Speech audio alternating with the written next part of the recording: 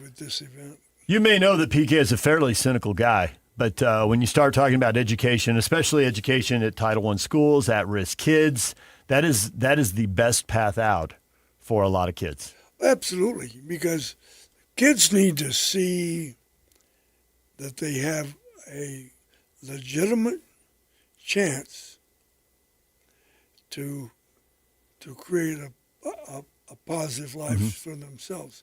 But they have to begin to take care of it at the junior high age, because you start forming ideas of what your future could look like.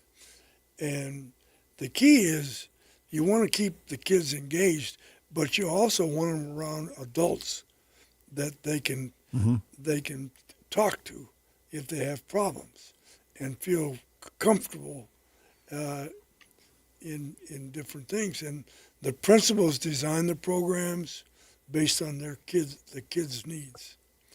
And then what we do is support their programs. And everybody on the foundation is responsible for a school. We have, we get our monthly reports, and the board members go and visit schools. So they actually walk through the building, talk to the administrators, see the programs. I got to do it once, ducked into classrooms, and you can feel the vibe and feel the energy. And PK, you ought to be at a board meeting when MAC decides that a program has gone sideways and it shouldn't be funded, because it's not an automatic thing. Yeah. The pithy and succinct. Yeah. Bleep them. Wow. Yeah, well, look out. Well, I didn't think you were wrong. I just couldn't believe that you were like basically Jesse Boone, a former offensive lineman, was in the room, and it was like you were talking in an offensive line room. Yeah. Except there's 20 people in the room, and there were some, football moms and coaches' wives, and well, there was a little shock value in your comments, Mac. That's all I'm saying. There's a little shock value. They're all used to me. Well, but yeah. So if they're, I want to make sure, that my money's being spent wisely. Yeah. Yes. And I want to make sure that everybody's following through with what they say. And the principles of the schools are key. Mm-hmm. If the principals believe in the process, they make sure it's carried out.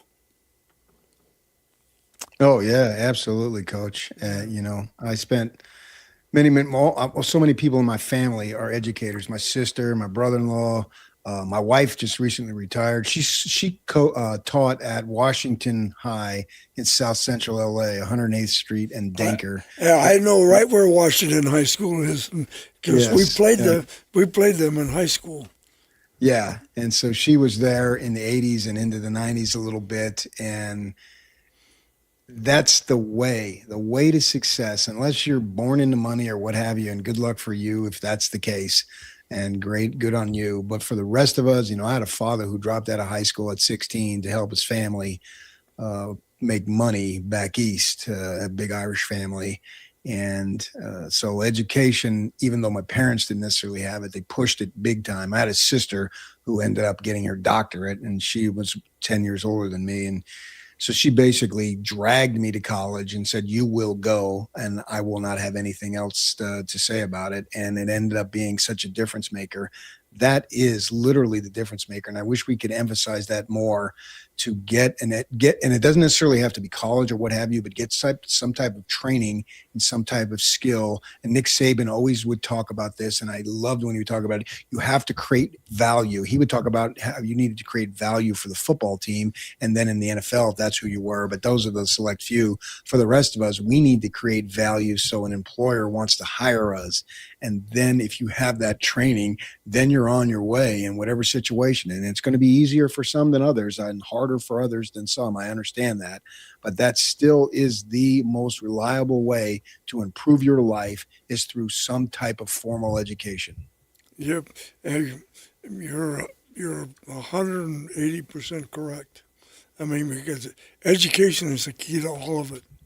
And you take, I divided people into 3 categories. You got the red, you got the yellow, you got the green.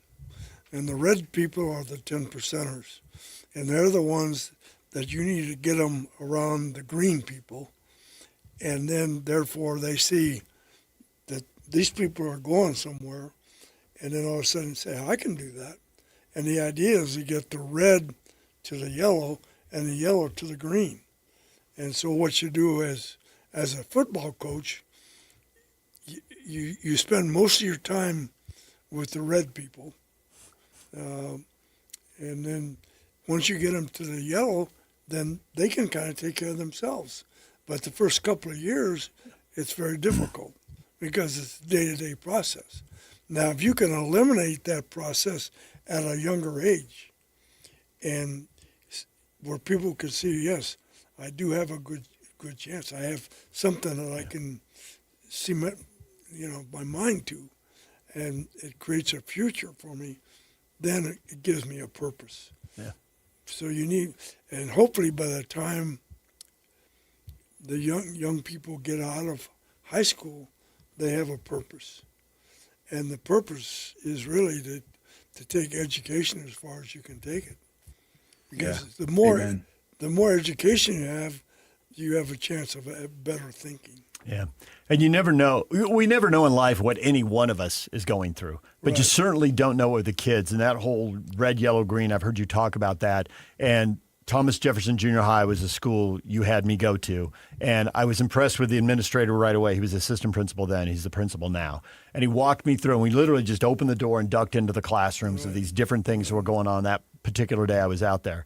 And one of those teachers you talk about, and PK knows this because he's got so many educators in the class, duck into the art room, and there were so many kids in the art room. Right. And I can't help it. PK knows I did this. I immediately counted the number of kids. It was just, there were just so many kids packed in there. Yeah. There were 41 kids because that teacher is that green person. And there was something that she gave off, and the kids just wanted to be in her presence. Absolutely. And some of them might have a real gift, and art might play a big role in their life one day. And for another, it's just a way to pass a Thursday afternoon, but it's a positive experience. And then they feel better about school. They feel better about the place. And this one kid came up, and she couldn't have been cuter. She couldn't have been more polite. She couldn't have been nicer. She knew the assistant principal by name, and he clearly liked her. And they had a little conversation about what was going on. She walked away. He said, "Nobody's facing bigger hurdles than her. I'm surprised she's here. Attendance is a real issue. There's a lot of trauma in that family." And he said it super quiet. Nobody else in that room heard it. It was a little chaotic. Yeah. Nobody heard it but me. And it's just kind of like you couldn't know. If you'd walked by, you would have never predicted that was the, 13, 14-year-old, whatever she was. Yeah. And you're like, that teacher with that kid, how does it turn out? And the only way is to invest in them. Yeah. So all the people who buy the concert tickets, who go to the aquarium, who go to your golf tournaments, you're gonna give away somewhere around $500,000 or $600,000 this year. Yeah. So, but it only happens with people going to these concerts, and there are some big donors in town who you know from your days as boosters. We're so thankful for the Eccles give you money, the Millers give you money, on down the line of a lot of Marquardts. prominent families. Ryan Bowen has been a huge asset to us now, and we're doing this golf thing up at Rick Lindsay's private golf course at the end of Sape's tournament, Fulmer's tournament, my tournament. The winners of those tournaments will all play at a championship round up at Rick's private golf course, and then the winners of that get a special trip to a course in Monterey, and we fly them there, and so so it goes on and on and on.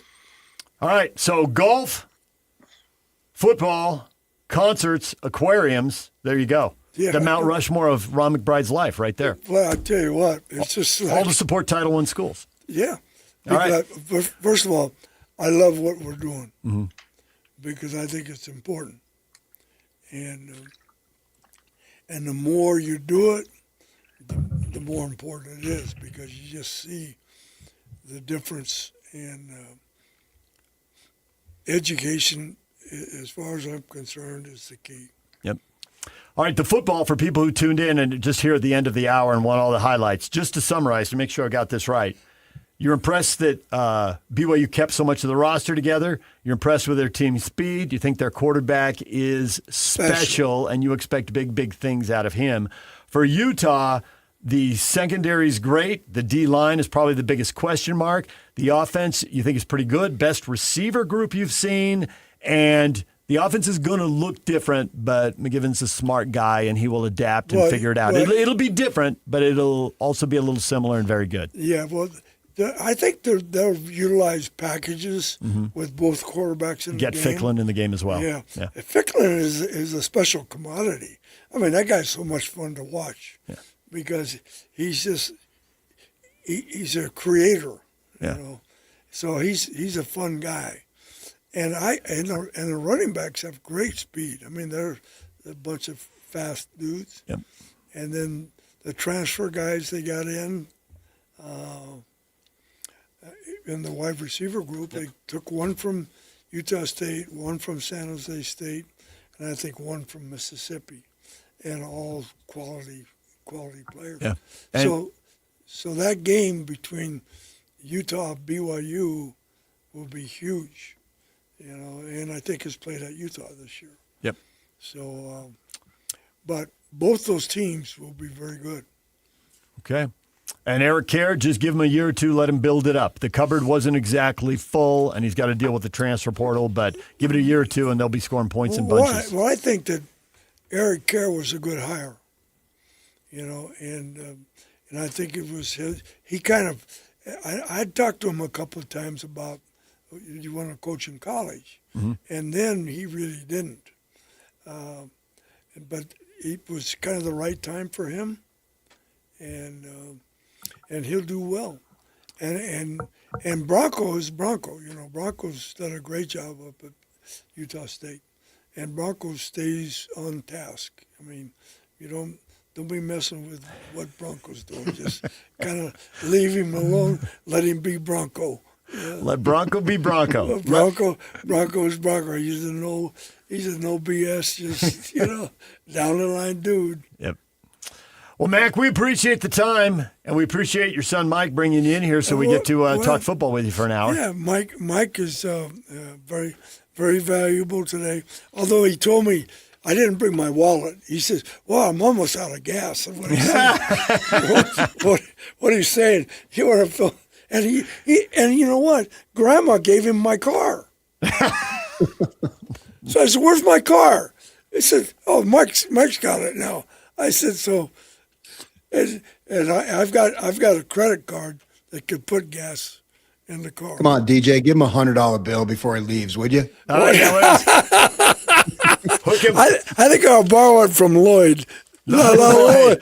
Now, Lloyd will be counterfeit. DJ's the real deal. No, Lloyd's got one of those $100 gas cards from that golf tournament you're at down there at Copper Rock, right? Coach, Copper Rock bag and $100. We're giving a gas card. You have heard this before from DJ, right? Paycheck is why I live in Utah. Okay, play. Here, coach, all the drops. Give him some PK singing too. Hey, this is so much fun. So my guy's laughing. He's having a good time. Lloyd's having a good time. Mike is I don't know. He's Mike's tired. You woke him up last night. You woke him up this morning. Yeah. So he's on. He's a GA now. Oh yeah. Yeah, he retired. After 35 years at Arizona State, came home. And then I knew I liked him. And then when he came home, Grandma says, "You're responsible for him now." That's not retiring. That's a full-time job. That is a full-time job. You got that right, PK. Yeah.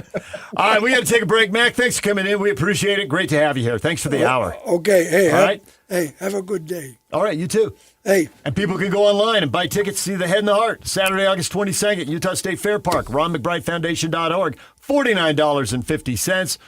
You're going to have food trucks out there. You're going to have dirty sodas out there. It's going to be a whole Saturday night of entertainment. Yeah. And you got another band you're going to announce. And God bless PK and all the people in his family that are educators. Yeah, right? Thank you. Hey, yeah, you tell your wife, you tell all of us. If she taught at Washington High School, she earned her living. Yeah, she coached softball and volleyball at Washington, yeah. Oh, man, yeah. So. All right, DJ PK, we got to take a break. Mac, thanks for the hour. We really appreciate it. That was great. RonMcBrideFoundation.org for your concert tickets. DJ and PK, we're back with everything you missed in this show next.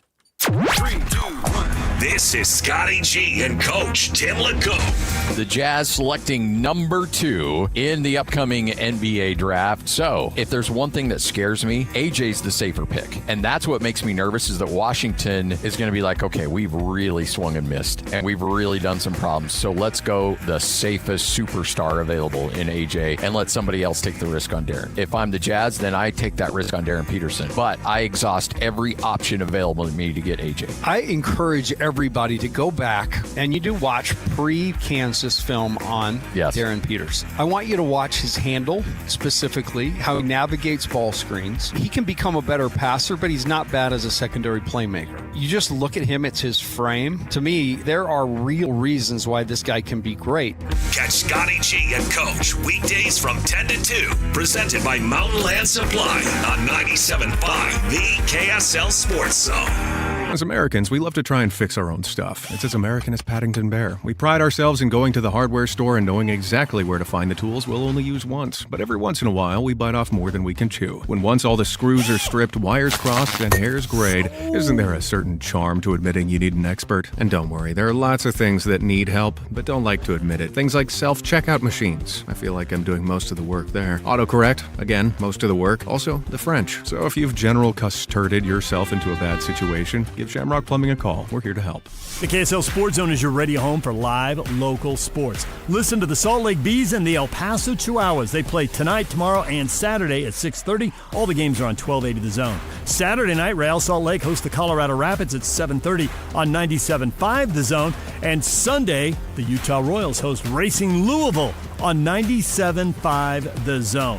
If you want to introduce your company's brand to Utah sports fans, email Stephanie Palmer at spalmer@ksl.com and join the winning team at KSL Sports. If you're tired of scrambling to figure out dinner every night, you're not alone. Finding something that's quick, easy, and that your whole family will actually eat can feel like a challenge. That's why so many people turn to Beehive Meals for their classic, delicious slow cooker meals. And now, they're bringing that same convenience and flavor with a brand new option, Flat Top Meals. Fresh prepped and delivered right to your door, these meals are ready to be cooked on your flat top grill, griddle, or a regular skillet. Enjoy favorites like steak fajitas, smash burgers, teriyaki chicken, and more. Everything is prepped for you, so there's no chopping, no measuring, and no extra prep. Just thaw, cook, and dinner is ready before you know it. With 8 meals in every box and multiple family sizes to choose from, it's easy to stock your freezer with meals that satisfy. Order online and have everything delivered right to your door, ready whenever you need a quick and easy dinner. Make dinner time easy and delicious with new flat top meals at beehivemeals.com. IFA knows the secret when it comes to growing a thick, green, healthy lawn this summer. And you could say those roots run deep. Deep roots help your lawn better absorb water and help prevent damage during the dry months ahead. Our expert team can coach you through all the variables, like combining our locally formulated 4+ lawn care fertilizers with our recommended soil surfactants. Stop by or visit ifa.coop today to learn more. IFA, helping you grow the things you love.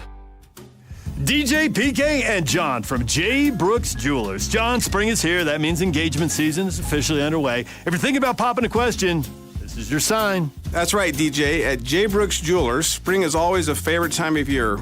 We are honored to help couples find the ring that starts their forever story. So whether you're looking for something timeless and classic or completely custom and one of a kind, we'll walk you through the process step by step. We take the time to understand your style, your story, and of course your budget, because the perfect ring should feel like a reflection of you. So from selecting the right diamond, from natural or lab grown, to choosing the setting that brings it to life, we're here to make it simple and meaningful. So this spring, make your proposal unforgettable. Visit J. Brooks Jewelers in Murray or Lehigh, or online at jbrooksjewelers.com. And let's create a moment that she'll never forget. Visit J. Brooks Jewelers in Murray and Lehigh, or start your search online at jbrooksjewelers.com. For all of you, less motivated listeners, it's time for your 9 o'clock. Where the heck have you been headlines? Where you at? With DJ and PK on 97.5, the KSL Sports Zone.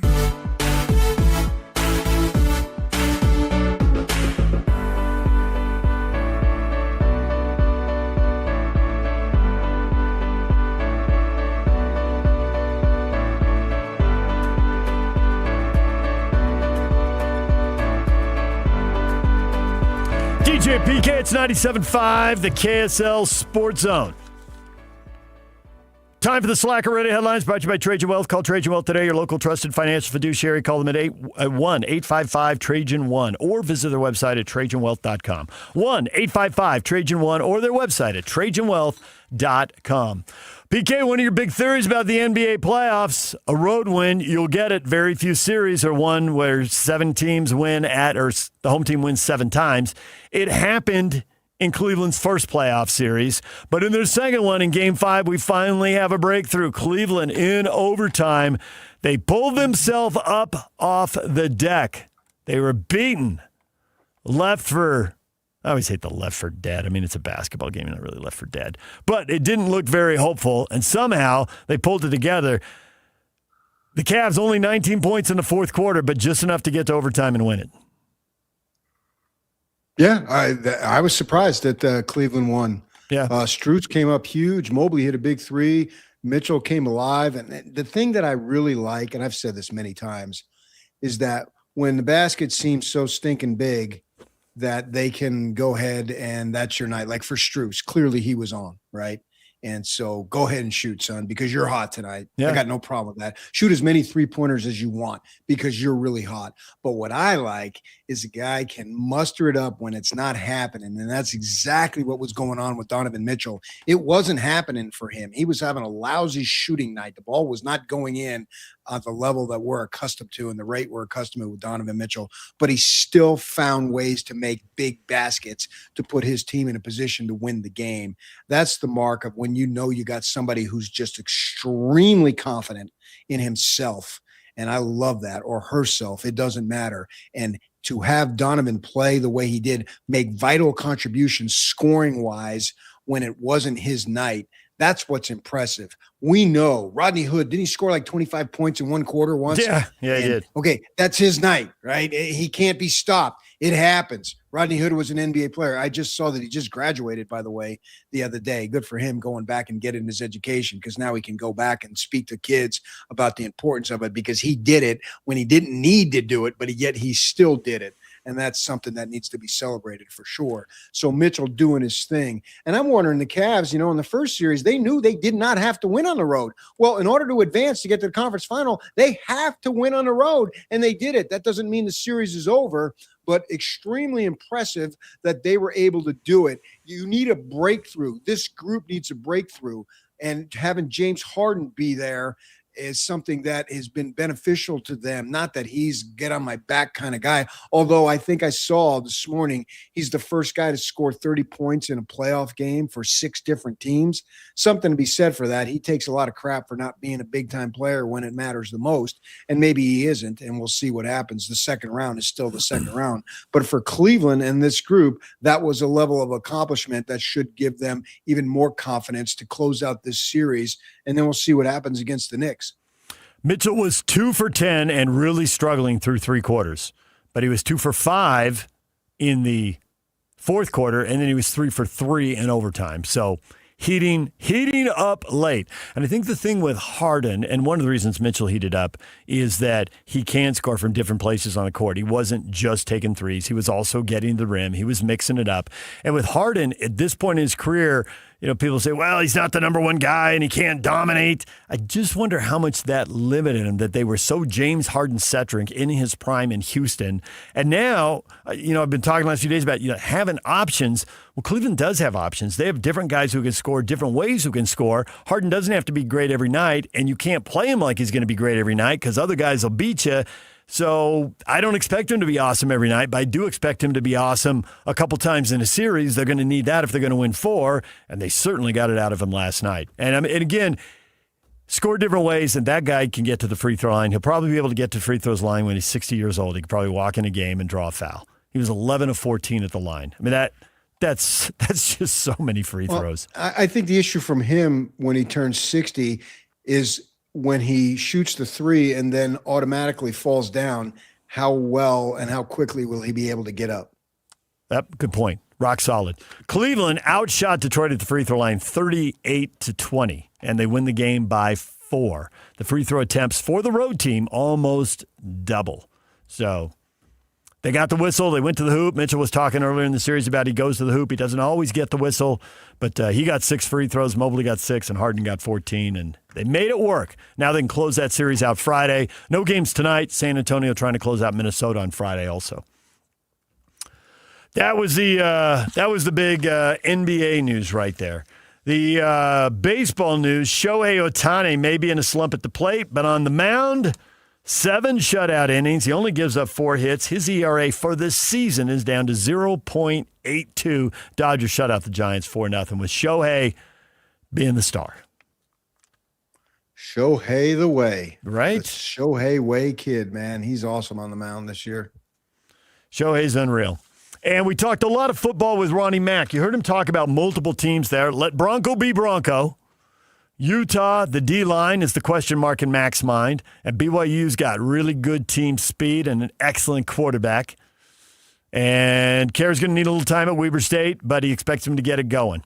Your thoughts on anything you heard on Mack as he talked a lot of spring football for teams around the state? Yeah, I think there's a little surprise mystery with the offensive line for Utah, replacing all 5 starters. I know some other guys have gotten opportunities to play, and I would expect Coach McBride to say positive things about Jordan Gross because that's his guy.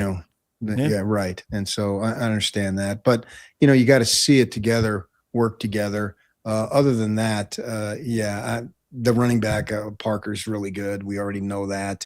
The receivers, it seems like I've been hearing that forever. This is the group.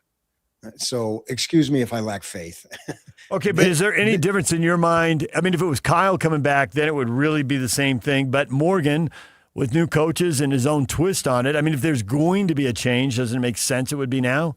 Although you're right, it could possibly be overhyped again. No, because Devin Dampier is not a pure passer. I'm going to pick you apart in the pocket, watch me throw for 350, 400 yards. If you're asking him to do that, you're cutting him off at the knees. That's not his strength. His strength is moving the ball and running with it and getting defenses in scramble situations. That doesn't mean he can't throw, but they could have the best receivers that they've ever had. Good. Let's just go on that argument's sake. Fine. I don't have any problem with that. But it's not like they're going to be some big-time passing team because they don't have big-time passing quarterbacks. Would I rather have a big-time passer and lousy receivers, or would I reverse? No, I'd rather have the big-time passer, but that's not who Devin Dampier is. So you're going all of a sudden you're going to ask him to be something completely different. And Ficklin, every time we talk about him, what do we talk about? He's exciting. He's a dynamic runner. Yeah. We don't ever talk about him sitting and picking defenses apart in the pocket. And now, supposedly, that's going to change this year. That'd be ridiculous if it changed this year.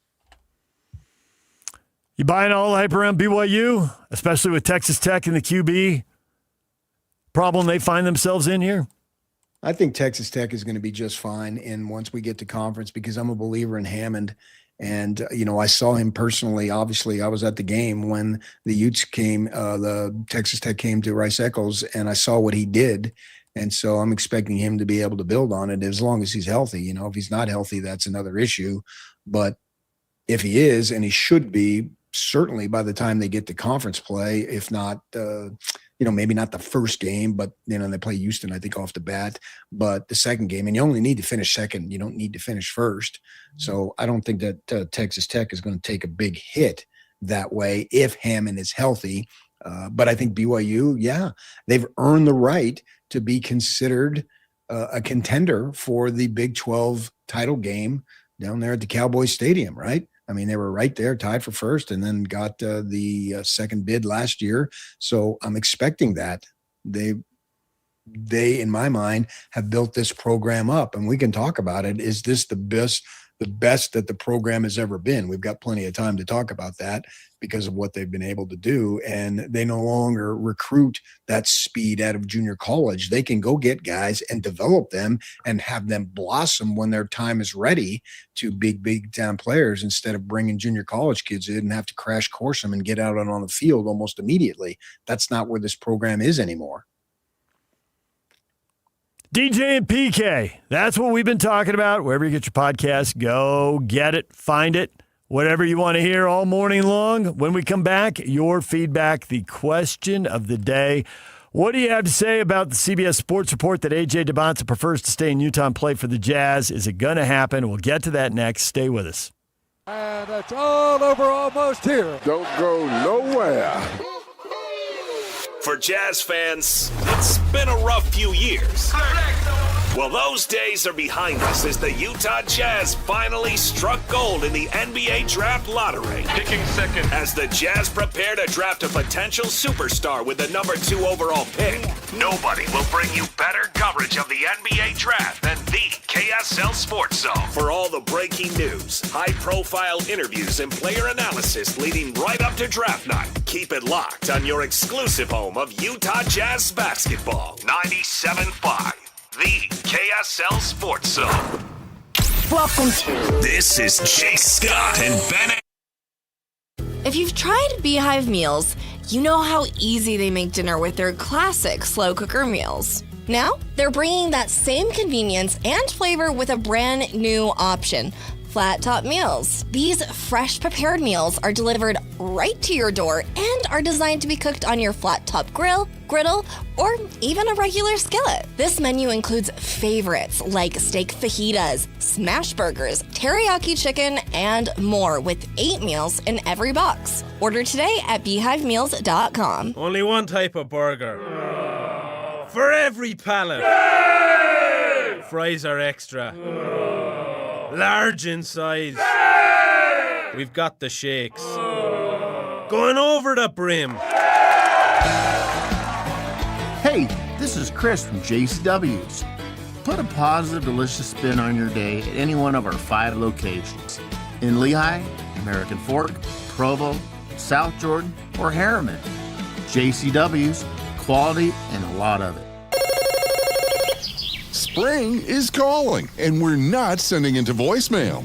I bet you're thinking about heading south this spring, but what if you tried something different, like Cedar City and Bryan had? With gas prices going up, this is the kind of trip that gives you more vacation for the tank you're already on. Start with 3 Peaks OHV trails that say, go ahead, take the scenic route, then cool it down with disc golf. Because yes, you can be competitive and outdoorsy at the same time. Next, Thor's Hideout. Legendary hike, epic payoff.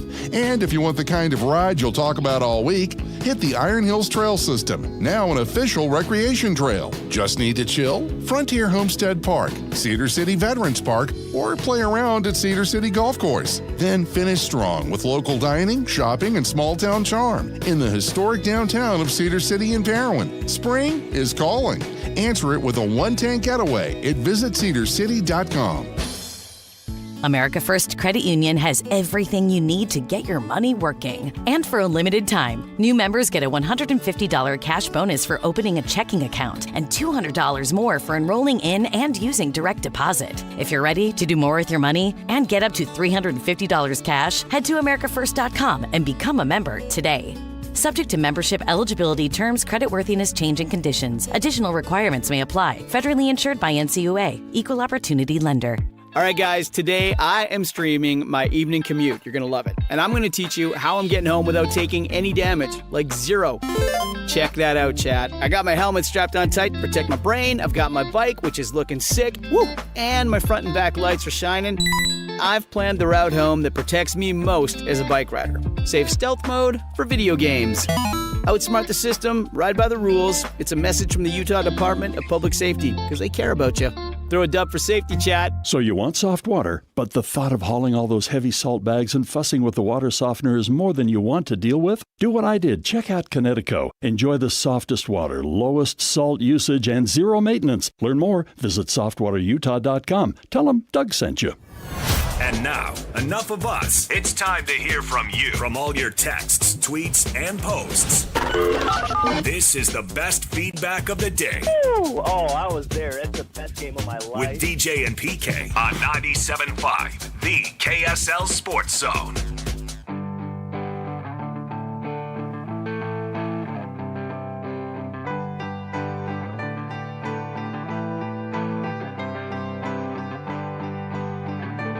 Join Scotty G and the coach Tim Lacombe tomorrow from 10 to 2 at Tim Dolly Mazda at 10785 South Auto Mall Drive in Sandy.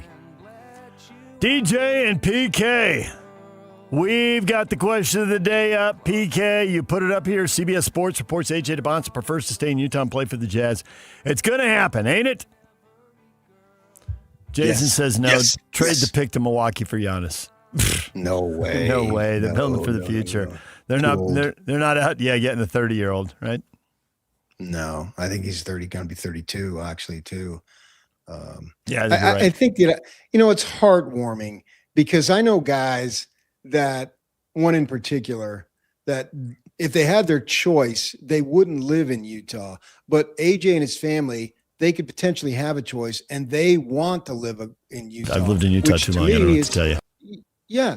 I mean, I know a guy who's only here for the money. That's it. That no other reason to be in our most beautiful state in the entire union simply because of the gobs and gobs and gods and wads and wads and wads of money. Yeah. You got to saved reach the over school to it again. $600,000? 600,000. Wow. I should have made that noise. That would have been awesome. Paycheck is why I live in Utah. Yeah, paycheck is why you live in Utah. Yeah, I moved here for a job. You were sworn under oath when you said that. I moved here for a job. True story. I got a big TV. But that's why I've been in California that's life two for- different things. Everybody moves here for a job if they get a job. But then after they've established themselves as the 14-time City Weekly Player of the Year, have all sorts of opportunities to move, but they choose to stay here. No, you don't. You stay here because this is where you are so freaking compensated so well. The size of your TV reflects it. If I hadn't been offered that job, I probably wouldn't live in Utah. I always have problems with reality. Yeah, that's true too. Yeah. No, that's in the past. This was paycheck is why I live in Utah. That's the current. That's what we call the present tense. Paycheck it's not is why I the live in past. Utah. It's not the future. Paycheck is why I live, not lived. Shameless. John says a smart play is for the Jazz to pick whoever's available at number 2. You're going to get such a good talent. Why pay to move up and get good talent when you sit right where you are and get good talent? Don't you think there's a decent chance that's how it plays out? And if it does play out that way, I'm still not ruling that they end up with DeBonsa. Okay, what is a decent chance? Right now, I feel like everything's in a hat right now because it's so early. I don't know that the Wizards have decided. Get past all the interviews and that. A number, not anything that's going to be held and stapled to your forehead. The odds that Utah drafts number 2, I would put it, say, like 80%. Well, I mean, if they want DeBonsa, though. That's the thing. If you want him, go get him. Probably, I'm dropping the number to like 30 or 40% that DeBonsa drops there. I think it's more likely than not that DeBonsa ends up number 1. But I still think I don't have a firm feel for what Washington thinks. I'm leaning towards Washington wants to play it safe because as much as they want to get it right, they really don't want to get it wrong. They're not going to get it wrong. Neither of these teams are getting it wrong. If you gave me Darren Peterson today, I'd be ecstatic. Even if his middle name is Nathan, although we don't really know what his middle name is. I'll come up with a nickname once he gets here. We'll have to. If he ends up being here, I don't want to be known as somebody who slapped a DNP on him. We'll figure out something. Well, yeah, it's one nickname per day. I mean, I don't want you to run through all your shtick here. Pace yourself on the show. Anyone who does radio understands that. Today's nickname is Cathedral. Yes. Because there's such a high ceiling on A.J. DeBonsa, a.k.a. the nickname is the Cathedral. Right. He was really good. He was really good at BYU, but there is upside for sure. So, a.k.a. the Cathedral. Any kid who's 19 years old better have upside, right? Yeah. Yeah, I mean, that's because if you are a finished product at 19, you are also then a European player. I was going to say, if you're a finished product at 19, you're off to a city rec league somewhere. Well, we're talking of the professional. Yeah. I get your point. But, I mean, and there's nothing wrong with being that. If you can go make money overseas, more power to you. I'm not scoffing at that by any stretch. That would be awesome for those who've had the opportunity, and we know several of them. Yeah, Pace and Thurl have told us about it at length, and they're not the only two. Travis Hansen's come on the show and told us about it. Yeah. Right. Yeah, that would be the idea of playing hoop and getting a paycheck, which I guess they're doing in college now anyway. Yeah. But see the world get a see the paycheck. world. Yeah. And you've got somebody waiting for you at the airport, and you're not on your own, and they hold your hand metaphorically and tell you where to live and blah blah. That would be incredible. Go do that for a few years. So I'm not scoffing at that, but the NBA draft has become, in large part, what are you going to be in 3 to 5 years, not what you are right now. And that's why we see so much hit and miss, because it is about projection. It's not simply about the product that you are now. We love it and we expect that. No, we expect more. And DeBonsa and Peterson and all these guys that are just barely getting started. And he played 1 year of friggin' college ball. That is it. Now, I realize the game is advanced and they've got all this competition, the 17 and under, the 18 and under. It's more than what it was back in, years back. So they can elevate themselves a little quicker because it's a whole different ball game. And I appreciate that and respect that. But you're still looking for that upside, as we say. And I think a lot of these guys have it. That's why I don't think whatever the Jazz do, I don't think they can really go wrong. DJ PK, we're all done. Scotty G and the coach are next, right here on The Zone. Show's over. And we're done. We've already run out of time again. And this is where we say goodbye. Goodbye. Don't say goodbye. Who'd like to hang around and help clean up? That ended well. This stuff is available everywhere. Wherever you are, the KSL Sports Zone will be right there with you. It's the KSL Sports app. I love it. Where you can get the latest podcasts, up to the second breaking news, and analysis of the teams you can't live without right from your phone. And wherever in the world you may be, you can have DJ and PK, Scotty and the coach, and Jake and Ben tag along with live streaming of your favorite shows. Download the KSL Sports app and never miss a thing. Presented by University of Utah Health. Health is in our DNA. Learn more at uofuhealth.org. This is 97.5, the KSL Sports Zone. If you're tired of scrambling to figure out dinner every night, you're not alone. Finding something that's quick, easy, and that your whole family will actually eat can feel like a challenge. That's why so many people turn to Beehive Meals for their classic, delicious slow cooker meals. And now, they're bringing that same convenience and flavor with a brand new option, Flat Top Meals. Fresh prepped and delivered right to your door, these meals are ready to be cooked on your flat top grill, griddle, or a regular skillet. Enjoy favorites like steak fajitas, smash burgers, teriyaki chicken, and more. Everything is prepped for you, so there's no chopping, no measuring, and no extra prep. Just thaw, cook, and dinner is ready before you know it. With 8 meals in every box and multiple family sizes to choose from, it's easy to stock your freezer with meals that satisfy. Order online and have everything delivered right to your door, ready whenever you need a quick and easy dinner. Make dinner time easy and delicious with new flat top meals at beehivemeals.com. At University of Utah Health, we're mapping DNA to find the cause and the cure. Because 1 in a million is really just one. One person facing one incredibly difficult diagnosis. Looking for one thing: hope. Learn more at uofuhealth.org.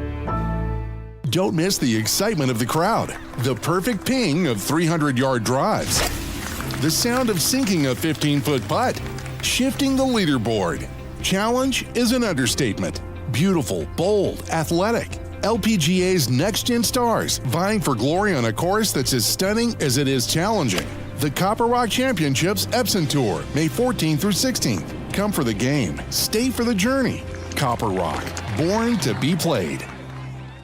Looking for insurance solutions that actually work for you? United Underwriters have been serving Utah families for over 25 years, offering smarter coverage solutions at better prices. United Underwriters auto policies include a no-cost windshield benefit because we travel on I-15 just like you, and also offer smart home insurance solutions and earthquake plans you can't find anywhere else. Call United Underwriters at 801-396-0828 or visit uuinsurance.com. United Underwriters. Real insurance solutions. Real value. Real partners. Based right here in Utah. Utah. It all started with a commitment to comfort. Gillette Heating and Air is proud to be Utah County's go-to team for expert HVAC and plumbing solutions. Need a repair, upgrade, or seasonal tune-up? Don't let cost hold you back. With 0% financing available, it's easy to get the work done now and pay later. Plus, save $100 on any repair over $500 and keep your system running strong with a professional tune-up before the heat hits. Visit GilletteHVAC.com or call 385-GET-COOL to book today. Homegrown service pros, financing made simple, comfort made easy. Carrier, turn to the experts. A Carrier factory authorized dealer. If your teen is thinking about college but not sure what path to take, start at Huntsman Business Day at Utah State University, a one-day hands-on experience designed to help students explore a business degree in a real way, from leadership activities to business games. They'll get a clear picture of what they could study. It's free. It's on campus in Logan, and it includes lunch, June 11th or June 18th. Register today at huntsman.usu.edu/business day.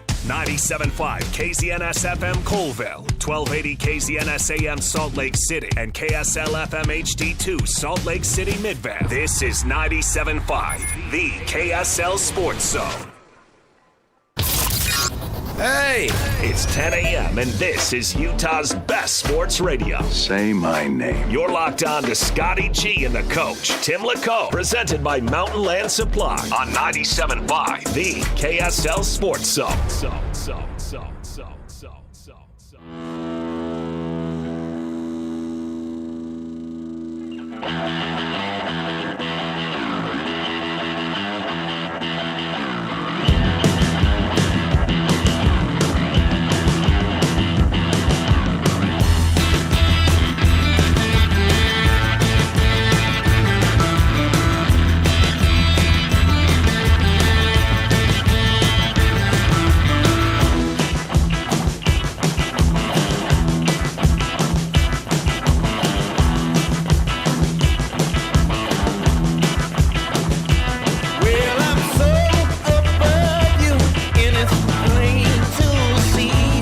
Hey, folks, let's get it. 97.5, the KSL Sports Zone. Scott Gerard alongside the coach, Tim LaCombe. Let's get it, folks. I'm fired up. Great day today. We are up in Ogden. This is a Utah/American success story. We've watched Beehive Meals kind of grow and develop over the last several years. And where they started and where they're at now is just incredible. We're at their new facility up here in Ogden, and couldn't be happier for Elise and Adam. We've known them for a long time. They're just incredible people, and they have got a beautiful facility. This is a couple that just started in the middle of COVID, putting some meals together for their neighborhood, and then it just grew, it developed, and look where you're at now. This is something else. Well, I would say this building is state of the art. Yeah. Nothing that it would want or need. Everything was done so nice, and this has been an incredible success story that I've actually experienced as a consumer. I was actually, because I've said this, I listen to the radio all the time, and I was listening to you guys and got this, this Beehive Meals, and right around that time we became empty nesters, and so we started to kind of rely on that, and it has been amazing. And I think the difference, we shopped around, but it's the flavor for me. Yeah, it's the flavor that really draws you in, and then the selection. They've got a little bit of everything, and they continue to add obviously options. So we're grateful to them for having us here on such a big day for the company. And it's a big ribbon cutting for this new warehouse. Elise and Adam and a bunch of other people are going to stop by and say hi. So we're really excited to be a part of it. We're excited that we've been partners with them for a long time. And honestly, you just can't thank them enough for allowing us to be a small part of their massive success story. All right. So we've got so much to talk about, including NBA draft. Obviously, you can't go anywhere without anybody saying, hey, what are the Jazz going to do to move up to number one to take A.J. DeMonsa? Well, let's talk about that, shall we? It's time for your starting lineup right here on 97.5, the KSL Sports Zone.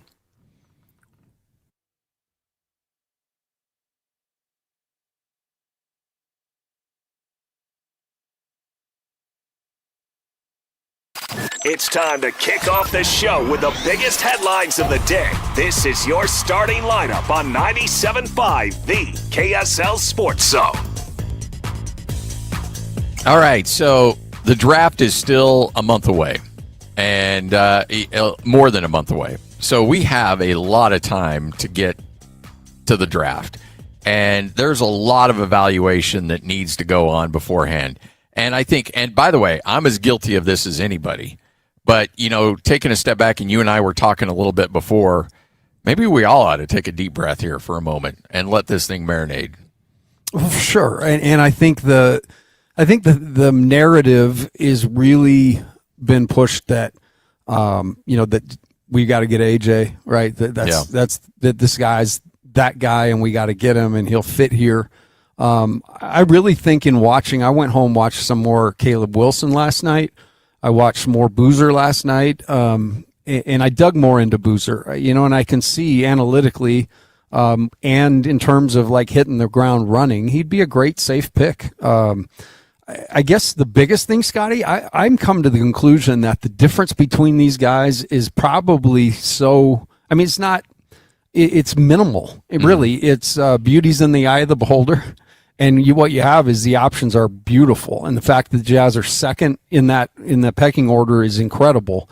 But yeah, I think take a deep breath. There's a lot of fact finding and get to know you over the next 40 days. And my guess, in talking to people around the league, that thing is the order is going to change dramatically over that time. I think you'll see guys pop up. I think you'll see them drop. But the bottom line is Washington's going to keep their pick to their chest. They're not going to show much of what they're going to do, and I think everybody else will do the same, but everybody will have enough intel on each guy that they can feel comfortable making the pick as it gets there. So again, I think that it's really easy, and frankly, it's also our job to speculate and look ahead and anticipate what's going to happen. And then, we also have our opinions as well. But honestly, if I'm a member of that Jazz front office, you've already done a ton of due diligence. But now that you know that one of these superstars, potential superstars, are right there on the brink, you can't mess it up. So you can't fall in love with a guy. Like, you can't fall in love with somebody and just say, we got to focus in on that guy right from the start. Now, eventually, day 2, 3 days before the draft, that's probably where you want to be. But it's like, you just went house shopping. And as soon as you fall in love with one house, you lose all leverage because the seller knows that you're in love with it.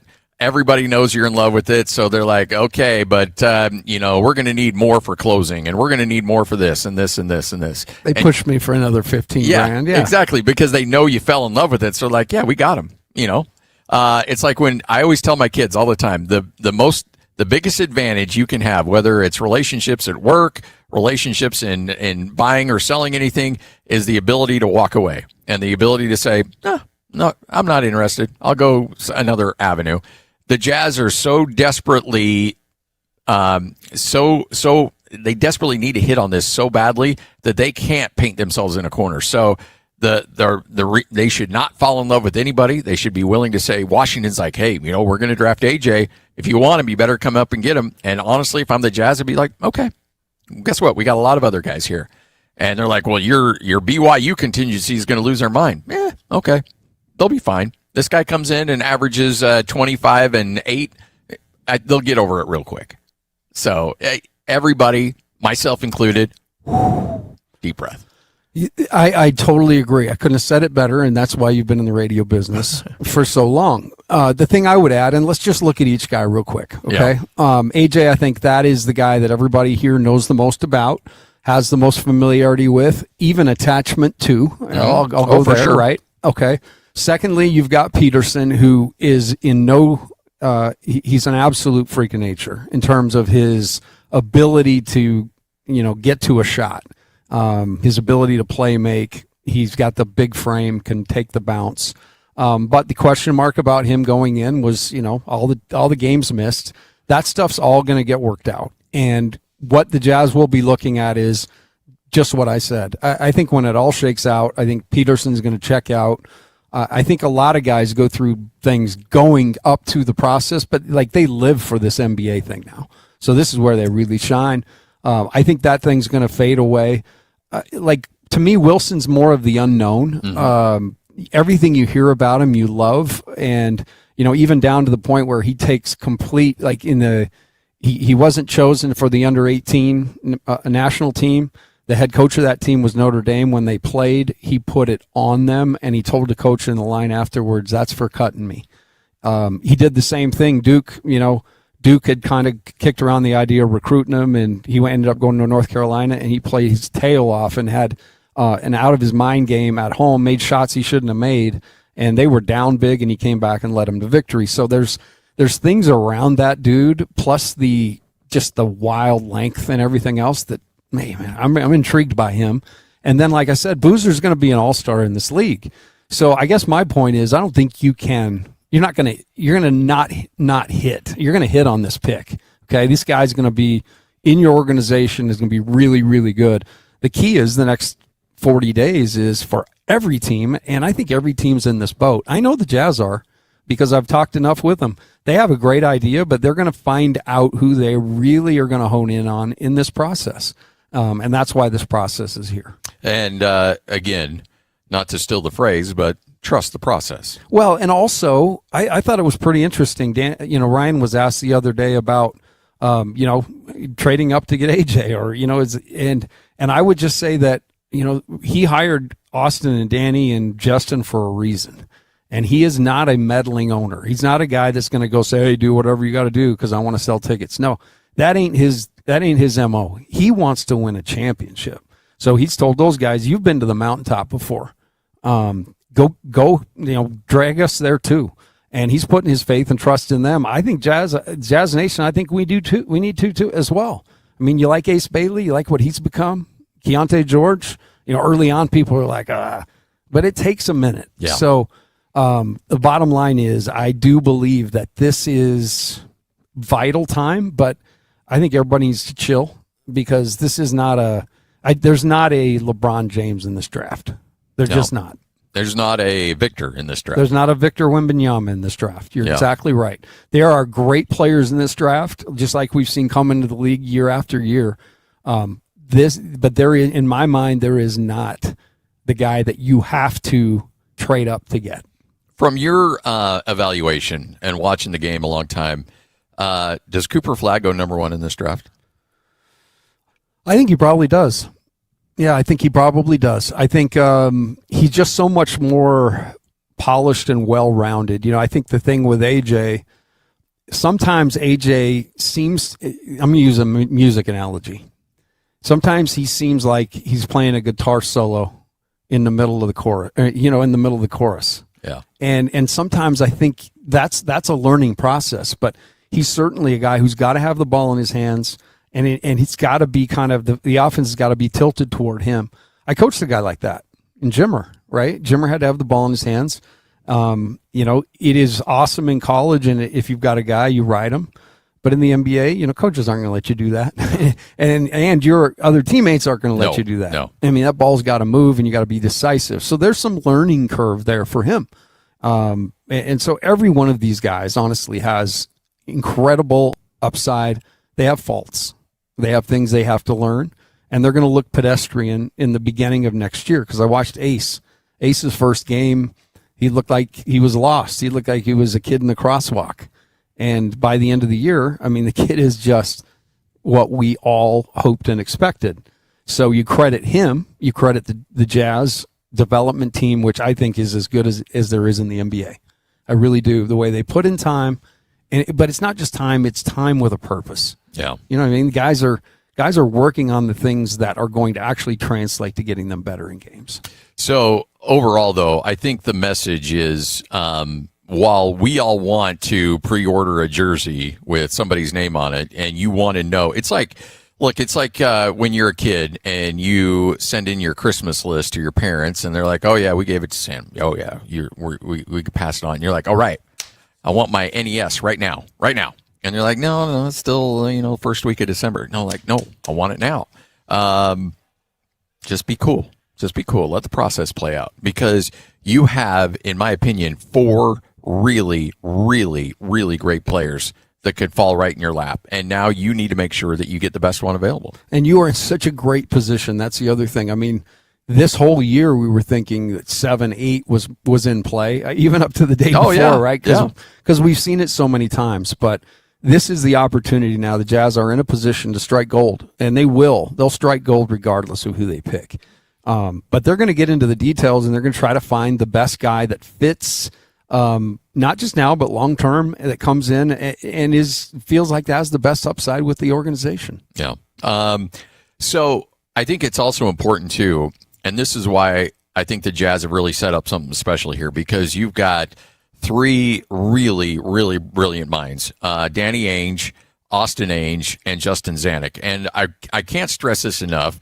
And we mentioned this yesterday, Austin's going to get a lot of love. Danny's going to get a lot of love. Do not discount the ability of Justin Zanuck in this whole process, and his connections and his ability to cipher out all the noise and filter it all out and really focus in on these players, do the due diligence to find out who these guys are at, their strengths, their weaknesses, everything. Justin is going to play an absolute pivotal role in this. And then I think you got Ryan Smith, who said, you know what? I'll give you every resource you need. You need to hire a private investigator to go and talk to his second grade teacher. Whatever. I will provide that. But also know that when it comes to that day in June and we need to make that selection, I'll be in the room. I'll have opinions, but ultimately it's your call. And that's the way he wanted it. That's the way he set it up. And you know, first of all, bringing Danny in, then obviously bringing Justin was existing and stayed. And that tells you everything you need to know. Oh, yeah, for sure. Because he stuck around, and there just is a level of trust there, because Justin is one of the more respected dudes in the league. And he spent his time in the agent side, so he's got the relationships. And as I get further and further into life, man, it is about that. Like if you can get real good intel, and you get to the source of things, you'll make not good. You'll make better decisions. Mm-hmm. Let's say that you've got a better chance of making a good decision.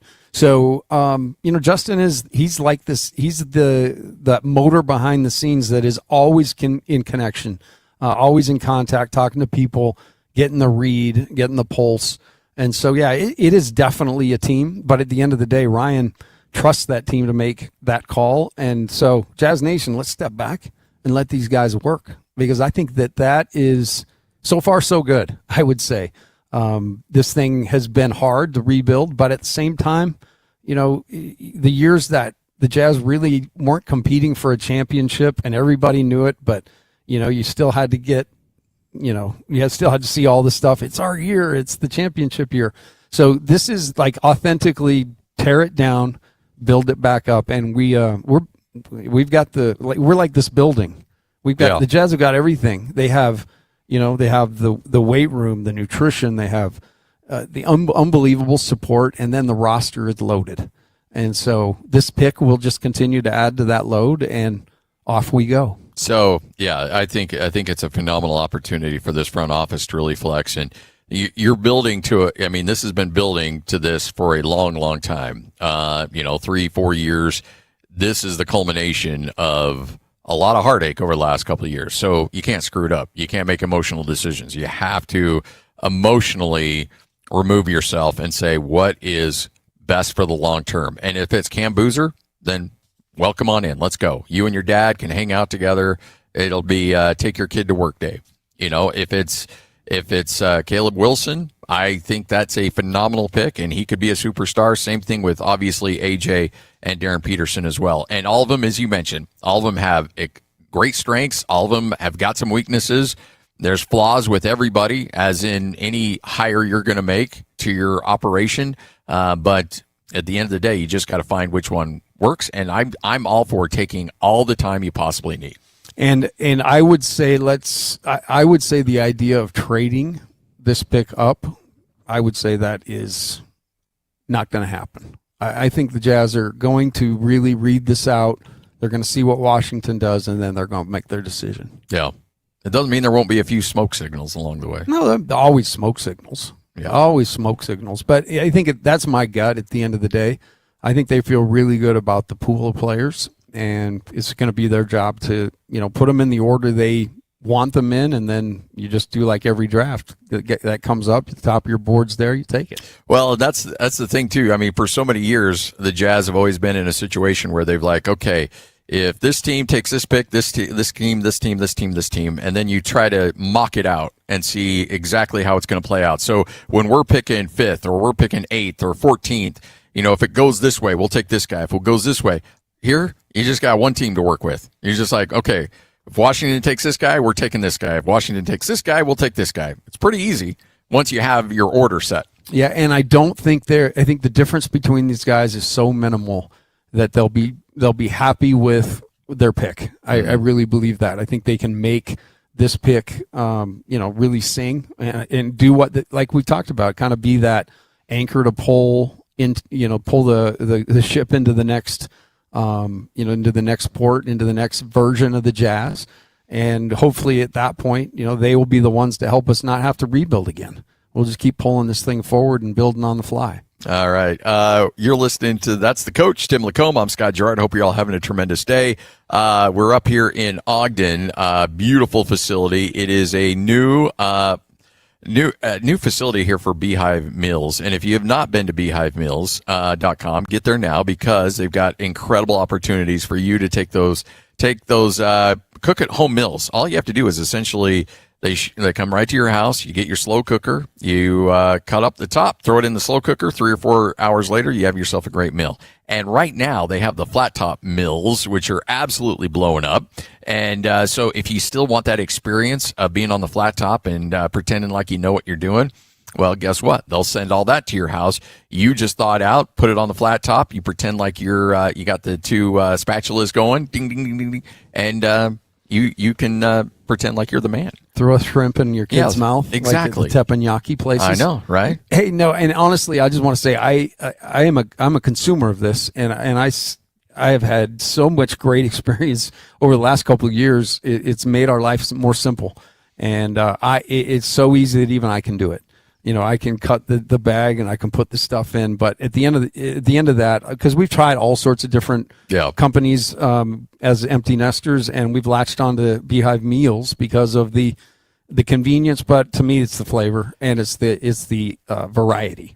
So, by the way, I've got 2 kids at home. And we've all got different schedules. We're all over the place. We're not too far away from being the empty nesters, but and my youngest will always be like, Dad, what are we having for dinner? And I'm like, I don't know. What are we having for dinner? Because it's on you.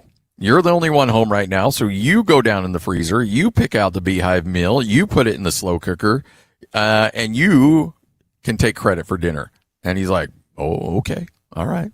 So then when we get home, we're like, all right, Brody, what did you make for dinner? He's like, look, I got these stroganoff, or I got this. And it's like, bam, it's easy. I had last Saturday the spaghetti with the sausage. Oh, yeah. Oh, wow. That was awesome. Yeah. Did a little garlic bread with it, and everybody was very, very happy. Yeah, you can customize them any way you want, and that's the great thing about Beehive Meals. Go to beehivemeals.com. That's beehivemeals.com. This is 97.5, the KSL Sports Zone. Welcome to This is Jay Scott and Ben Anderson. I definitely think the league is just built around two-way players. You got to play both sides. You really have to have an impact. Your entire game plan can't just be disguising multiple bad defenders, and it's what the Jazz ran into with Rudy Gobert and Donovan Mitchell. It was just Rudy had to cover up so much, it just became too much for him, and the dam broke. James Harden and Donovan Mitchell, I don't think, can play together. And I love this direction of where the NBA is going, by the way. How many one-way offensive players can you play at one time? At one point, it was how many non-shooters can you play at one time? And now combine that with how many one-way guys can you play at one time? One? Yeah. Maybe two? I think that will be where the Lakers run into trouble even when their players are back, or if Austin Reeves stays. I don't think you can have more than one non-defensive player. You know what? It might be the Nuggets' problem. Catch Jake and Ben afternoons from 2 to 6 on 97.5, the KSL Sports Zone. Hi, this is Derek Overstreet, president of the New Millennium Group and co-host of Stop Working, Start Living with KSL News Radio. Can you imagine what your life would be like if you could retire 3 to 5 years earlier than you thought possible? The things you could do, the loved ones you could spend time with, the memories that you could create. That's what our team at the New Millennium Group does. We'll walk you through the entire process every step of the way. If you'd like to get a copy of the 5-step proprietary plan that will help you retire 3 to 5 years sooner than you thought possible, give us a shout right now. 888-999-6370. That's 888-999-6370 or utahsfinancialplanner.com. Listen, most of our listeners right now have a tax problem, not a money problem. There's not enough money in Social Security Medicare as it is. Let us show you how you can significantly reduce your taxes. That's 888-999-6370, 888-999-6370 or utahsfinancialplanner.com. You're the turf whisperer, the grass-cutting guru. Dandelions don't stand a chance on your watch. When it comes to your lawn, power moves are the only moves you make. That's why you just applied IFA's Weed and Feed for strong, dark green turf without a weed in sight. IFA's Weed and Feed. It's the ultimate lawn owner power move. Has your doctor told you it's time to lose weight? Is your blood pressure up? Your cholesterol keeps climbing? Or you're already on medication and wondering, is this just my life now? Been told you need a procedure or surgery but have to lose weight first? That's where most people get stuck. At SLC Fat Loss, we help people lose 20 to 40 pounds naturally in about 60 days without injections, prepackaged meals, or extreme workouts. But more importantly, we help you keep it off so you're not stuck wondering what problem is next. Imagine lowering your blood pressure, improving your health, and taking pressure off your joints. Because if nothing changes, it's more medication or bigger problems down the road, especially if you have a family history of health issues or feeling the effects of getting older. Alex Curie here. I dropped 65 pounds in just 60 days. That was 2 years ago on Salt Lake City Fat Loss. I've kept it off. You can do it too. SaltLakeCityFatLoss.com. Many clients lose 20 to 40 pounds in about 60 days. Schedule a free consultation and take control of your health. Go to SLCFatLoss.com. That's SLCFatLoss.com. Results may vary. We just want to have enough money for retirement. And travel to visit our grandchildren. I understand. That's why at Fisher Investments, we start by getting to know each other, so I can learn about your family, lifestyle, goals and needs, allowing us to tailor your portfolio. What about commission-based products? We don't sell those. We're a fiduciary, obligated to act in your best interest. So how do your management fees work? We have a simple management fee based on the value of your portfolio, so we do better when you do better. We appreciate that kind of transparency. We also check in with you regularly to keep you up to date on the markets and your portfolio. Well, what other services do you offer? As a client, you have access to resources on investing, financial planning, estate planning, Social Security, Medicare, and more. Wow, sounds like Fisher Investments has everything we need. At Fisher Investments, we're clearly different. Learn more at FisherInvestments.com. Investing in securities involves the risk of loss. The KSL Sports Zone and Beehive Meals are honoring people that impact youth sports in our communities. Nominate the youth sports volunteer you know for the Beehive Meals Hero of the Week at KSLSports.com/contest. Accessing the best radio in Utah is right here. This is Scotty G and the coach, Tim Lacombe, on 97.5, the KSL Sports Zone.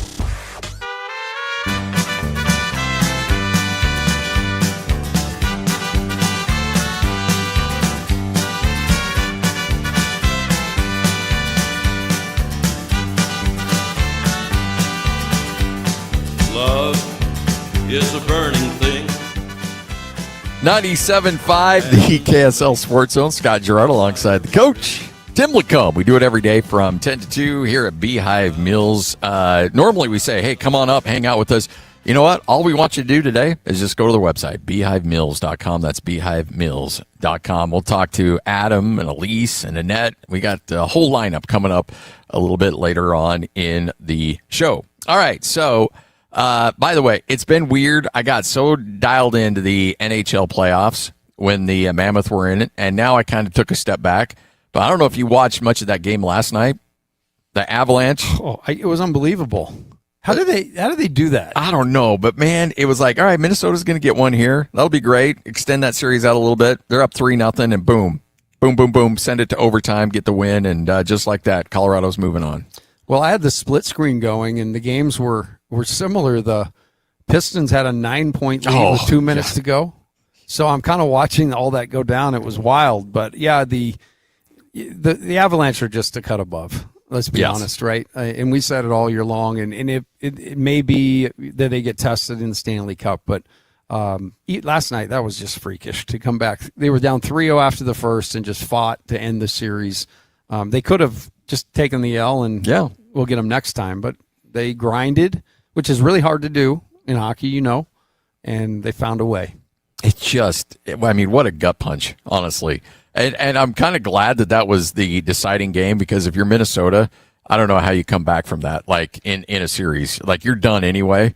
So it would be just like, okay, if we're going to lose like that, at least let it be the decisive game, and then we can all just go to Cancun or Lake Minnetonka or Minnetonka. Yeah. Saskatchewan. Yes. The South. and they'll just load up on the Coors Light and just try to forget. Although Canada, what's the drink of choice up there? Oh, it's Molson. Molson, yeah. Yeah, Molson.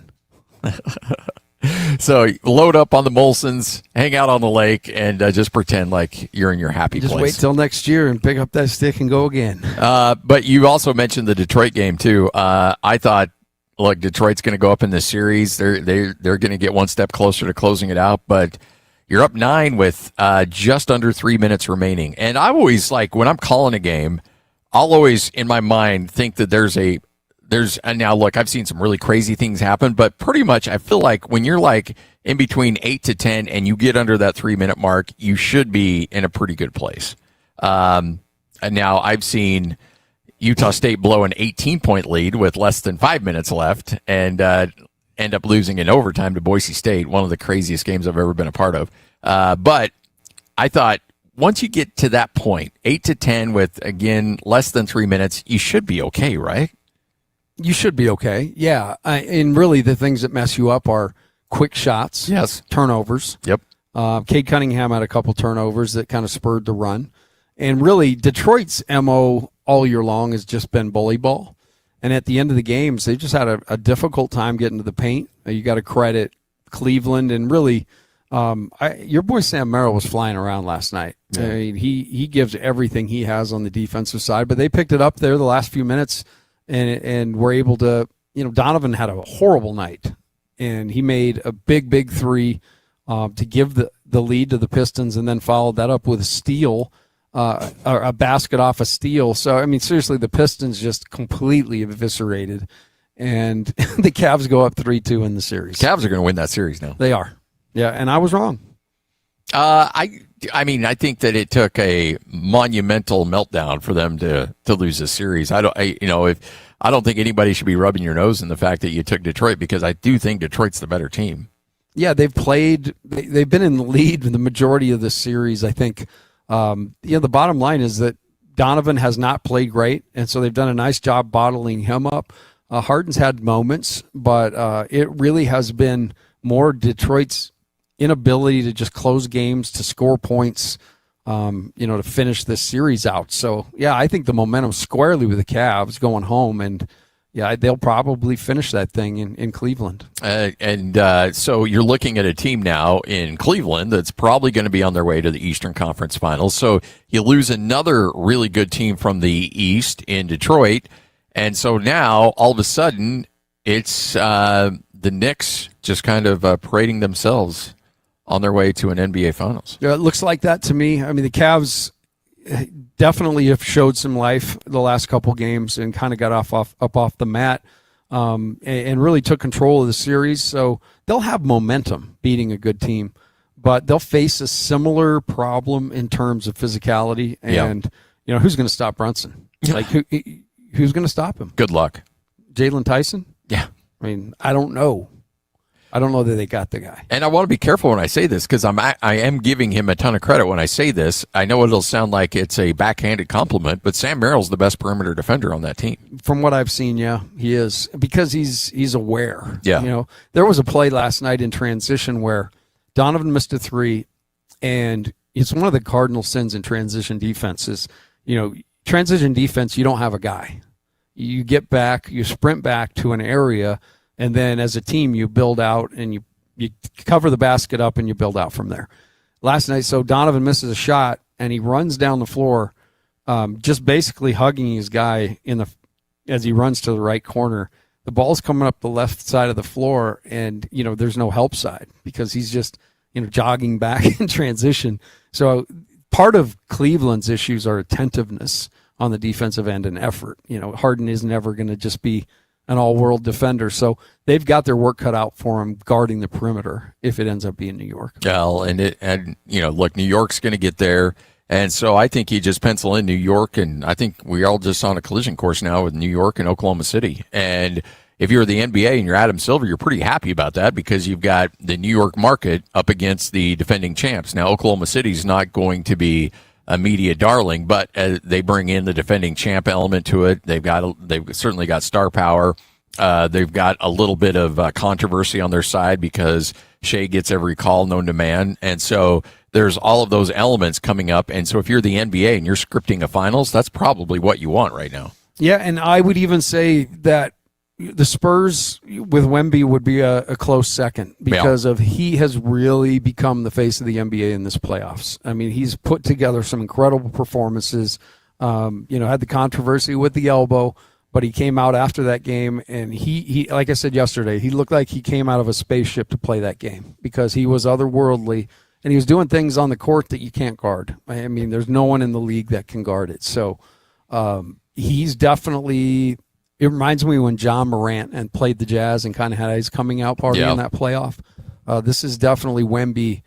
Everybody's known about Wemby, but this is Wemby saying, unfurling his arms across the entire court, saying, "I'm here."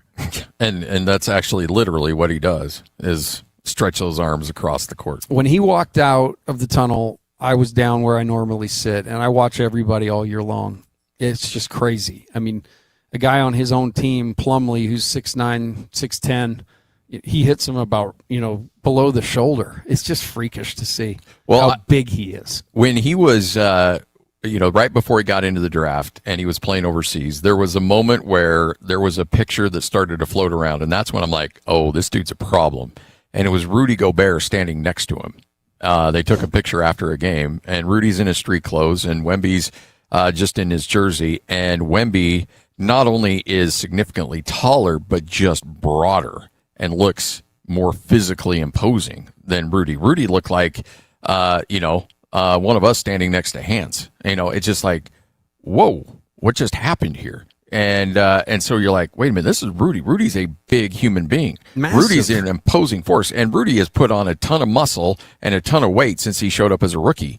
And so here's Rudy at the prime of his career, and you got this, 19-year-old that looks like he's dwarfing him.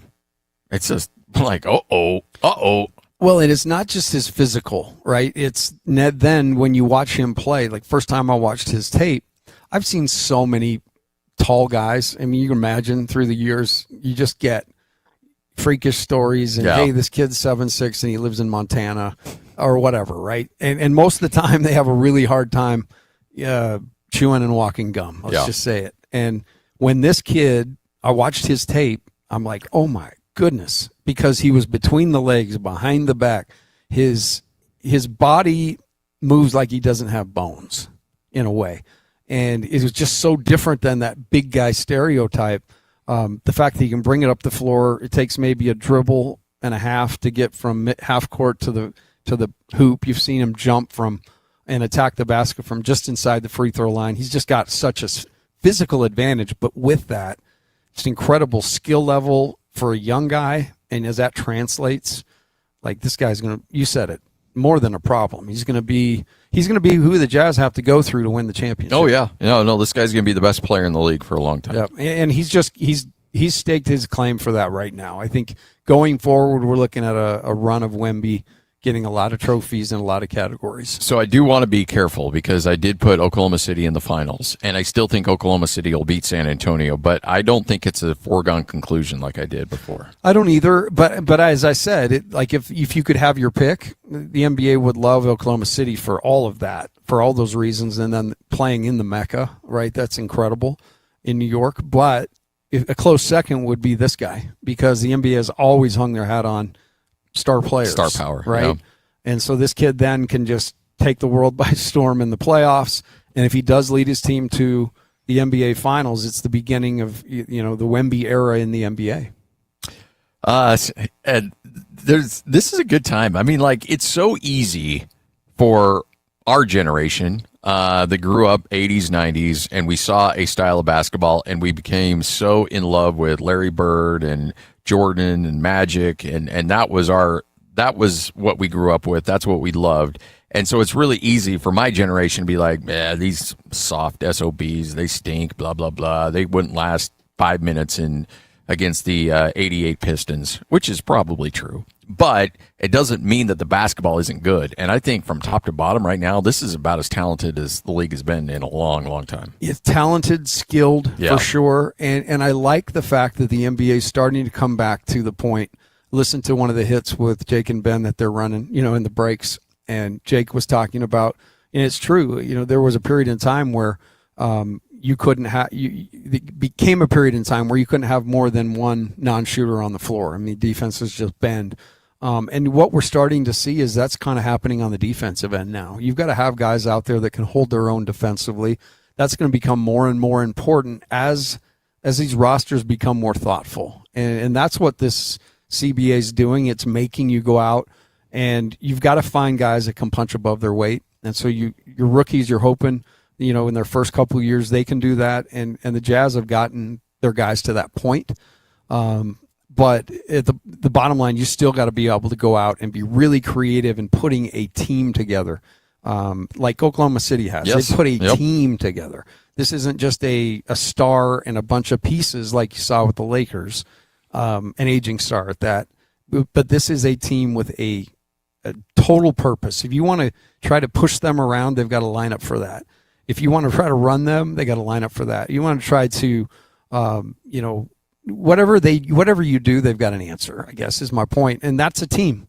That's a team. And that's what I think the Jazz are building too, as I look at their roster. So and again, that's spot on too, because we went through an era where it's like, okay, get 2 or 3 superstars, and then just, fill out the rest of the bench with whoever, and then it got to a point where get one major superstar and then fill it around a bunch of just dudes that will just complement him.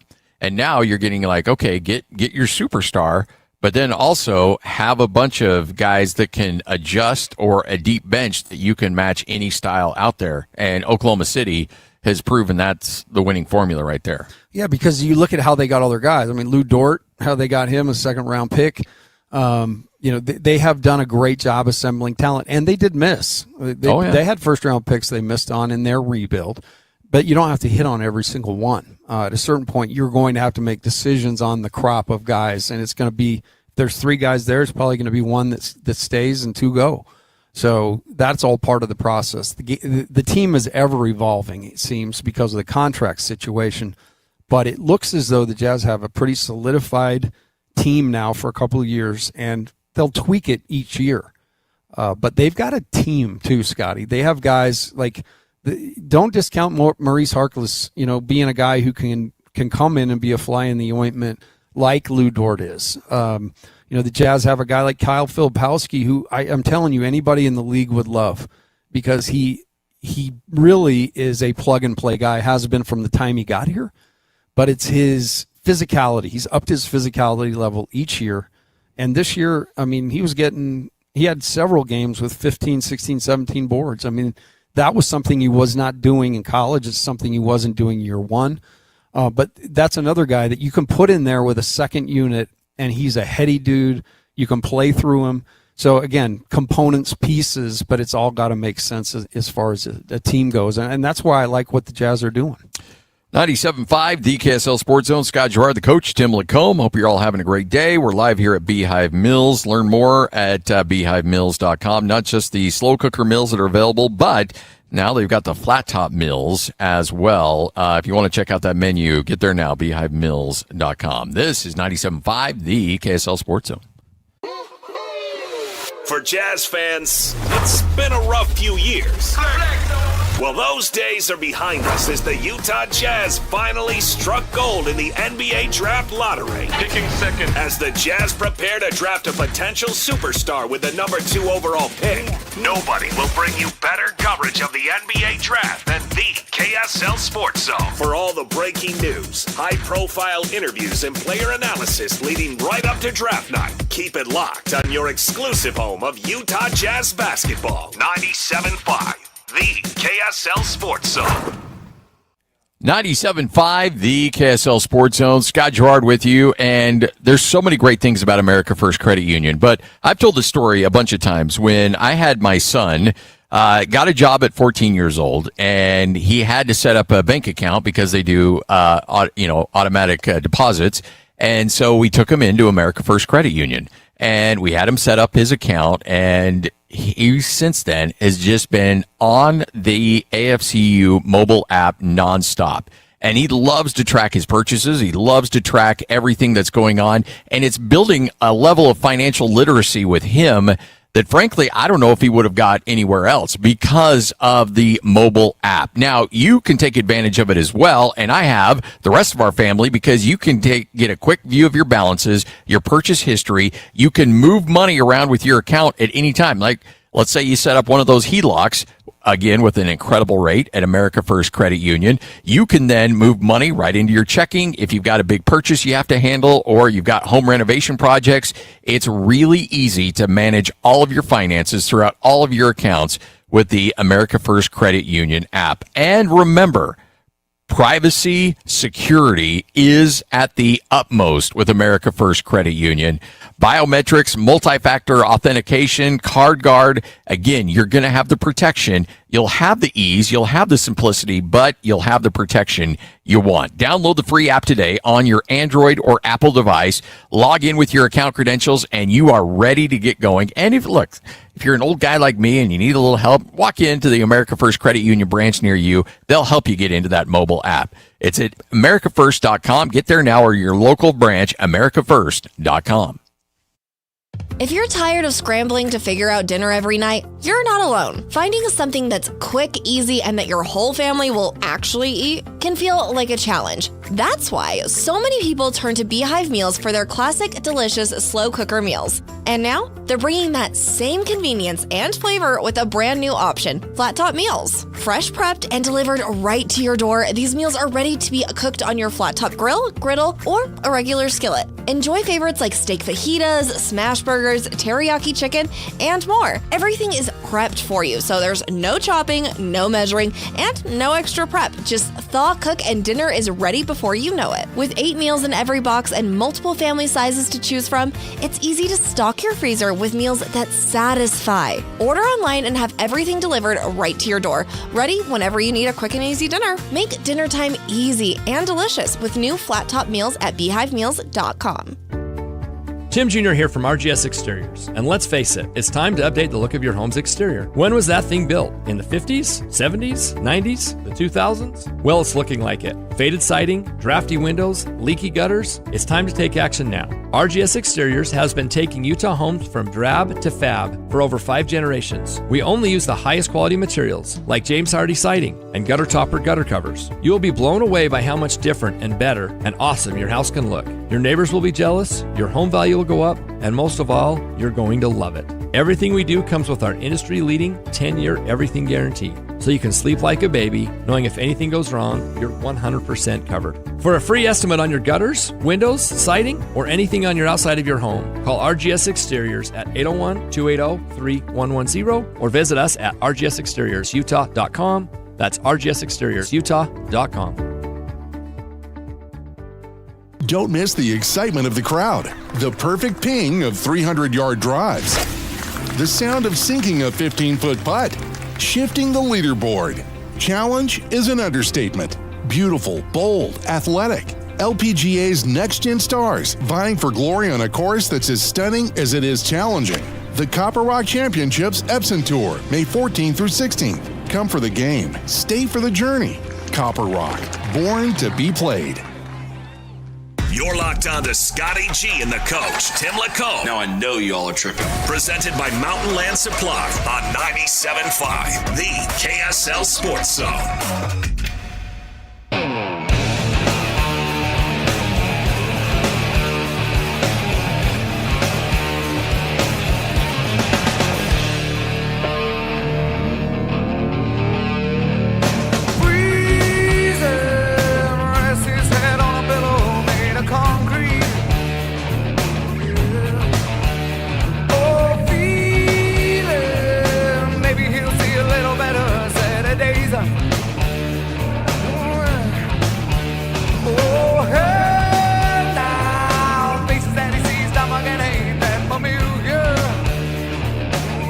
.97.5, the KSL Sports Zone. Scott Gerard, the coach. Tim Lacombe. Hey, I know you're very careful about what you watch in terms of, like, it takes a lot to get your attention. Like, you're all over the place. You don't like to sit down. Now, unless if it's like a documentary about some 1980s cult, you're all in. Yeah, I love cults and crime. Or what cults? Like Waco, Texas cults? Yeah. I like to watch stories on that stuff just to see what people can get people to do. It's a really great human study where you'll have some people that appear to be very educated, very well, positioned people in a community, and all of a sudden they fall for something and just go completely off the deep end, and you're never really sure how that happens. Yeah, so you watch it in real time. It's amazing. Yeah, I don't mean to be, but I don't know why, but it's just fascinated me. From a young age, like I was a kid in American Fork when the Lafferty thing happened. Oh, okay. So I don't know. I just kind of getting drawn into it. But I've always liked crime stuff. Dateline, 48 Hours, all of it. I remember I was junior and senior in high school when the whole Waco thing went down. Yeah, and that was close to me because I had a bunch of friends at Baylor. Yeah. When that was all going down. So wild stuff, anyhow. Waco was an interesting place because you had that, and then about 10 years later, you had the Dave Bliss thing. Mm-hmm. And it's like, what is going on in Waco? Waco appears to be a normal, fine city, and it took Chip and JoJo to bring some stability back to Waco. Chip and JoJo restored it, and Magnolia has basically taken over the whole city, from my understanding. So, that's a way better thing to be known for. Oh, yeah. Instead of, and if all you kids out there don't know about the Dave Bliss situation, just Google Dave Bliss and Baylor. And we're not going to get into that one. No, that one's heavy. That was, you were in the coaching world when that hit. I was at Utah when Dave was at New Mexico, and I was with Rick. Yeah, so we played against Dave Bliss's teams, and that was a very, very sad saga. Yeah, that's a bad deal. All right. Well, so the reason I bring up TV is that I know your wife watches Ted Lasso. She does. She's all into it. I watch Ted Lasso. Lloyd loves Ted Lasso. It's an awesome show, and they've got another season coming down the pipeline. But there is a character named Danny Rojas on Ted Lasso. And he is played by Cristo Fernandez, and he looks like a soccer player. He looks like he'd be great, and he is. He's not just an actor who looks like he could be a good soccer player. He actually is, and is now been signed by a professional team out of El Paso. And so football is life here with Cristo Fernandez and El Paso. And he's one of... I would have never imagined that in my new acting and filmmaking dreams, soccer was going to be the thing that was going to open me doors. And ever since this Ted Lasso journey, I send lots of hugs to my Ted Lasso family, the creators, the writers, especially the fans. Because of them, now I am pursuing this new dream. I just hope it inspires that. I just wanna tell the story that it's never too late to accomplish your dreams. And there are very crazy dreams, and I consider myself a crazy man. So that's why it makes sense to be here with the locals here in El Paso. I'm a crazy man living with the crazy locals in El Paso. And if you've been to El Paso, he's...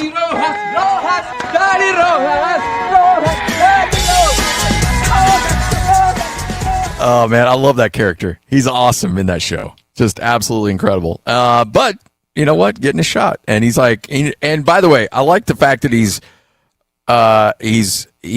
self-aware enough to know, like, look, I don't have a shot at this if it's not because I got a little popular on a TV show. Like, that's the only reason I'm here. But I'm going to have some fun with it. So I'm going to own it. He had me at crazy.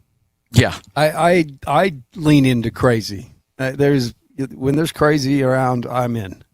So I'm all about you, Cristo. I love the fact he's like, I'm a little crazy, so we're better to be crazy than El Paso. And you've been to El Paso many times. Woo! Yeah, we've been to El Paso, played a game there, and I'll never forget it because we got done with our shoot around, and they had like a curtain that went down to their locker room. You been to El Paso? I have not, actually. Okay. Well, I've been to El Paso. I've not been to UTEP. So they had a dude named Derek Character on the team. He'd transferred from Louisville. Okay, that name sounds really familiar. He was a tough dude. We played him actually at Louisville the year before and beat them in New Orleans in a classic, and then played North Carolina the next night and lost. But then he transferred the next year to UTEP.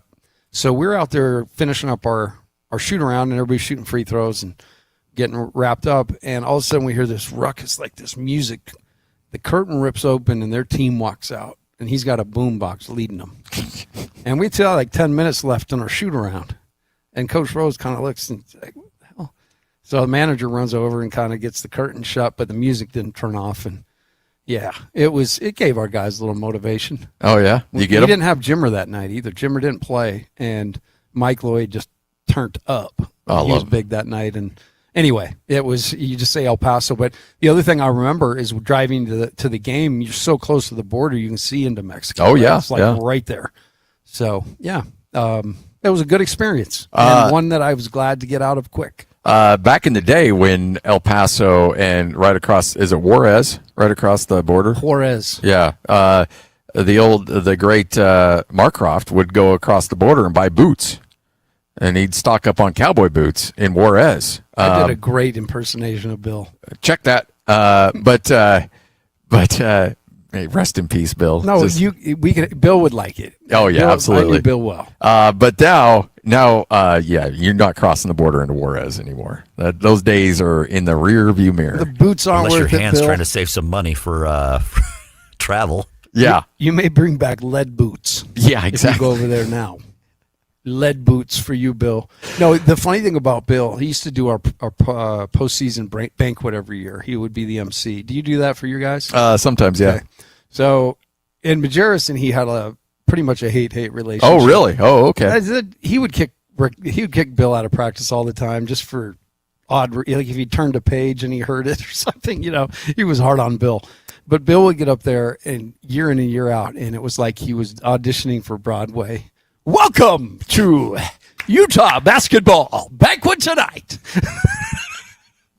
And everybody would be kind of looking around like, is this being televised? Oh, boy. Anyway, I love Bill loved his Utes, man. Oh, man, you won't find a bigger supporter as a play-by-play guy than Bill Marcroft. And I had many a meal with Bill. Yeah. Oh, I bet. Bill and Woody. Oh, Woody. Oh, man. Out on the road, we would dine often together in my first few years out there. So I got to know Bill great, and yeah, it's that's the fun part of this. You get to meet so many. You talk about your time with Nasalki. Oh, right. I've got that so was many good stuff. I got so many Nasalki stories. That dude. I wish he was still with us because I always told him you need to write a book, and because he lived through the 70s of the NBA, and the 70s in the NBA was a crazy time. Let's just say who was the commissioner before Silver? O'Brien? No, the guy that changed everything. Oh, Stern. Yeah, David Stern. David Stern came in and he had a lot of heavy lifting because that essentially, and I'm being honest here, the league was coked out of its mind, literally. Like every player seemed to have a drug problem. It was a bad place, and David Stern came in and cleaned it up and brought it to a certain level of respectability. But those days in the 70s, that league was fast and loose, and Nasalki was right in the middle of it. And whoo, boy, does he have stories. Well, I wish I would have heard a couple of them. them. He was so good. But Tom, I meant to say Tom. Tom, rest in peace, my friend. Well, the one thing is, I want to know, after you work with me a little longer, who's crazier, me or Tom? Because we're both crazy. Yeah. We coached for too long. Coaches have something to them, you know? We got an edge. Yeah, there's an edge there. And Tom came across as everybody's like favorite uncle or favorite grandpa. But when Tom got mad, you wanted no part of that. and Tom could get surly. I saw there was one time where we were doing a post game interview. He would do one with Phil Johnson, and we called it the Coach and Coach segment. And I'd step back and let Tom just talk to Phil. And they were on the road, and the Jazz were on the road. It was the last game of the season, or the last playoff game. Anyway, the Jazz season was over, and Tom was waiting for Phil to come on the mic, but we were back in Salt Lake. They were on the road, so he didn't know. We would have an engineer say, Phil's ready, and then Coach would start talking to him. And Tom, I was asking Tom, like, hey, what's the protocol? What would you do next? Do you bring guys in? Do you meet with them? And Tom's like, I never did that. He said, I was sick of them. They were sick of me. I told everybody to get lost, and we'd come together, a month or so, and everybody was cooled down, and we'd talk. And he goes, there's no reason to be meeting with people now. Well, unbeknownst to us at the time, Phil Johnson had the headset on and was listening to all of this, and Phil and Jerry were religious about meeting with guys right after the season and then letting them go. And so Phil hears that, and he starts kind of getting after Tom. And these two were like really close friends. And so Tom's not going to put up with that. So Tom starts firing back, and I'm like in the middle of these historical figures just going back and forth with each other on how to handle postseason interviews. And I'm like, I'm just stepping back and letting you guys handle this. And then afterwards, Tom starts laughing. He's like, oh, that's Phil being Phil. And which is right, because I'm sure they had dinner 2 nights later and laughed about it. But boy, for a moment there, it's like, eesh. It was tense. It was tense. Yeah, I've been a part of a couple of those. The one thing I've tried to do in my role with the Jazz is I don't want to sugarcoat anything, but I think at the same time, you got to, even in a tough time, you got to point out some of the good. Because everybody can see the bad. Yeah. Everybody can see the losses. But it is, I went and did it, and I did it the way I did it. And I'm going to just kind of observe the way people do it and comment, but I don't know that I'd ever say that you don't do this. That's where I would step away and say, yes, you're right. Yeah, whatever but you I say. wasn't quite as, I wasn't an NBA head coach. He's Yeah. got a little bit more to him. The only guy to be an ABA and NBA Coach of the Year. Incredible. Yeah. And he was very, very good and innovative. Yeah. Really innovative. Love that guy. Rest in peace, Tom. All right, 97.5, the KSL Sports Zone. Kick off your 11 o'clock hour next. Stay up to date with everything Utah Jazz related with the new Jazz Notes newsletter. Get draft updates, analysis, and be the first to know about every offseason move. Visit KSLSports.com to sign up for the Jazz Notes newsletter.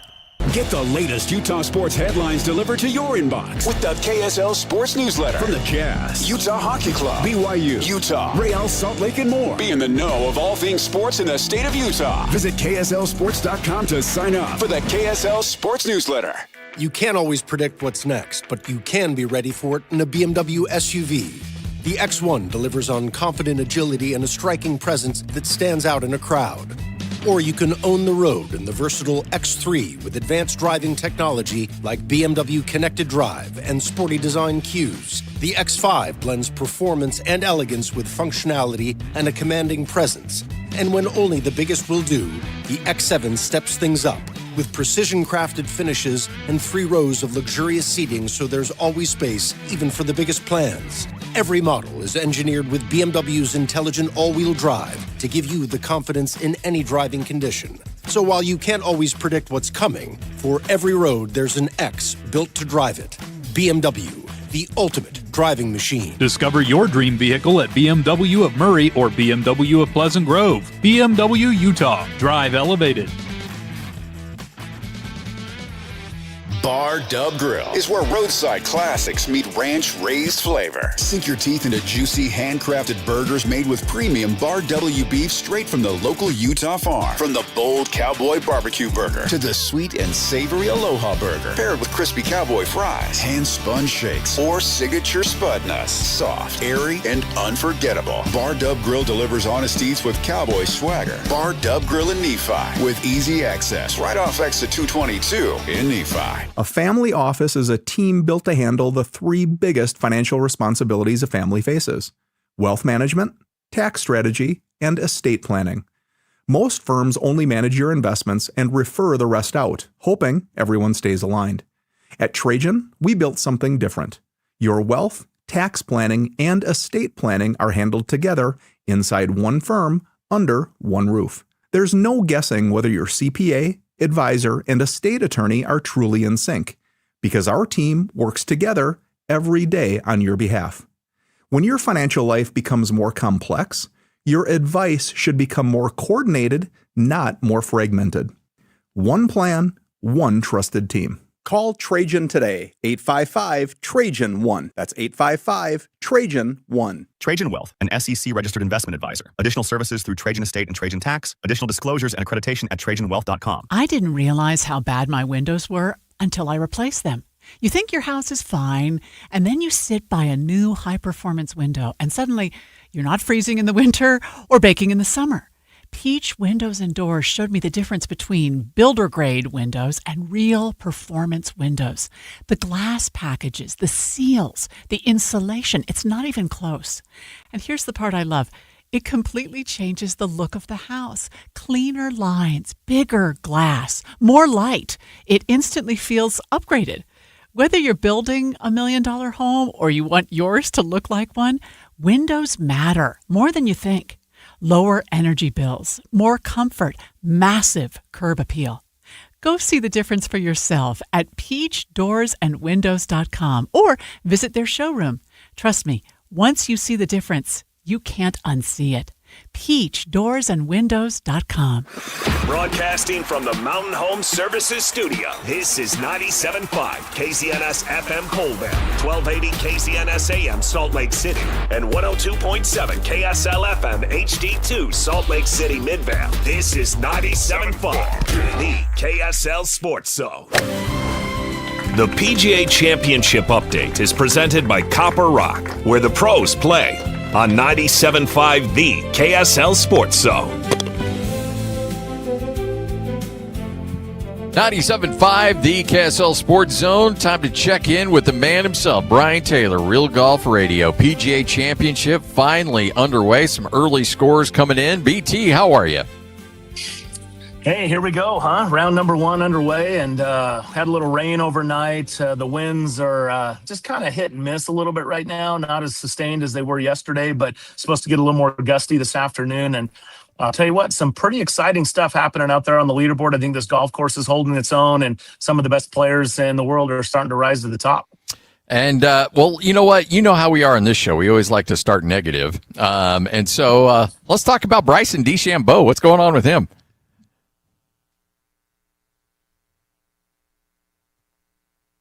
And it looks like we may have lost him.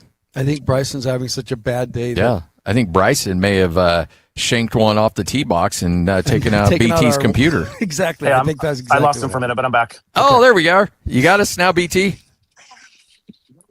All right, you wanted to talk Bryson? Is that what you said? Yeah, let's talk Bryson. What do you want to talk about? I said before we lost you, I'm like, we always like to start negative. We're a glass half empty show here. So Bryson, obviously +5 early on. Where's it going south for him? Yeah, man, I watched him on the range last night, and I stood behind him. He was the last one out there. Spent about 40 minutes just watching him fight a little bit of a hook with his shots. I mean, he had his whole team surrounding him. It's pretty fascinating, actually, to watch him hit balls. Like, it's a major effort, right, with everybody kind of all doing their role and their part. And then, I could see where he had his alignment stick, and he was trying to start it just right at that alignment stick and draw it back to it, and he was overcooking it and seemed very, very frustrated. So I was interested to see how he would come out this morning. He had a first good shot, which, by the way, hooked and went down the left side, but he was in the fairway and then kind of made a mess of it from there. So he hasn't been very sharp on the greens. He hasn't been really very good at any part of his game. It's a nightmare start for Bryson. And, he's almost, it's not saying it completely out, but he's almost shot himself out of this thing already. So you bring up a really good point. Kyle Whittingham used to say that he would go out and watch his team in pregame warmups, and he could get a pretty good vibe on how the game was going to go, good or bad. So do you feel like you've got a pretty good eye? Like you can watch a guy warming up, like, uh-oh, this could be a problem for him? Well, I just, again, this wasn't warm up today, but it was his after warm up round Yeah. yesterday, and he was just hitting balls trying to. But yeah, I mean, you stand back there and it's body language, right? I mean, I think that's what you're referencing with Kyle is, For is sure. the body language, and he was expressing, really a lot of frustration. He was having some spirited conversations with his swing coach, and there were, everybody was kind of scrambling around a little bit, and he just seemed kind of perplexed and dumbfounded about a lot of things. He was looking at his clubs. He would look at the bottom, he would look at the face, he would set up, he was working on his takeaway, he was working on his, the position of his hands. He was trying not to come too much over the top so that he, didn't get that thing going too far left. And so, yeah, I mean, you kind of look at it. Look, he's Bryson DeChambeau, and he's one of the best players in the world by far. And yet I'm looking at it thinking, that's not the kind of range session I would want to be having the night before a major championship. It's not just hey, let's tighten some things up. It looked like they were searching. And when you're searching at a major championship test, it'll expose you. And I think that's what's happened today. There's nothing better to me than a golf tournament with an awesome story. And Jordan Spieth's playing along so far, seeking that career Grand Slam, and looks to be having a nice day so far. Yeah, I kind of dismissed that story, with you guys yesterday, and it's super cool, right? I mean, I would love to be proved wrong in this one, and so far I have. In fact, Jordan's game looks the opposite of Bryson. I mean, Jordan looks sharp. Statistically, he's driving it really well. The putter's been pretty good. Let's not forget, these greens are massive, and they're very slopey. So you're not seeing guys that are throwing it super tight to the hole. A lot of long putts, and with the way the speeds are, guys are putting a little bit defensively. And when you're putting defensively, it is a challenge sometimes to keep that online. But, he's doing a great job so far. Just right as I was preparing for this, he'd only missed 2 fairways and 2 greens.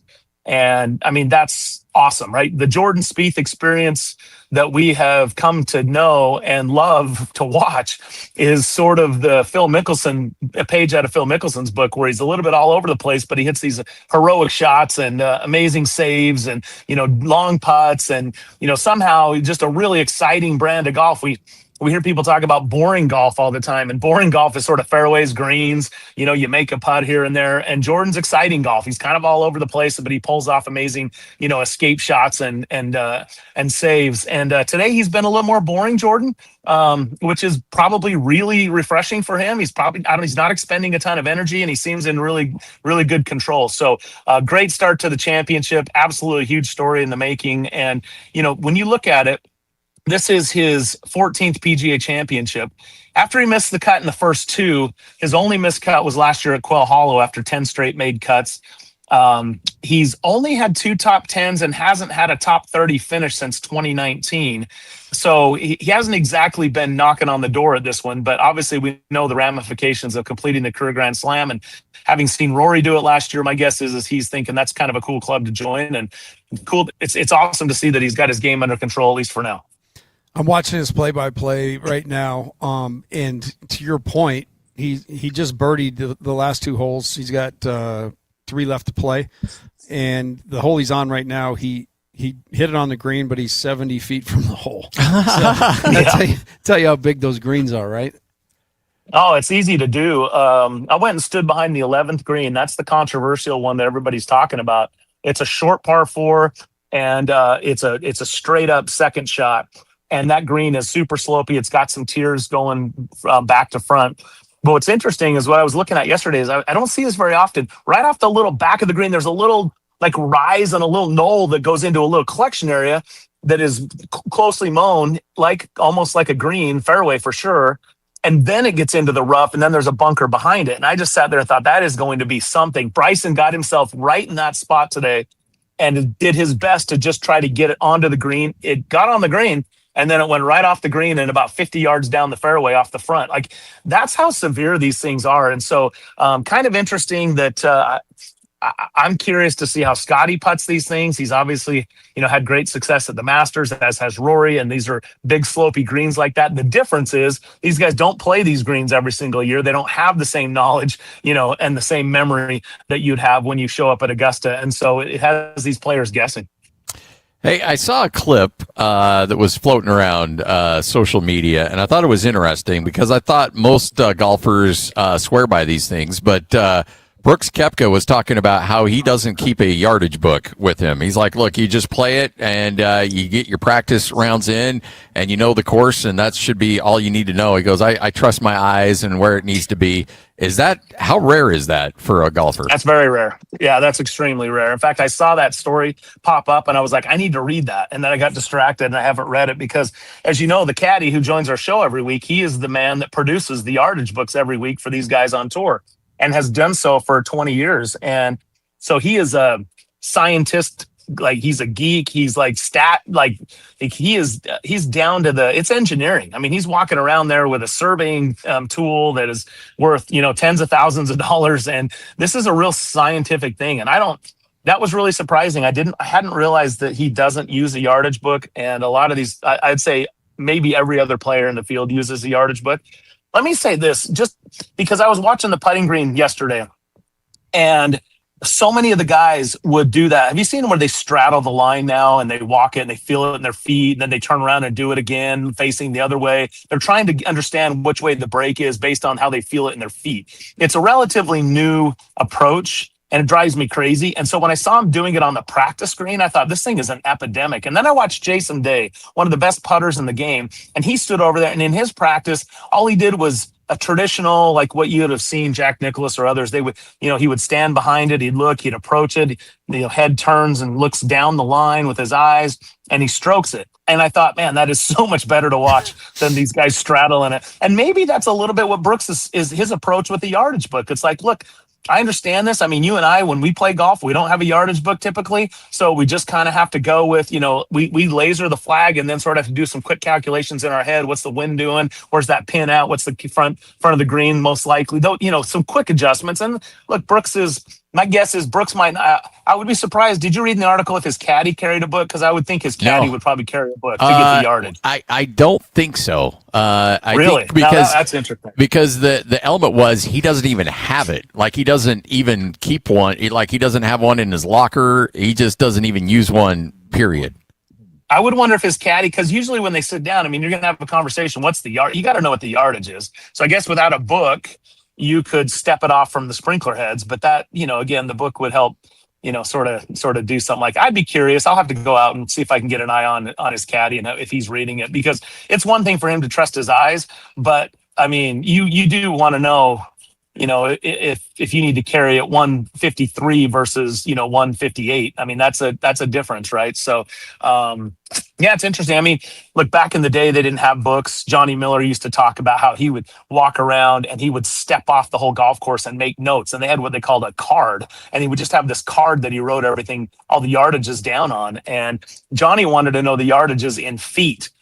And people used to, they'd make fun of that. Of course, that's kind of Johnny Miller. But at the same time, he was determined that, he could hit it within a foot of that distance. I want to know if it's 133 and a half, not just 133 to 134 kind of thing. So it's pretty interesting, the different approaches of the guys. And some of them want to dial it in scientifically. Some of them are going totally by feel, but that's an interesting story right there about Brooks.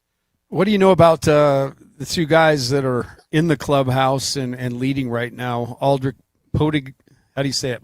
Potgieter and Stefan Jaeger. Yeah. So Stephen Jaeger is. I actually really like Stephen Jaeger. The guy's a bit of a bulldog. He's been bouncing around. He's played at the tournament down in Utah, Black Desert, the last couple of years, and just kind of a grinder. So I love seeing him out there, playing well. Potgieter's interesting. He jumped on the scene, picked up a win, I think in Detroit last year. Lost in a playoff earlier in the year, and he's from South Africa. He's been great off the tee this year. He absolutely bombs it. He's fourth off the tee, but honestly, his statistics, I just was surprised. I haven't heard really any mention of him, this year at all.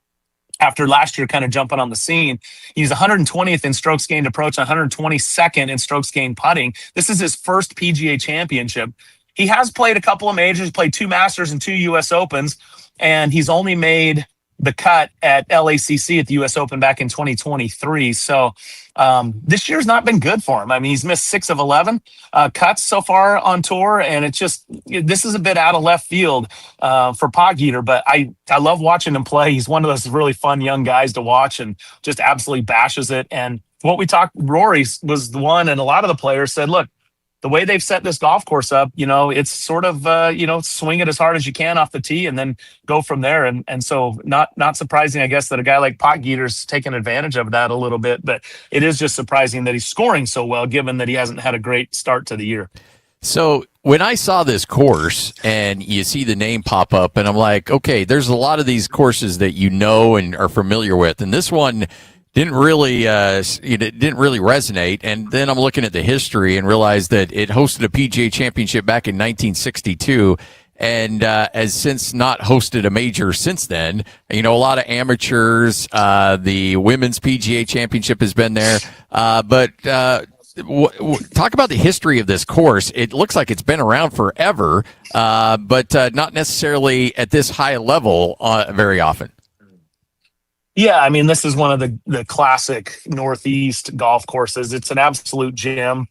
It's a Donald Ross design, and Donald Ross, you're talking Pinehurst and, other, famous golf courses. Like Ross is, one of the legends, came from Scotland, and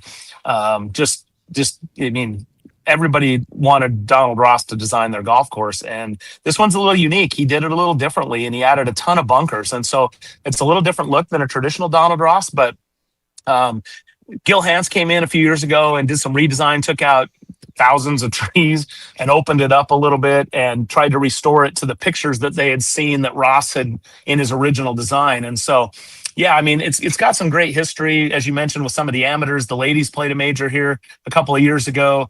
It looked great on TV then. I was excited to come back here and check it out after seeing that one. And then you had Justin Rose won here, and I think in 2010 on the PGA Tour, and Keegan Bradley in 2018 on the PGA Tour. So it does have some history, but there's so many terrific cathedrals of the game, as John Bodenhammer from the USGA likes to refer to these golf courses along the Northeast. And this is one that just hasn't been in the rotation, but I love this golf course. Walking around it, it just feels different. There's certain places where you just feel like you're in a special, kind of place, and this has that feel to it. So I think that it'll be an exciting finish this week, and hopefully we'll see this golf course host more majors going forward.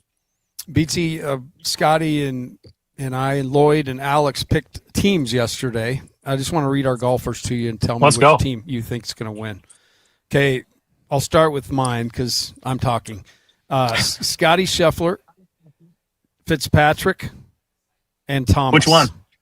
The elder. Matt? Okay. Yeah, Matt Fitzpatrick and Justin Thomas. That's me. Okay. Wow, that sounds pretty good. Scotty is Rory, Cam Young, and Ricky Fowler. Also looking really good right now. Lloyd, Xander, who's 2 under right now, Justin Rose, and Tommy Fleetwood. And Alex look at Lloyd going English on us. I know, right? And Alex only picked 2. No, he picked 3, but one of them's out already. Bryson, Oberg, and Gotterup. And he gives it all right. I don't know. I'm gonna probably go with. I don't know. I think the 2 hosts of the show are the leader in the clubhouse in my mind. All right, let's go. All right, we like that. Good answer, BT. If you're playing golf with Brian Taylor, what would be a gimme putt? 2 feet in? What does somebody? How close they have to be to get a gimme with you? Yeah, I'm pretty generous. I mean, I'm not a tournament golfer all that much anymore. So, yeah, I mean, if it kind of depends. I was actually playing a match with a group last week, and this guy had about a 3.5 footer. Looked like it probably would have been a gimme on some holes, but this one had a little more slope to it, and I knew everybody missed the putt left, and he wasn't familiar with the greens, and so I made him putt it, and he missed it left. So, but yeah, I mean, but typically if it's 3, I think 2.5, 3 feet, generally speaking, is probably a pretty good gimme. Why do you ask, by the way? Is there a story floating around? No.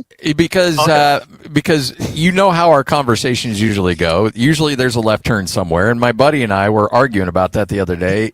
He said, 3 feet. I said 2 feet, and he actually went by like where the length of a putter, and I'm like, no, come on, that's too far. But I said so 2 feet. they used to say inside. Yeah, they used to say inside the leather, which back then meant inside the grip, right? Yeah. So if a typical putter is 35, 34, 35 inches long, then the grip is going to be about 12 to 14 inches long. Yeah. And so, you're talking about, you're more in your 2 feet range, Scotty. I think traditionally, I think it's what you're saying. I played and this is actually a pretty cool thing. I've never seen anybody else do this, but I played in a member guest in San Diego once, and when you arrive, they take your putter and they put it in a little PVC tube, and wherever the top of that hits on your putter, they put a little piece of tape. And so when you go to measure a putt during the duration of the tournament, if it is inside the tape on your putter, it's good. There's no discussion. And so there's no gimmies. It just has to, if it's inside the tape, it's good. If it's outside the tape, you putt it. And it just saved everybody. There's no hard feelings. There's no dispute. It's like, is it on the tape or is it not? And I thought that was actually pretty cool. And I think it was at 30 inches. I got a great story real quick about that. I was playing golf with Randy Ray. Former coach. Oh, I love Randy. We would have a summer match where I would come up and play Ogden Country Club. And thank you. I was waiting for it.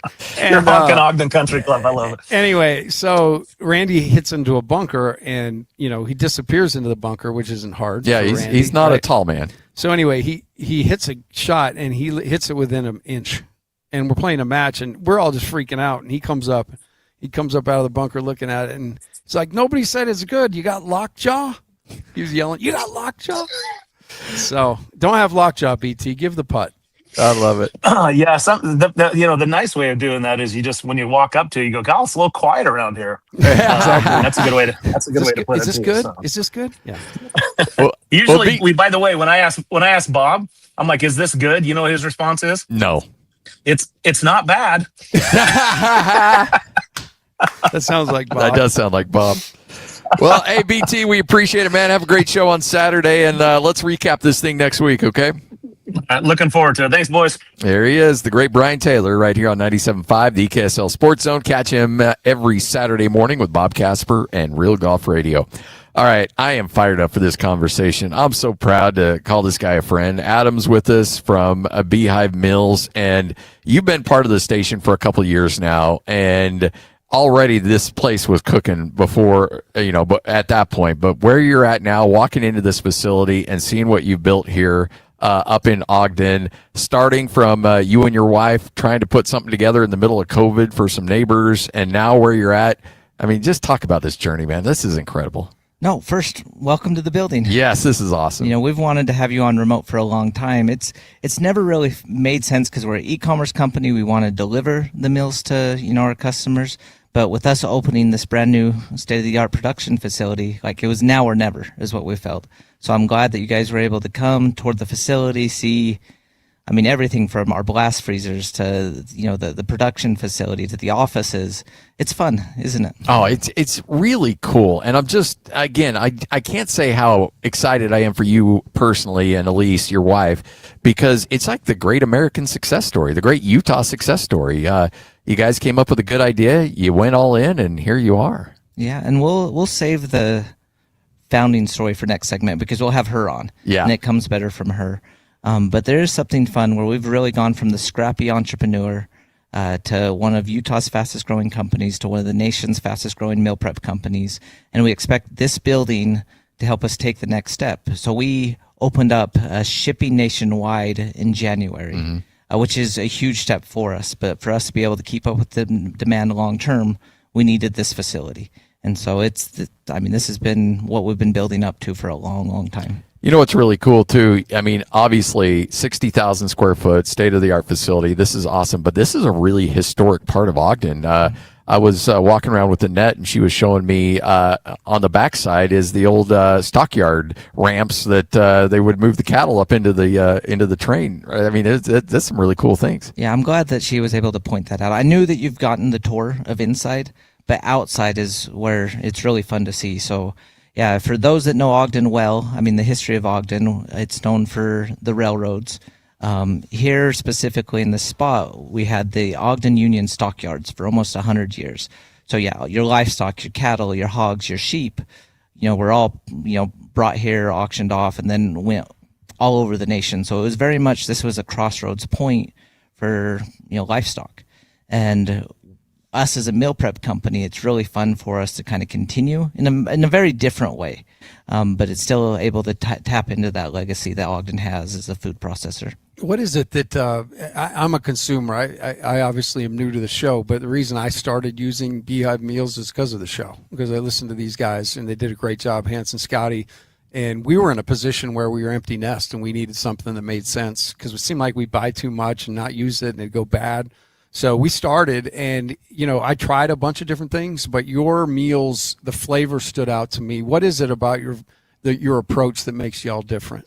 Yeah, and I think that's a great question. I mean, for those that aren't familiar with us, what we try to do is make meal prep easy, where we really give you all the raw ingredients, so you're cooking it for the first time. So what we do is we take, raw chicken, beef, pork, and we have over 100 different recipes, which rotate month to month.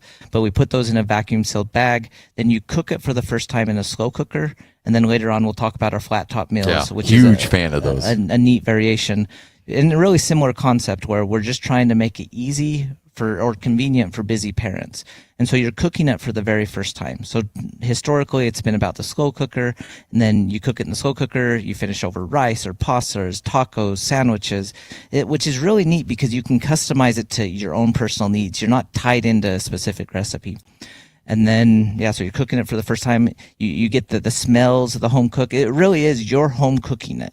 Maybe we do the prep, but it's home cooked. And so it's just neat how those flavors are fresh. Saturday night we had the spaghetti and sausage. It was unbelievable. My grandkids were over and it was gone fast. So I just love it. I love the fact that it's easy, but I love the success story too, and the fact that it's a Utah company doing great things. So you got the big ribbon cutting celebration coming up later tonight, correct? Yep, We've been in the building for about a week. Yeah. This is an opportunity to really, kick it off. So we will have the mayor of Ogden come, the Ogden Weber Chamber of Commerce, and then really just we want to celebrate with the community that's helped us, build the company to this point.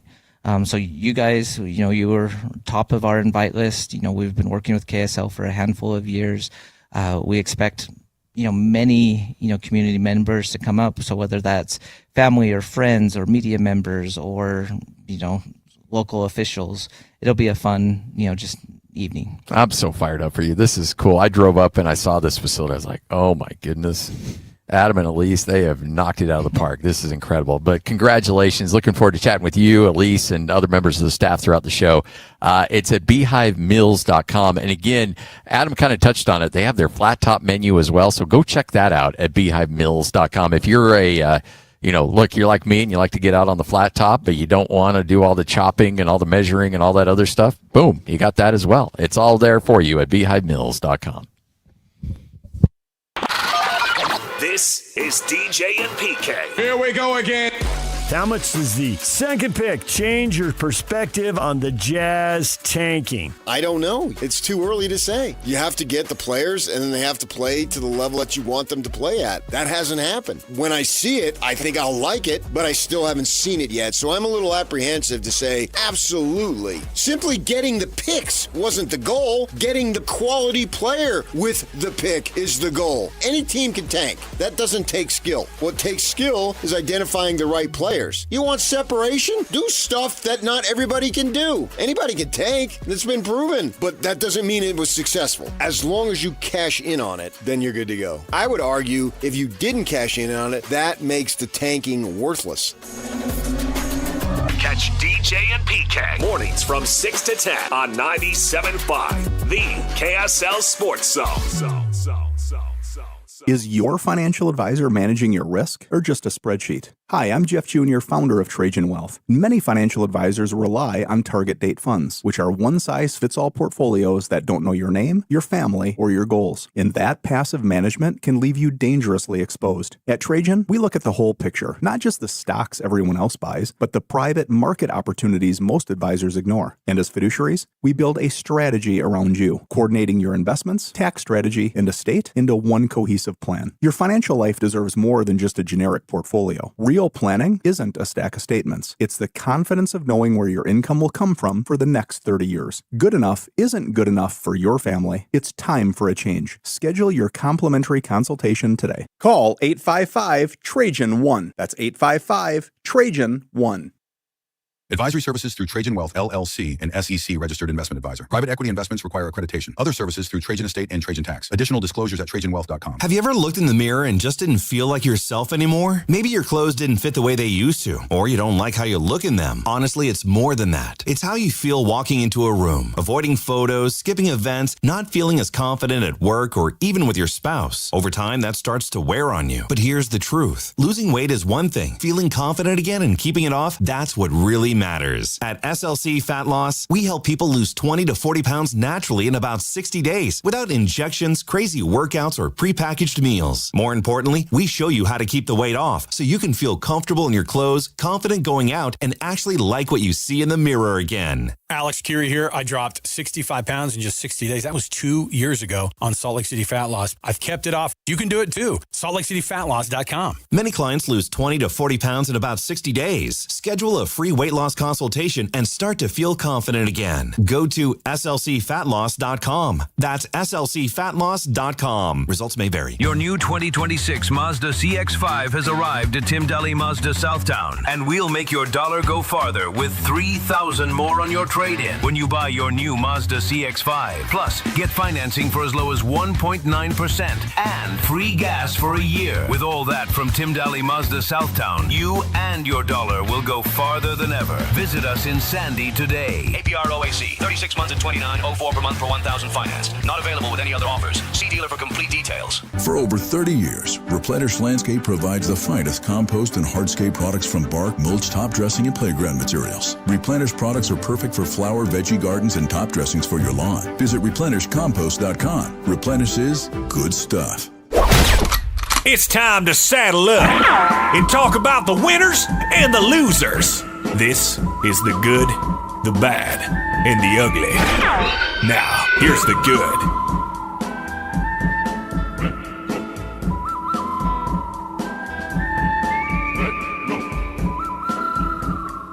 7-5, the KSL Sports Zone. Hey, by the way, shout out to Brian Taylor, Bob Casper. They do such a great job with us. And those updates brought to you by Mountain America Credit Union, Mountain Land Supply, Black Desert Resort, Hoops Vision, and Uinta Golf. So, again, big thanks to Brian and Bob and what they do for us. And they've been a big part of the station. Look, I've been in this market for 20 some odd years, and every major I've always chatted with those guys. It's just like you set your watch to it. I love it, and I love that they're there. Like his insight in watching Bryson on the range last night. That's great stuff. Yeah. By the way, could you get that sense, like at shoot around or something like that? You're like, we might be in trouble. No, I think sometimes you're so amped up that you're looking for things. You know, so I may be early on, but. No, what's done happens at night, you know. When that ball gets tipped, that's all you got to worry about. All right, good, the bad, the ugly here on 97.5, the KSL Sports Zone. We mentioned it earlier in the show, but at one point, well, I guess this is good for Cleveland, bad for Detroit. According to ESPN Analytics, with about 3 minutes left to go in the game, Detroit had a 96.8% chance of winning. But Cleveland finishes the game on a 23-10 run and end up winning 117-113 in OT. And just like that, it is Cleveland now having a 3-2 advantage and now trying to close it out. Yeah, that surprised me. It really did. I watched the entire game, and Cleveland fought for sure to keep that thing within shouting distance, but Detroit controlled the game all night. And it was the turnovers and kind of quick shots, bad transition defense, just tick all the boxes, how you lose those games. Miss free throws, you've seen it a million times, but that bug got Detroit down the stretch. And once you lose a game like that, look, just being up 3-2 and the fact that Game 6 is going to be in Cleveland gives you a heavy advantage if you're a Cavaliers fan. But if you're Detroit losing a game like that, sometimes you don't rebound from that. It can't take the wind out of your sails. I mean, you have the choice how you let it affect you, but humans are human. Yeah. And the fact that you had that series in control and you were on your home floor and you blew it, basically, and now you have to, in order to get it back home, you've got to go through a lot. You got to fly there, you got to play there. Sometimes you see teams that just want to be done, like So we'll see how Detroit responds. I would expect them to respond well and fight, but Cleveland's going to have all the mojo. It's funny you bring that up, and not necessarily in a series, but in an individual game. I was talking to a coach once who mentioned, there's a point in a game where you get up early where you can make a team break. But if you don't take advantage of it, then you might have yourself a game. Like there's a singular moment where that's a breaking point, and you can force a team to quit. But if you don't take advantage of it, then you'll have a game on your hands. It's exactly right. I mean, it's so true because the game gives you opportunity. Yeah. I mean, you always hear the game. The game has a conscience. The game remembers. And, yeah, if you can really get stops and get up on a team early, what typically happens is you stop doing what got you there and you start saying, okay, now we've got some space. I'm going to try this. Yeah. And trying things in that moment, then the karma I'm going to get seems mine. to kind of get equal balance. And plus, you're not making the same best decisions always. You're making me decisions. So you've seen it, though, right? Oh, when a yeah. team gets up 20, it's bar the door, Katie. Yep. It's all going to happen. All right, there's your good. Let's get to the bad. Now the bad.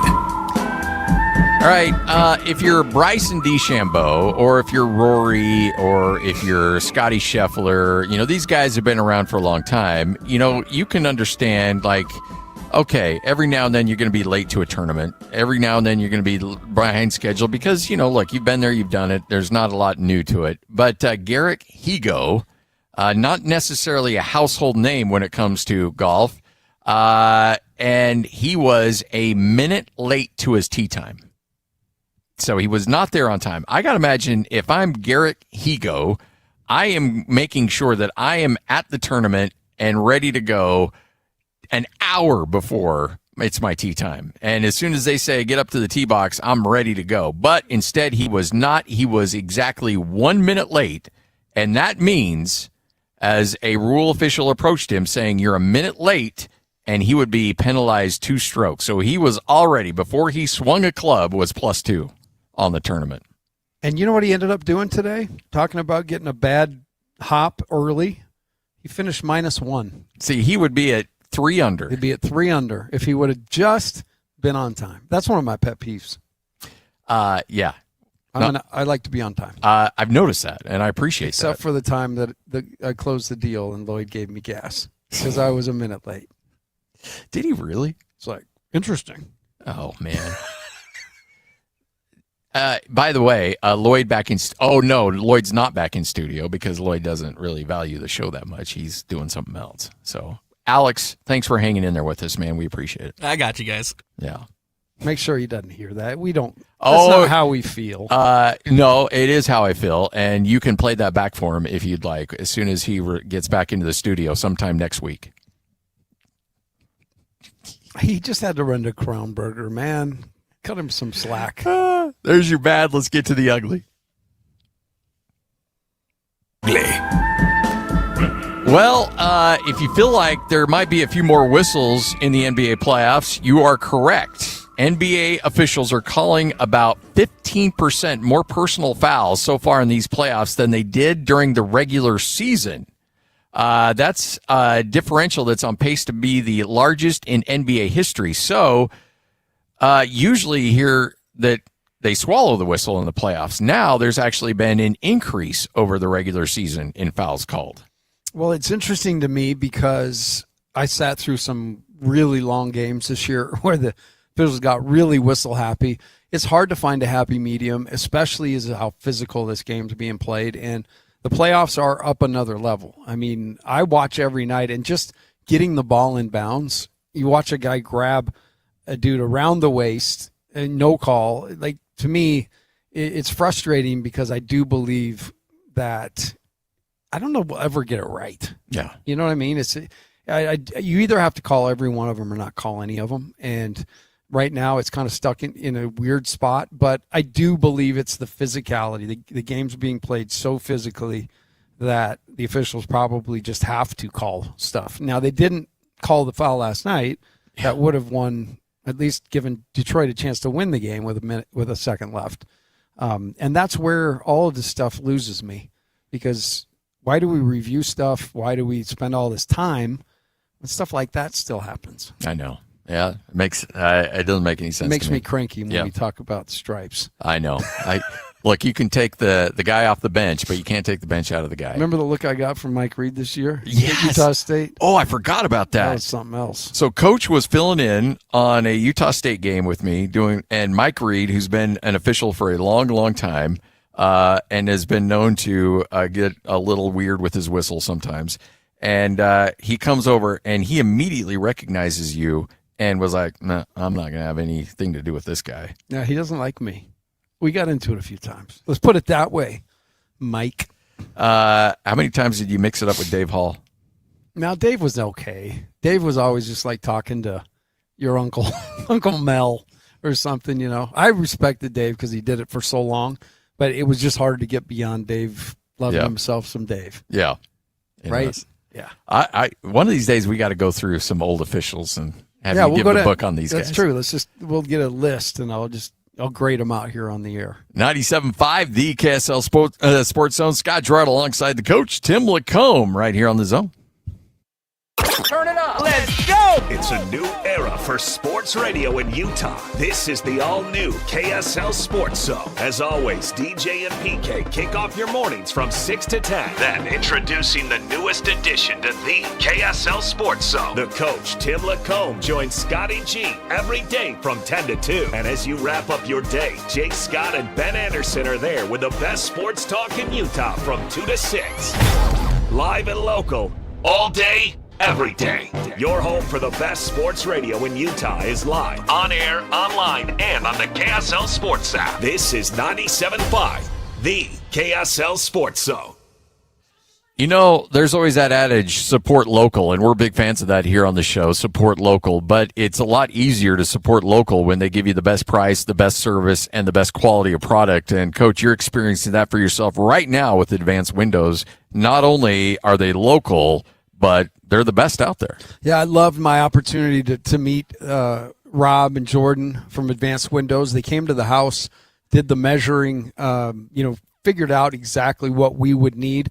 Scotty, they actually talked me out of a couple windows. Yeah, that's the thing that blows me away. So, I mean, they had me there, and then we sat down and talked price, and I had priced them out around, and it was by far the best price for the quality. We are in the midst now of getting the windows made, and the windows will be in our home hopefully in the next 5 weeks. So I can report back, but I'm really excited. I can tell already the windows we had are builder's grade, and with it getting hot outside, I can feel that it's going to be a drain. So this was really a good move for us, and I'm excited we did it. There's a couple things here. Number one, it's going to save you a ton of money on your heating and cooling bill. And then number two, it just makes your home look better. People forget about the aesthetic values that new windows bring to a home. So right now, Advance offering you $2,500 off when you swap out 10 windows or more. So you're going to save a ton of money. There are going to be a lot of great upgrades as well. All you have to do is call 801-850-9100. That's 801-850-9100. You don't know what you got till it's gone has never been more true than when your water heater goes out and you hop in the shower. Your body first shivers and then you go into survival mode by letting out a shrieklet, which is like a shriek, just smaller, followed by unnecessary running in place and jazz hands. Look, there are really only two kinds of people in this world that need cold showers, pioneers and plungers. So unless your name is Laura Ingalls or Joe Rogan, cold showers aren't for you. At Shamrock Plumbing, we know what to do when your ungrateful water heater stops showing up for work. Give us a call and we'll get you back to those scalding temperatures you've grown accustomed to over the years. Shamrock Plumbing. Spring cleaning isn't just for your house, it's for your life. If your job is getting old, it's time to clear the clutter and spring into IT. Go to My Computer Career. My Computer Career helped me get the skills and certifications I needed to start a new life as an IT professional in months, not years. Earn the certifications the top employers are looking for right now. Visit mycomputercareer.edu and take the free career evaluation to see if it's time to spring into IT. Financial aid is available to those who qualify, including VA benefits. Finding great candidates to hire can be like, well, trying to find a needle in a haystack, but not with ZipRecruiter. Its powerful technology actively finds and invites qualified candidates to apply to your job. So while other companies might deliver a lot of hay, ZipRecruiter finds you the needle in the haystack. See why 4 out of 5 employers who post a job on ZipRecruiter get a quality candidate within the first day. Try ZipRecruiter for free at ZipRecruiter.com/free. That's ZipRecruiter.com/free. ZipRecruiter. Don't miss the excitement of the crowd, the perfect ping of 300-yard drives, the sound of sinking a 15-foot putt, shifting the leaderboard. Challenge is an understatement. Beautiful, bold, athletic. LPGA's next-gen stars vying for glory on a course that's as stunning as it is challenging. The Copper Rock Championships Epson Tour, May 14th through 16th. Come for the game. Stay for the journey. Copper Rock, born to be played. Les Olson IT is trusted for businesses providing state-of-the-art printers, copiers, managed IT services, and licensed security systems for Utah. Work smarter with Les Olson IT. Les Olson IT. The KSL Sports Zone and Beehive Meals are honoring people that impact youth sports in our communities. Nominate the youth sports volunteer you know for the Beehive Meals Hero of the Week at KSLSports.com/contest. You're locked on to Scotty G and the coach, Tim Lacombe. Presented by Mountain Land Supply on 97.5, the KSL Sports Zone.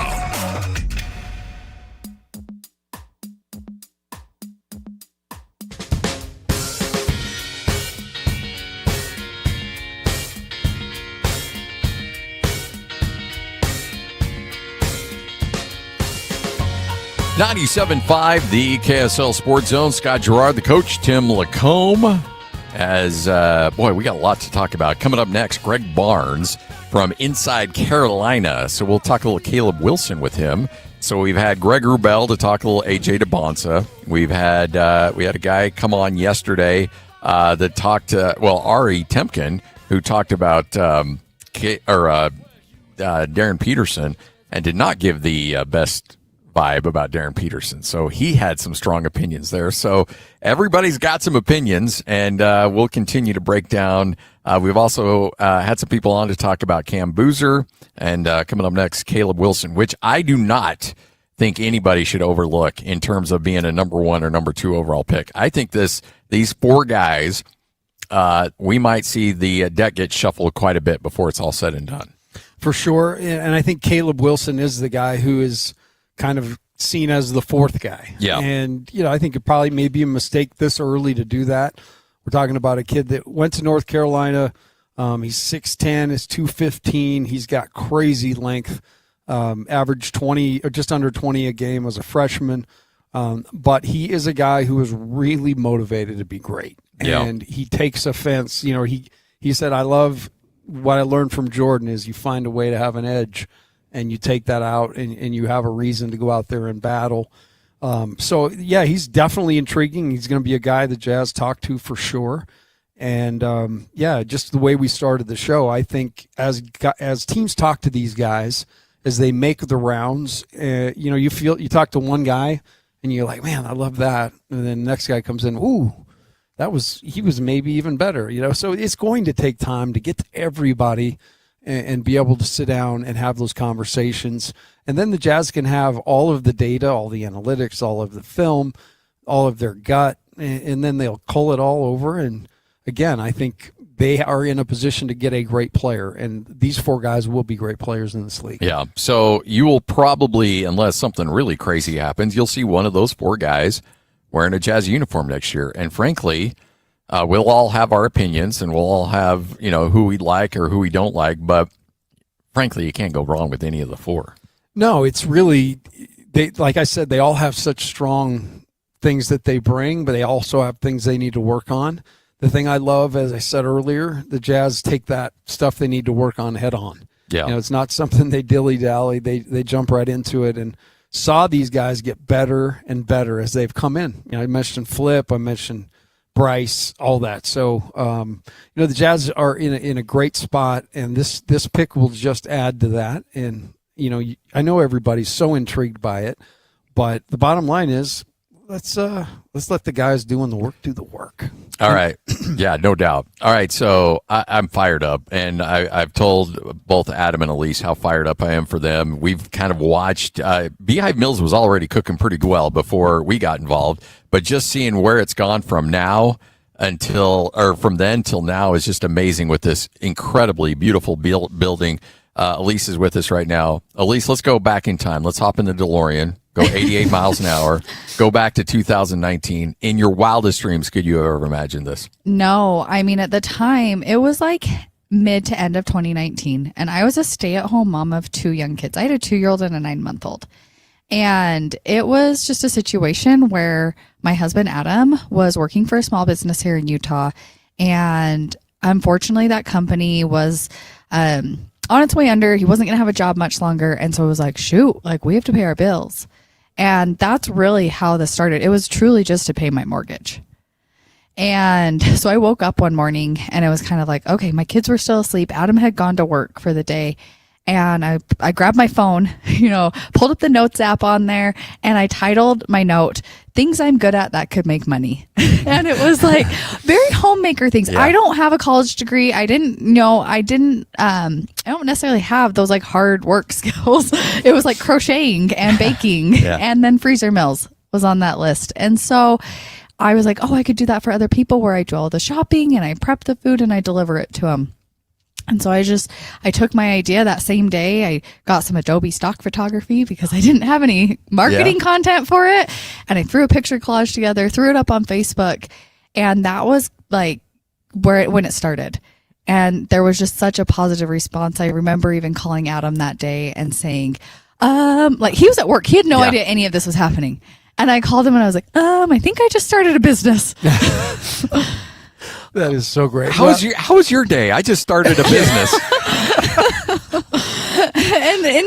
that was 2019. We were 6 months prior to COVID, and that the pandemic did help accelerate growth. Yeah. It really did. And then we've continued to grow over the years, and just to be here now, I mean, we're in a 60,000 square foot space that we just moved into this last month. We have our grand opening ribbon cutting today, and it's surreal, to be honest. It's state of the art. I mean, really, it's so well done. But the most important thing is you're now feeding people all over the United States. Is that correct? You ship everywhere. Yeah. So we ship nationwide, even Alaska, Hawaii, right? There are maybe some places on the islands or in Alaska that we can't get to because only sled dogs can. But like for the most part, like we are nationwide shipping. Well, and I can tell you it goes to Murray, where I am. Yes, it does. And we absolutely love it. We love everything about it, the convenience, the quality is, you can taste the quality and the flavor. So great job on everything you've done. And from somebody that has benefited, from the meals, I can tell the listeners that you need to try these because they're incredible. Oh, thank you. I always joke around with my kids because I have a 15-year-old that thinks he's smarter than everybody on the planet. That's a 15-year-old. Yeah, naturally. He's more than happy to tell you that. But he'll call when I'm at a game or something like that. And he's like, "What's for dinner? I don't have anything to eat." I'm like, "Well, you go to the freezer." And he's like, "Oh yeah." I'm like, "You pick out dinner. It's your call. Whatever you want." Yeah. And he does. He'll go sort through what he wants and throws it in the slow cooker. And 3 hours later, boom, he's got a great meal that he can take pride in, saying that I picked it out. Yeah. I made it. And so that's the kind of thing you can do with a family that, Tim's a empty nester. We're pretty much just 3 of us now. Yeah. And then there's other people that have 6, 7 in the family. You can adjust that accordingly. Yeah. 6, 7. Yeah. You're quick. I like that. I have kids. I have young kids. Yeah. I have grandkids. There you go. So this is, but the fact that you're here, and I know Ogden means a lot to you. I was talking to Adam, this facility in itself, the historic nature of it, that meant a lot to you as well. Yeah, I think that was something that was unique about this area where our building actually sits on the old Ogden stockyards. And so just where we produce a lot of meat products out of here. So it felt fitting. It felt right. We've looked for spaces for years. We've been grown out of our old space as we've grown over the years. And this just finally felt right.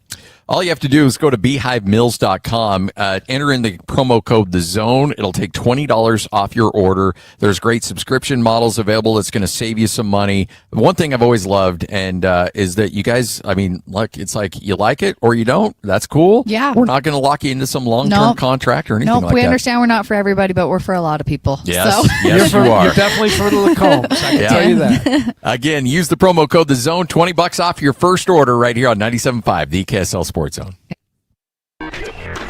This stuff is available everywhere. Wherever you are, the KSL Sports Zone will be right there with you. It's the KSL Sports app. I love it. Where you can get the latest podcasts, up to the second breaking news, and analysis of the teams you can't live without right from your phone. And wherever in the world you may be, you can have DJ and PK, Scotty and the coach, and Jake and Ben tag along with live streaming of your favorite shows. Download the KSL Sports app and never miss a thing. Presented by University of Utah Health. Health is in our DNA. Learn more at uofuhealth.org. This is 97.5, the KSL Sports Zone.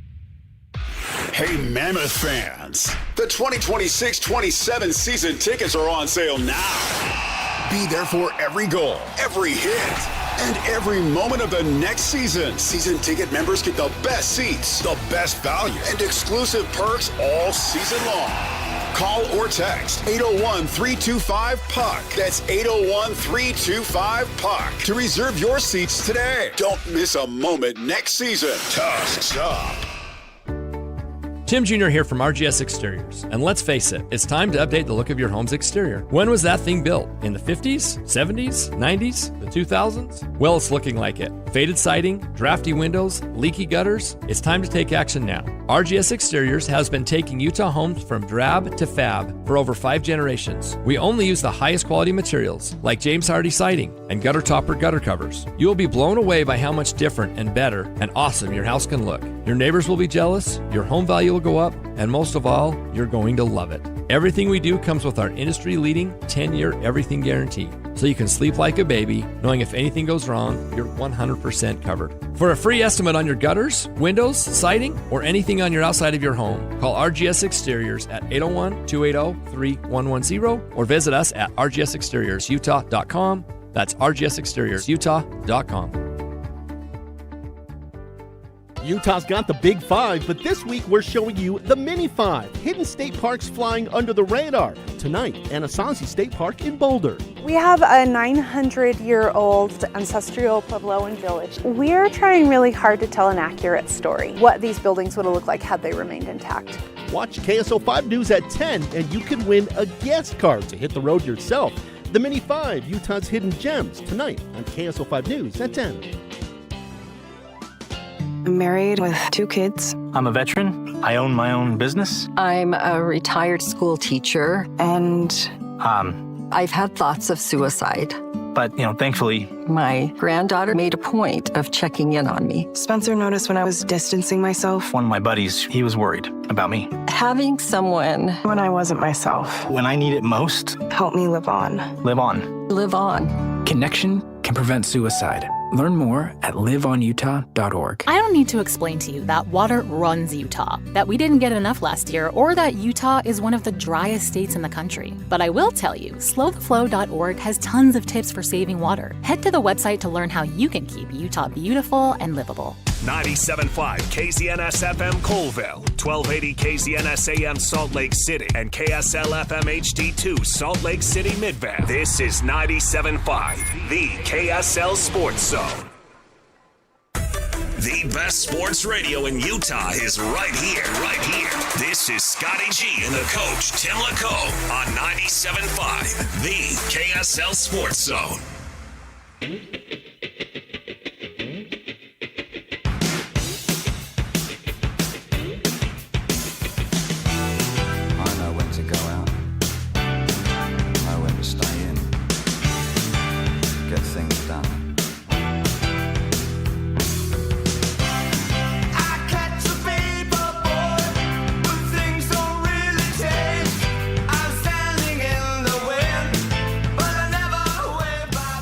97.5, the KSL Sports Zone. Scott Gerard, it is the coach, Tim Lacombe. We do it every day from 10 to 2 as we kick off your noon hour. We'll chat with Greg Barnes from Inside Carolina, get some thoughts from him on Caleb Wilson. So we've talked AJ, we've talked Darren Peterson, we've talked Cam Boozer. Now time to take a closer look at Caleb Wilson, who I think is a dark horse to really mix things up here. Everybody's got him slotted at 4. Everybody's got, the top 4 just kind of slotted right now.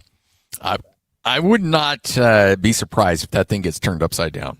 Well, that is all just now hype and everybody kind of saying what they think they would do, and nobody's telling anybody the real truth right now because that would be silly. Yeah. So yeah, this will move around, and I do get a really good vibe from this Caleb Wilson the more I look into him. So it'll be interesting to get some insight. All of the guys covering the teams have been pretty glowingly. The reports have been glowing, and I think we'll see. I would imagine this will probably follow suit. Well, I would imagine because you get a guy as a true freshman that averages nearly 20 and 10, and there's a lot to be excited about there. Well, and I think he is one of these guys too that loves to play, loves a challenge, and wants to get better. I mean, that's what you're looking for. You don't want guys to get to the league and say, I've made it. Mm-hmm. Okay, now I've done it. You want guys to continue and try to push themselves to be the best they can be. And the edge, and you mentioned the story about not making the U.S. team and getting cut and taking it out on some people. Yeah, took it out and then had something to say about it. So I definitely like what I hear in that regard. And then what's not to like about his physicals, right? His measurables were awesome. His approach to the game, you can't really put him in a corner, box him into something. He can play multiple and be very versatile, which fits today's game. Well, and then also, too, on the defensive side, where everybody likes to switch and everybody likes to throw different people at you, then you've got that same situation here where he can defend multiple positions with that length and that athleticism. Yeah, he can take on a big for a while because you can use his length and quickness to get around. He measured 6'9" and 2 and a quarter barefoot at the combine with a 7-foot wingspan and a 9-foot standing reach. Joining us now from Inside Carolina, Greg Barnes, kind enough to hang out with us. Greg, how you doing? I'm doing well. Thanks for having me on. We're fired up because obviously with the Jazz and the number 2 overall pick, you look at these top picks and any one of them I think would be a great fit for the Utah Jazz. But for some reason, everybody kind of has made these slots where, AJ maybe 1, Peterson 2, Boozer 3, and then Caleb Wilson 4. Coach and I both talked to many people that think, hey, Caleb Wilson may be the best player out of all of them and may be the number 1 overall pick. What was your thoughts of him and your evaluation of him in that first year at North Carolina? Well, I agree with that. And I think in terms of potential, he's probably got more of it than anybody. When he came in, we knew that he was a phenomenal athlete, just watching him through the high school ranks, that he had a lot of ability on both ends of the floor.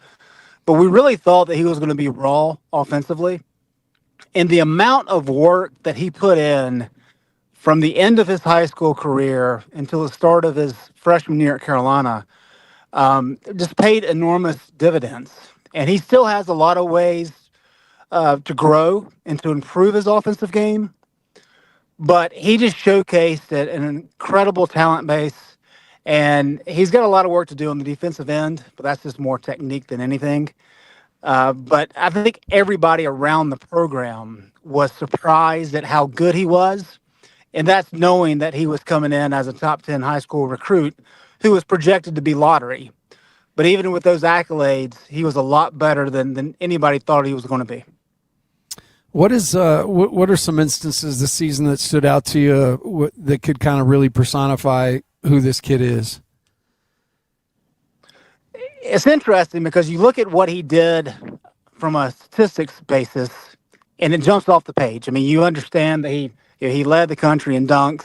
He set the record for UNC with dunks, despite not playing the last month or so of the season. Just a tremendous athlete, can jump out of the gym. But more than any of that was the personality component. Hubert Davis always talked about coming into the program and unpacking your bags. And what he meant by that was, hey, this is not just come into school for however many months, play the season, and then leave. We want you to be part of the community, part of the program. And Caleb Wilson did that probably better than anybody I can remember in the last 10 or 15 years. Just really embraced what the Carolina basketball program was about, was active in the community. I mean, a couple weeks ago, he got out with a lot of students at one of the local gyms on campus and just invited everybody out to play pickup. And so he did that for an afternoon. He participated in a lot of other sporting events for other teams. So that component, I think, is what surprised a lot of people.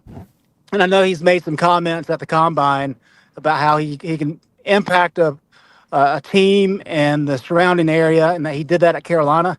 And he absolutely did. Like the amount of support that he has moving forward from the Carolina fan base, even though he's only in Chapel Hill for 6, 7, 8 months, that's going to be a lasting effect for the fan base and for him in his future. So he brings a lot of those components far beyond what he is like as an actual basketball player.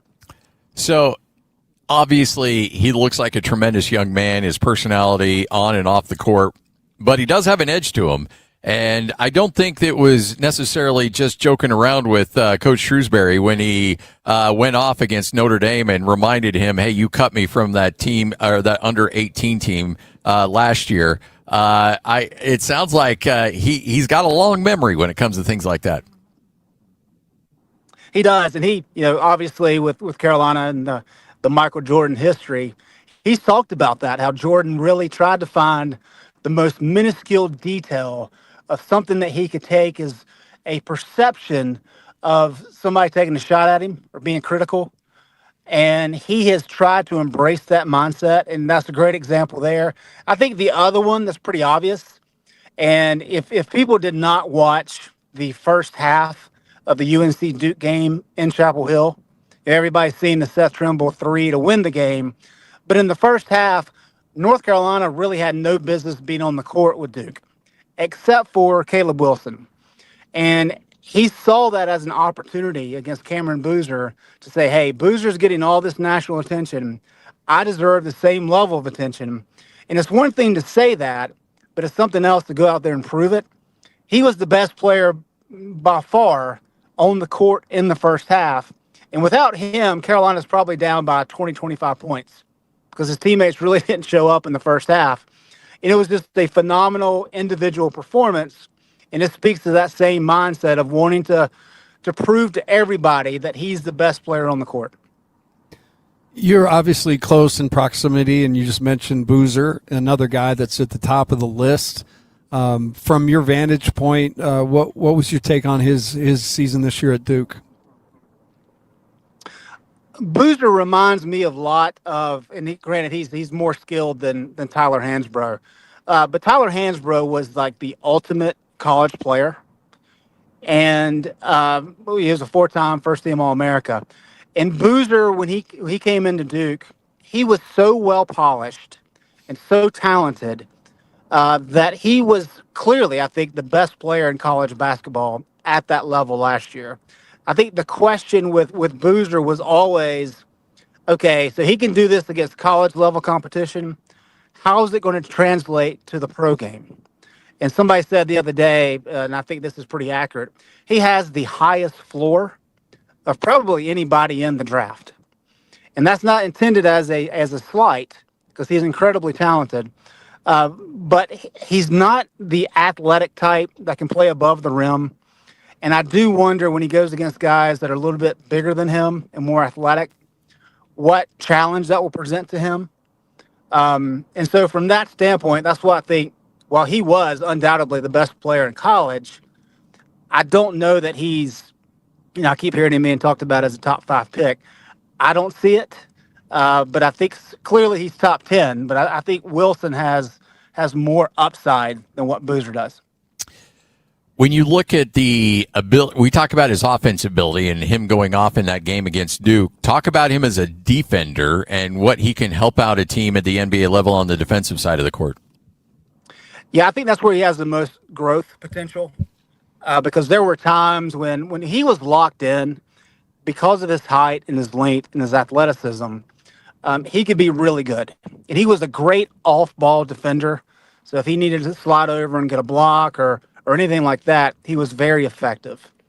The problem was that when he was tasked with guarding somebody on the block, he just wasn't where he needed to be technically. And so sometimes that was a deficiency. And one of the weird things about Carolina last year, there's a handful of them, but defensively, once they got into ACC play, they were really poor. And part of that was because Wilson at times would just kind of go through the motions. And when he actually got hurt later in the year, they brought in Jaron Stevenson, who was an older player and played at Alabama. And they actually got better defensively pretty quick. And I think that just kind of speaks to the fact that Stevenson, because he was an older player, was able to do the little things, the details, better than Caleb. So I think he has a lot of potential on that side, and he certainly cares. But technically, he's got a lot of room to grow on that front. You mentioned Hubert Davis earlier, who was relieved of his duties, and a whole new approach and regime in Mike Malone. Your thoughts on that and how things are going so far? It's certainly been a change. The fact that North Carolina does not have a head coach that is a Carolina former player. But he's done a good job of trying to embrace that Carolina family. He's got a couple of coaches, Pat Sullivan, who played at Carolina, also worked in the NBA for a long time, and Sean May are assistants that have those Carolina ties, which is necessary. It remains to be seen exactly how the first year goes. I think there's always the opportunity for first-year struggles, just with having an NBA guy coming in who hasn't coached at the college level in a long, long time. I mean, I guess he's 26 years out from his time at Manhattan. So I think the early returns have been positive. I don't think he's blown anybody out of the water with the way that he's handled the transfer portal, but that's a tough ask coming in off of just a month's time. But so far, so good. And I think everybody's fascinated to see if that experiment can work. So there's a lot of intangibles when you're picking a guy as early as number 1, 2, 3, and 4. And obviously the talent is the number one issue. And I don't think anybody has any concern whatsoever about Caleb Wilson in that regard. But just from being around him and covering, does he appear like a guy that actually loves the game of basketball? Because there's some guys that are just born with the DNA to be a basketball player. They're tall, they're athletic, but they don't necessarily love the game. Do you get that sense with Caleb? Absolutely. I don't think there's any doubt about it. He's contagious with how he practices. You always have those guys who come in and they are good players. And kind of to your point, I don't want to say they go through the motions, but they don't inspire their teammates. And Caleb has always been that type of guy. Like, his teammates want to match his intensity in practice and in games. And that's very valuable.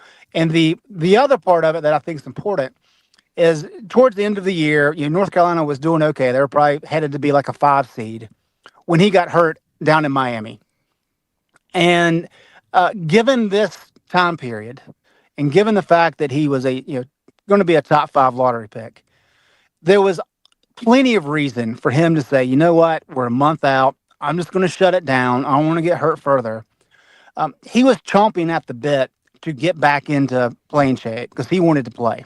He would have played earlier than they let him play, or would have let him play before he broke his thumb, because he wanted to make sure he got back with his teammates. And so that was very telling to me, that there was no conversation about whether or not he should shut it down. It was just a matter of how fast can I get back to be able to help my team. And that, as I said, that speaks volumes to me, and that kind of matches everything that we've heard from his high school coach to his AAU team and from his teammates. Where do you feel like Caleb fits best? What position? Where does he play the best from? That's a good question. I think right now it's the 4. He's got to get his offensive perimeter game a little bit better. He's made strides in that regard. So I think eventually he can probably slide down to the 3. Clearly he's a little bit light to be playing the 4 right now. But I would say initially that's going to be his best position. with projecting towards being more of a three-man after you get a couple years under his belt where he can actually expand his offensive game. Before we let you go, if Hubert Davis and North Carolina doesn't blow that lead against VCU, and let's say they just make the round of 32 and then they lose there, is Hubert Davis still the coach at North Carolina? It's a fascinating question. And I think I don't know that I know the answer to that. What I will say is that really why things fell off the cliff for him at the end is that he had no interest in doing the booster side of things, fundraising aspect. And there was just a lot of big money guys who did not like the fact that there was an expectation for money to be there without there being a lot of reciprocal work involved. And so whether it was going to be this year or next year, I do think his days were likely numbered. And I think just the way things ended with, not just the VCU game, but the Clemson game and the ACC tournament quarterfinals was pretty bad in a similar light. So I think those two games in a row really kind of pulled the plug. Well, we appreciate it. Should be a fun one. And if he ends up here in Salt Lake City, I'd be a huge fan of what he brings to the table and what he can bring to the Utah Jazz. So it'll be fun to see how it plays out. And if he does, we'd love to get you back on. So we appreciate your time. Yep, sounds good. Thanks, guys. Thanks, Greg. There he is, Greg Barnes, inside Carolina, right here on 97.5, the KSL Sports Zone. I'm really intrigued with this guy. Like, I'm really, really fired up to see what he could possibly do. I like the fact he has an edge. That's always great. And then length. Length and versatility in this day and age that's what you're looking for. Yeah. And honestly, you mentioned it. You've talked about it at length. No pun intended, that, you know what, the best way you can get quicker or better defensively is just add length. Add length. Yeah. That covers up a lot of mistakes. Believe me. Would you say defense is more about presentation? It's a big piece of it. Yeah. You think about it, when teams see somebody down ready, they want to drive that area. No, they want to move the ball and find open space. So just being in a stance and attentive is a big part of it. All right, 97.5, the KSL Sports Zone. We are live here at Beehive Mills, and Annette is kind enough to hang out with us. Annette making her radio debut here on this show. How are you? Doing great. How are you? I'm doing great. I'm fired up. We had a chance to talk to Adam and Elise, two of my favorite people on the planet, because it was a dream. It was, we see something here, let's build it, and then look where you're at now, a 60,000 square foot facility that is absolutely state of the art. The amount of work that went into this is incredible. But, you know, the thing I love about Beehive is that you've really got into that slow cooker mill, but you're like, you know what else can we do? Yeah. And I think the flat top mills are a fabulous idea. Oh, yeah. They've been a huge hit. Absolutely. So talk about the genesis of those and how that came together. Yeah, we always have been really good at the crock pot meals, and then we've decided, okay, what else can we do? How else can we help these families make dinner time easier? Let's get out of the crock pot, see what else we can do. And with summertime coming, obviously this is such a great choice for families to be able to cook all of the different things we have on this menu, like the jalapeno cheddar smash burgers are my personal favorite. And then we have the steak fajitas. We have so many different options that are incredible for families and super, super easy. One of the things that we talked about was the fact that it's not, what sets you apart is it's almost like meal prep for you. And then when it's cooked for the first time, and the flavor's able to stay the same. Same thing, I assume, with these flat top meals, the exact same. Absolutely. approach. Yeah, you're cooking everything for the first time, so you are getting all of that flavor, all the nutrition too. You're not losing any of that by having to reheat all of these meals. So that makes it super easy for families too.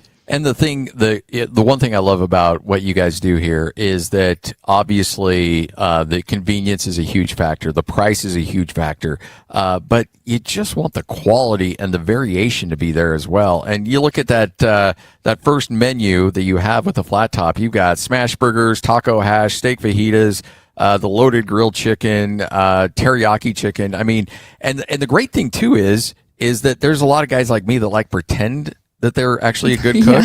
And so they got the flat top and they're like, hey, look at me. You got the two spatulas and you're spinning them around and pretending like you know what you're doing, but you really don't. Yeah. But you can at least have that, say like, hey, look what I made. Yeah. And so you still get that same kind of cooking experience, but the ease of Beehive meals. Yeah, exactly. And I think my favorite part is that you don't need a flat top to cook them. Like Correct. it can be on any griddle, any skillet, anything like that.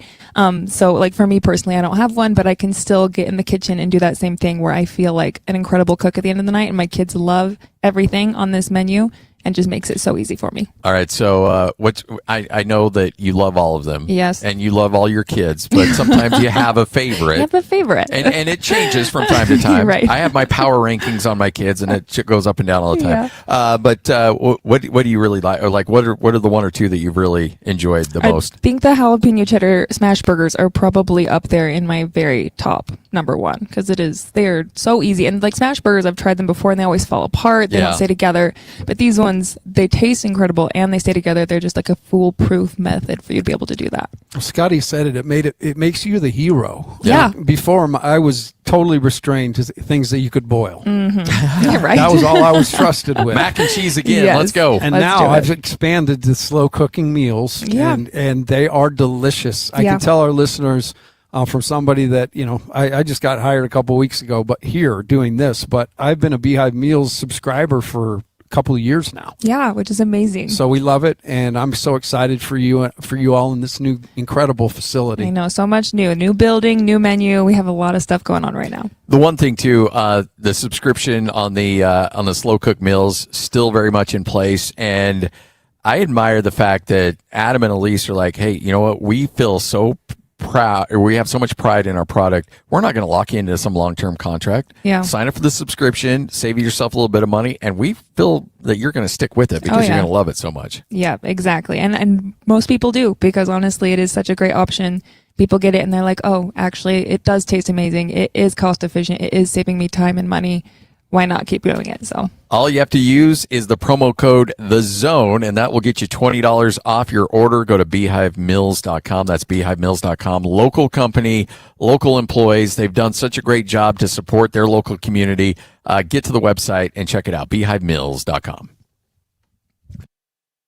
Turn it up. Let's go. It's a new era for sports radio in Utah. This is the all-new KSL Sports Zone. As always, DJ and PK kick off your mornings from 6 to 10. Then introducing the newest addition to the KSL Sports Zone. The coach, Tim Lacombe, joins Scotty G every day from 10 to 2. And as you wrap up your day, Jake Scott and Ben Anderson are there with the best sports talk in Utah from 2 to 6. Live and local, all day, every day. Your home for the best sports radio in Utah is live, on air, online, and on the KSL Sports app. This is 97.5, the KSL Sports Zone. Don't miss the excitement of the crowd, the perfect ping of 300-yard drives, the sound of sinking a 15-foot putt, shifting the leaderboard. Challenge is an understatement. Beautiful, bold, athletic. LPGA's next-gen stars vying for glory on a course that's as stunning as it is challenging. The Copper Rock Championships Epson Tour, May 14th through 16th. Come for the game. Stay for the journey. Copper Rock, born to be played.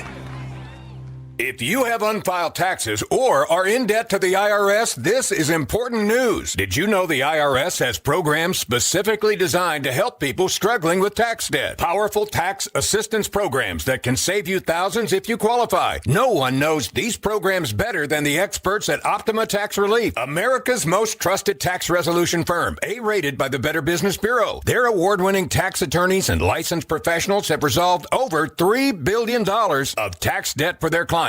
One call to Optima can start the process, helping to put an end to your worries about wage garnishment, asset seizure, and other aggressive IRS actions. Find the best options to solve your tax problems. Call the experts at Optima Tax Relief today for a free consultation. Call 800-343-6460. 800-343-6460. 800-343-6460. Optima Tax Relief.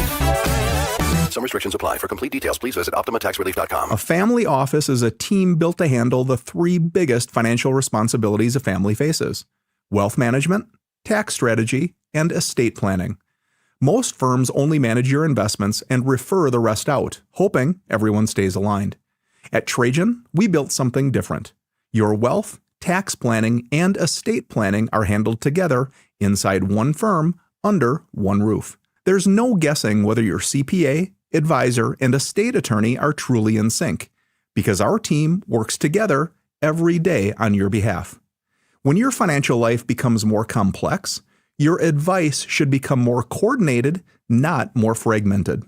One plan, one trusted team. Call Trajan today, 855-TRAJAN-1. That's 855-TRAJAN-1. Trajan Wealth, an SEC-registered investment advisor. Additional services through Trajan Estate and Trajan Tax. Additional disclosures and accreditation at TrajanWealth.com. Hey, this is Chris with JCW's. Craving something sweet? We do ice cream right. Come in and try one of our shakes, freezes, or an ice cream cone, and you'll see why we say JCW's, quality, and a lot of it.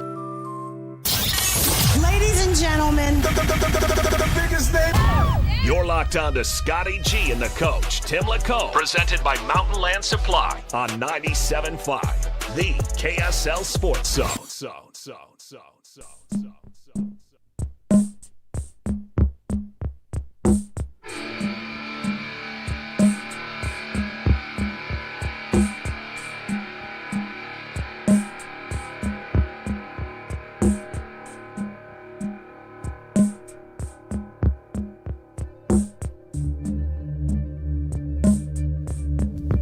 97.5, the KSL Sports Zone. Scott Girardi alongside the coach, Tim Lacombe. All right, we're in a generous mood today. Coach is always in a generous mood. And so during the break, he yelled at Lloyd, like, hey, Lloyd, I want you to give away some tickets. We need some tickets to give away. So here we go.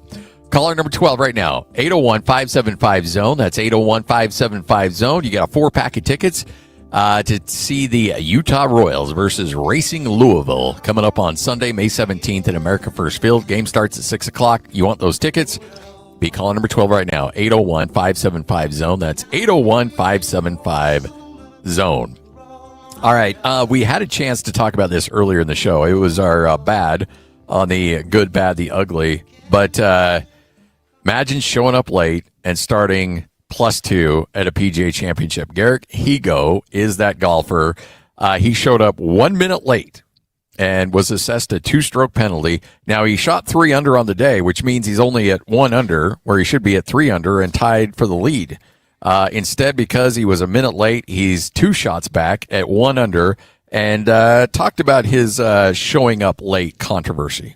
I was obviously, so the rule is that if you're 1 second late, you're late. I was obviously there on time but late. That's a 2-shot penalty. You have 5 minutes then until you're DQ'd. So yeah, I guess I could have taken five minutes longer, or just under that. But obviously it's unfortunate. I usually cut it fine. It was cold this morning. I was trying to stay as warm as possible coming from the range. I think it shows a lot of mental strength, the way I just kept fighting, and it wasn't going to affect my swing or my putting. So it is what it is. I mean, my caddy was on the tee box. I had my putter in my hand. Obviously I didn't have my watch on me. I didn't have my phone with me. I'm already in the clouds a little bit as it is, so I don't know what else to do. Show up on time. That's what you can do. I don't know kids, I'll tell you what, man. And then he applauds his own mental toughness. He's like, but it showed a lot of mental toughness. It didn't affect my swing that much. What do you say? I made sure I was on time, but I was late. Like, play that first little bit again. I was obviously, so the rule is that if you're 1 second late, you're late. I was obviously there on time but late. I was obviously there on time but late. I don't even know what that means. So hold on a second. He's a young guy from South Africa. Yeah. Is Pennsylvania a marijuana state? I don't know. Like, is it legal there? Because that's what he sounds like. He does seem very loosey goosey in that regard. A little loosey goosey. Yeah, talking all over the place. I was obviously there on time but late. I guess that's kind of how I was, Lloyd, when I came to meet with you that last day. Did you? Hey, well, by the way, you were like 5 minutes late or 10 minutes late. Okay, so Coach mentioned while you were out and away from the show, like a good chunk of every day. I was obviously, so the rule is that if you're 1 second late, you're late. I was obviously there on time but late. Listen, Higo, that's pretty much what Coach said when he came in. I'm talking to Lloyd. So, but when Coach is always on time. He's always been way early for every show over the last 4 weeks. But he's on time. But I was there, but I was not there. I was there, but I was late. But he was late for the meeting in which you guys kind of sealed the deal, so to speak. Kind of an important one to be on time to. So I said, he was late. Hey, Lloyd, I'm on the curb. And I looked at my thing. It was 10:01. Oh, are we sure about this, Coach? Well, I don't know. I don't have a I don't have. You don't have a a exact lot. recollection. He had the putter in his hand. Okay, maybe I was down a little further at 10:01. That's the problem. You're on the tee box with a putter. Yeah, what's that about, too? Well, you're running me around. I was working 2 jobs like a clown, taking work off here to come do this, do that. I'm just glad it all ended well. It all ended up well. But yeah, that's the thing. Okay, so but I was late. Technically, I would have been. You would have issued me a 2-stroke penalty right out of my tenure. And at 5 minutes, you get DQ'd. So apparently, you really don't want to see what that's like. But sooner or later, I was obviously, so the rule is that if you're 1 second late, you're late. I was obviously there on time, but late. Okay. Well, we now have a new show rule. If you're 1 second late, it's a 2-stroke penalty. Unless you're there. Yeah, obviously you were there. I call this Scotty time. Oh, okay. When have I showed up late, Lloyd? I don't want to be catching strays on this. I feel like I'm starting to get that. So the rule is that if you're 1 second late, you're late. I was obviously there on time, but late. I was right there, but I just was late. All right, so the guy shot well. Again, 1 under. So if he ends up losing this tournament by 2 strokes, or let's say even has a bad round tomorrow and he misses the cut by a stroke, yeah, that's going to hurt a little bit. Can I say that's totally something I would do though? Like, you're in a new country club and your tee time's coming up, but there's like this neat plaque on the wall and you kind of, and you get pulled in. And then all of a sudden they're calling your name and you're a minute late. I mean, it happens to the best of us. Or you could show up to a country club, a really great country club, and at a big event at that country club, and you're wearing a what was it? Oscar the Grouch. Oscar the Grouch T-shirt. That was Gordon Monson, by the way. We had a huge, big event at Willow Creek. Willow Creek. That's right. Not just any. Yeah, it was at Willow Creek, and we were doing some live broadcasts, and our old boss at the time, Randy Rogers, who was a member at Willow Creek, said, "You guys do not embarrass me. You come up, you are wearing proper golf attire. I don't even want you wearing shorts. I want slacks. I want everything nicely pressed. I want everything looking great. Do not embarrass me in front of my friends." And so we all come out dressed to our golf nines, all looking good, except for Gordon Monson, who shows up in his raggedy jeans and an Oscar the Grouch T-shirt. And it went over big. It went over very well. But was he on time? Gordon really wasn't ever on time anyway, so there's a good chance he was late. Late and Oscar. And walking in with an Oscar the Grouch T-shirt, and Randy Rogers sent him home. That's the only time I've ever seen Gordon get sent away, but he's like, get out. That's the 2-stroke penalty we're talking about. That was the 2-stroke penalty. Yeah, or essentially he got DQ'd. But my favorite thing about Gordo is he's just Gordo, man. He doesn't care. He's going to do it. Yeah. You can't tell that old horse how to handle himself. I've enjoyed getting to know him a little bit. Yeah, he's the best. Good dude. The best. All right, so there you go. PGA Championship underway. Again, our guy Higo was obviously there on time, but late. That is so fitting because that's exactly what my day was like when I sealed the deal. Okay, he said, all right, so I was supposed to be there at 7:18. I guess he went further on and say, I was there at 7:18 and 30 seconds. So it said, like, if you be there at 7:18, he's looking down and says 7:18, but what he didn't realize is that he was 7:18 and 30 seconds. Yeah, it is 7:18 the minute that hits, bud. You got no time at that point. 1 second late. Bam. I was obviously, so the rule is that if you're 1 second late, you're late. I was obviously there on time, but late. Late. Sorry, Lloyd. I actually like the fact that he went on to say, but, it showed a lot of mental toughness because, I still shot the ball well. I thought it did. I mean, but I guess you can't say that about yourself. That's the thing. Can you say that? You can say that about your team. You can say that about your coach or other players, but can you, it's like naming yourself T-Bone or give yourself a nickname. Like you can't say you're mentally tough. You have to have other people say that about you. I have given myself a nickname on my phone. Oh, yeah? Yeah. What's that? Rock God. Oh, okay. I like that. Yeah. So it says, Rock God, you must Oh, yeah. Nice. I mean, I want somebody to think of me as a rock god, and at least Siri does. So if Siri does, then you're well on your way. That's one person. Well, one entity. By the way, 4 players atop the leaderboard at 3 under par. Oh, boy. Minwoo Lee, Steven Yager has bombed his way to the top of the leaderboard, and Aldrich Potgeiter at 3 under par. So nobody had those guys as leaders on the card. Lloyd's guy's hanging in there. Xander Schauffele at 2 under par, as he always does. Perfect position. Xander's treated he's like a good watch. Yeah, Xander's always treated you very well. He never really seems to win it, but he always makes the cut. He's always in the top third. Let's just say he's always on time. You did see where DeChambeau is, right, Lloyd? I did not. Where is he at? +5. You got to scroll down and wow. keep scrolling and keep scrolling. I did not see that coming. I had no idea. Yeah, BT evaluated all of our teams. Actually, I lied. +6 he ended up. BT evaluated all of our teams, and he thought that Tim's team was really good, that my team was okay. Right.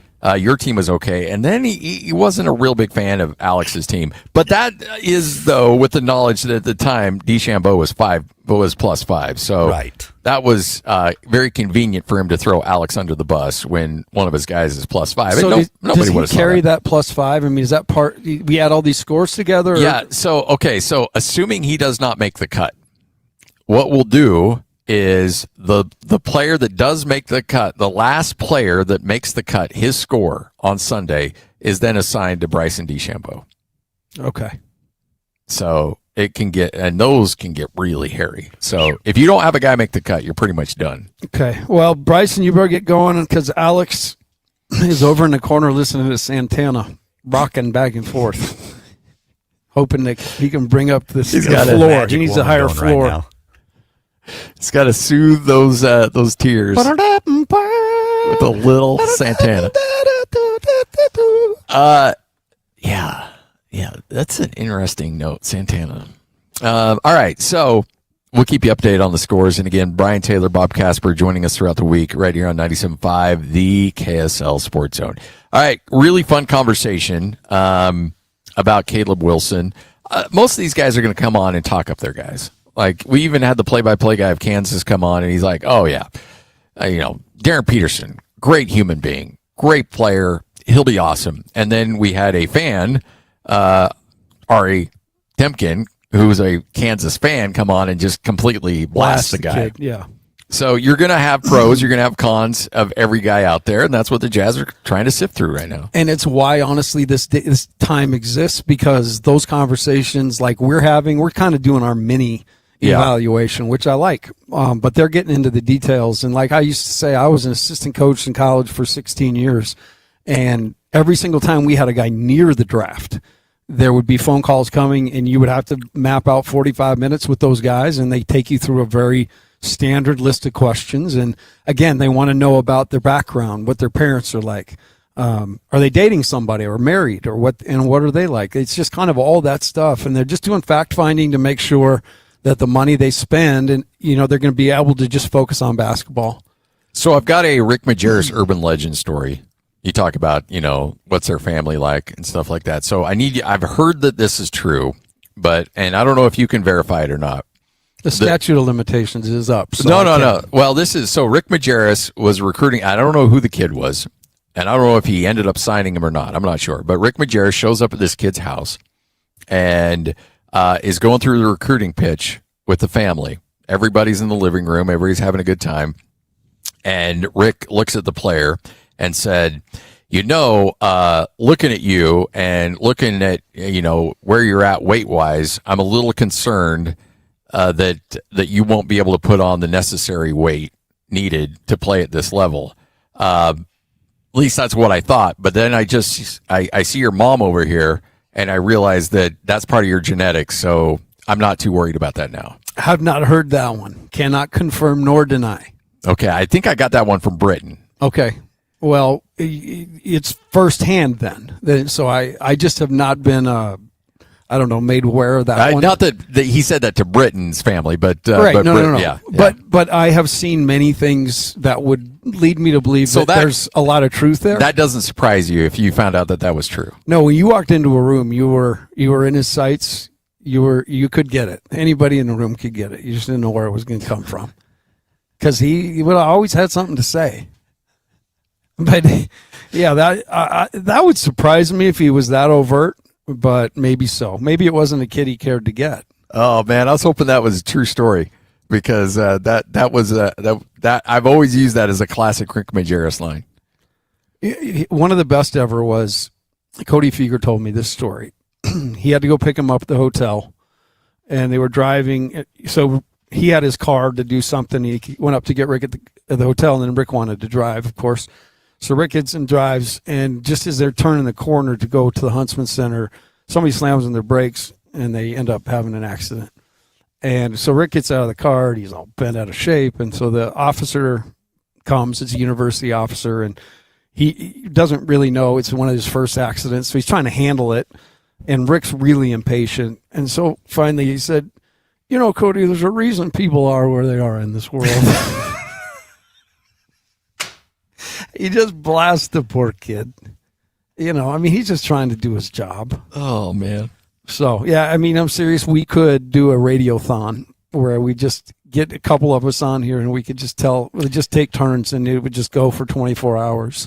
Maybe let's see. You, Van Horn, Britton, Alex. Got to get Drew Hansen. He's got great ones. Dolly.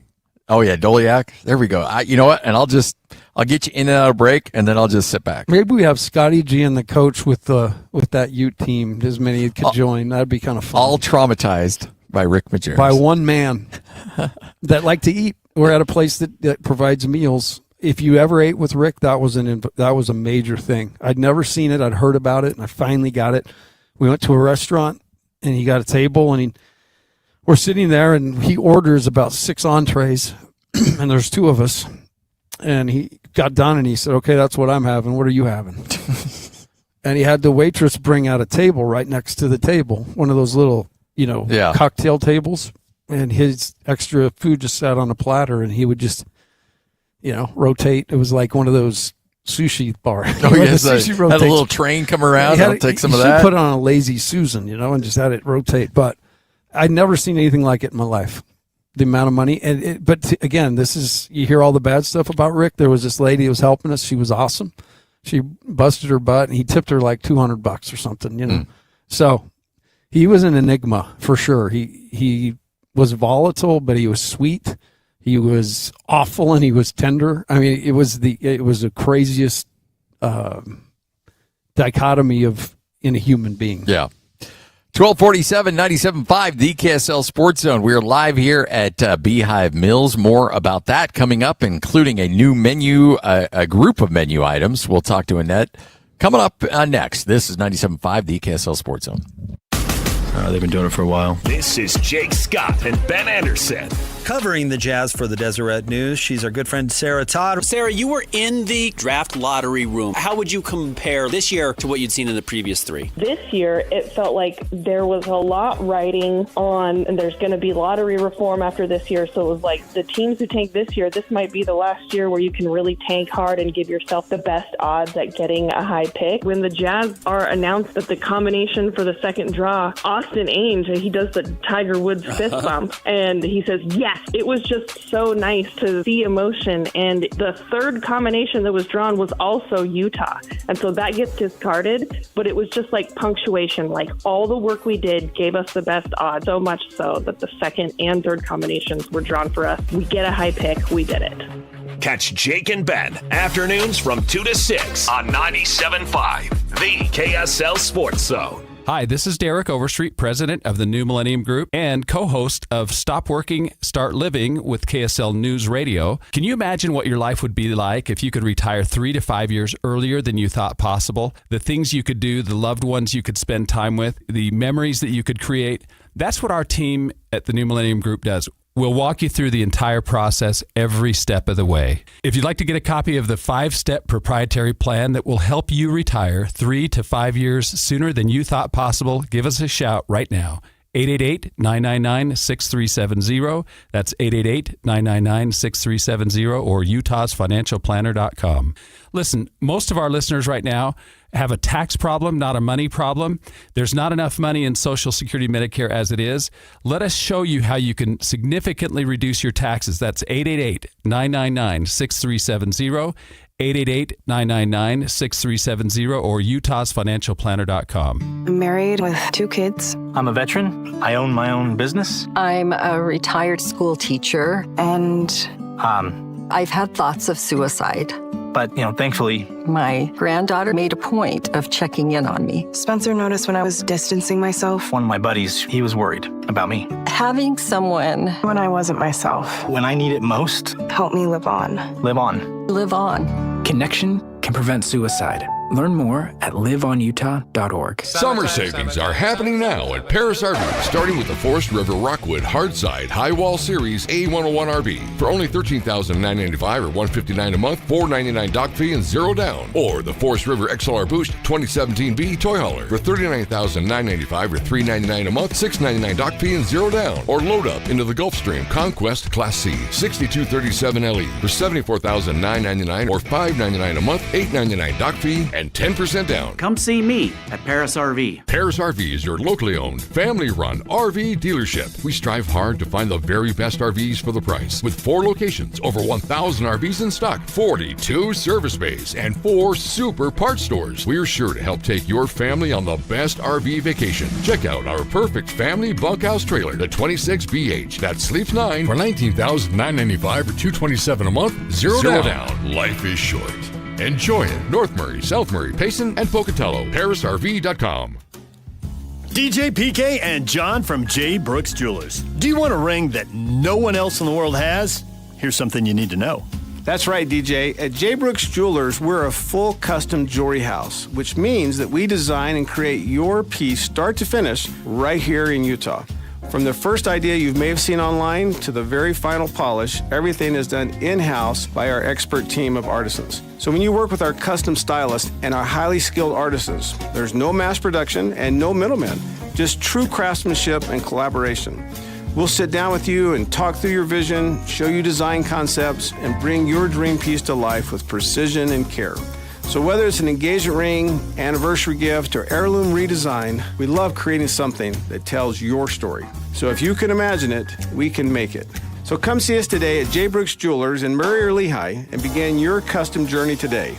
J. Brooks Jewelers, your locally owned family jeweler.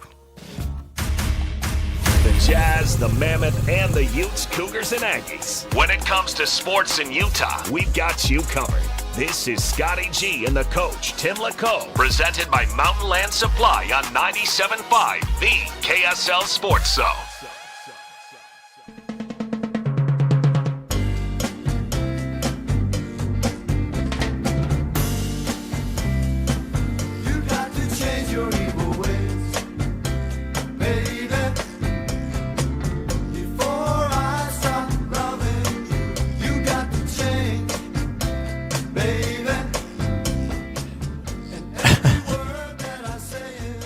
So is like Santana the house band now of the show? Well, we're hearing it some. I don't mind. It's Well, okay. It's become now a running Alex shtick. likes to make sure we at least get one Santana in the day. In fact, he said a Santana song a day keeps the doctor away. Or may keep the listeners away. So I. No, I maybe once a day might be a bit much. How about like, especially when you have the brilliance of my music catalog, just aching to be played. I would say maybe twice a week. How about that? And then we can adjust accordingly. We could Cinco de Mayo. We could go 2 times that week. Yeah, there you go. In honor of Santana. All right, 97.5 the KSL Sports Zone live here at Beehive Mills, and Annette's with us. And it is spring. We're getting closer to summer. You want to be outside. You want to be cooking. But you want that convenience of Beehive Mills, but you want to get outside a little bit. And you got the new flat top menu, which is just incredible. Yeah, no, it's so great. And especially with Memorial Day just right around the corner, I think it's 11 days away, you have the opportunity to get such great meals sent directly to your door that you can just whip up for the whole family. If there are people out there who've tried meals, all sorts of meals, haven't tried Beehive, what would you tell them is different about your meal and why they should try it? Yeah, so I mean, they're ridiculously convenient, which is really nice because they're delivered right to your door and they're frozen. So you just put them right in your freezer. And then as soon as you're ready to use them, you just pop them right in either your slow cooker, if you get the slow cooker meals, or with this flat top menu, you can put it on a skillet, on a griddle, whatever is easier for you to use. Yeah, I mean, I love the flat top. I'm out there all the time during the summer. But if you don't have one, that's okay. Yeah. They are flat top meals, but skillet, look, there's multiple ways you can enjoy these things. Yeah, absolutely. And so if you have a grill with like a grill plate, you can do it on there. If you're trying to do like outdoor grilling for Memorial Day, there's endless options to be able to cook all of these meals, and you get 8 meals that are delivered right to your door. So this is going to continue probably for the next few months or so? Yes, as of right now, we have it going through the summer until our soup season starts. And so we're really excited about that. And by the way, soup season, so huge good. fan. Loved soup season. We love it too. I know it's like we're coming up on summer, and it's not really soup season, but I do keep 1 or 2 in the freezer just for. Gotta have them on hand. I know, right? I don't care if it's 90 degrees outside. It's awesome. It's always soup season. So you've got. You can order now and make sure that you get your box in time for Memorial Day. Yes, as long as you order before May 19th, you'll be able to get all 8 meals delivered right to your door before Memorial Day. So you have plenty of time to defrost them and get them all ready for backyard grilling. All you have to use is the promo code THEZONE, gets you $20 off that order.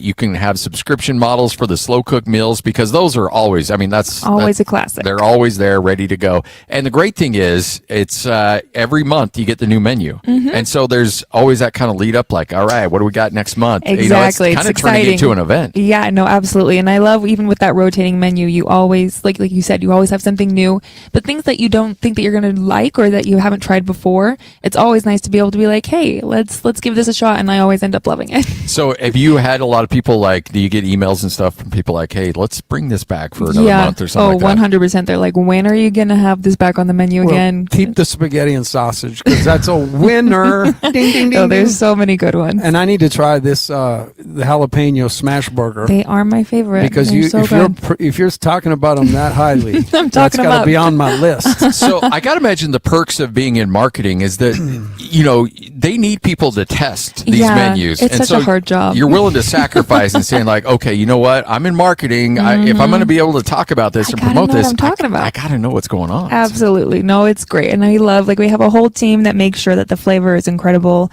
So, it's a great job. And, Elise could realistically say, okay, I'm going to hand this over to other people and let them deal with it. She's very much in it, yes. And what we put in the food and how it's served and everything is extremely important, not only to her, but to the entire company. And so it's really nice to be able to be a part of that. There's a lot of corners that could be cut, and you guys refuse to do it. We refuse to do it. Yeah, the flavor means a lot to us. All you have to do is go to beehivemills.com. Again, $20 off your order when you use the promo code THEZONE. Trust me on that. It is absolutely worth your time, and you will have some great meals right there at your home. Home-cooked meals for you and your family, courtesy of Beehive Mills. This is 97.5, the KSL Sports Zone.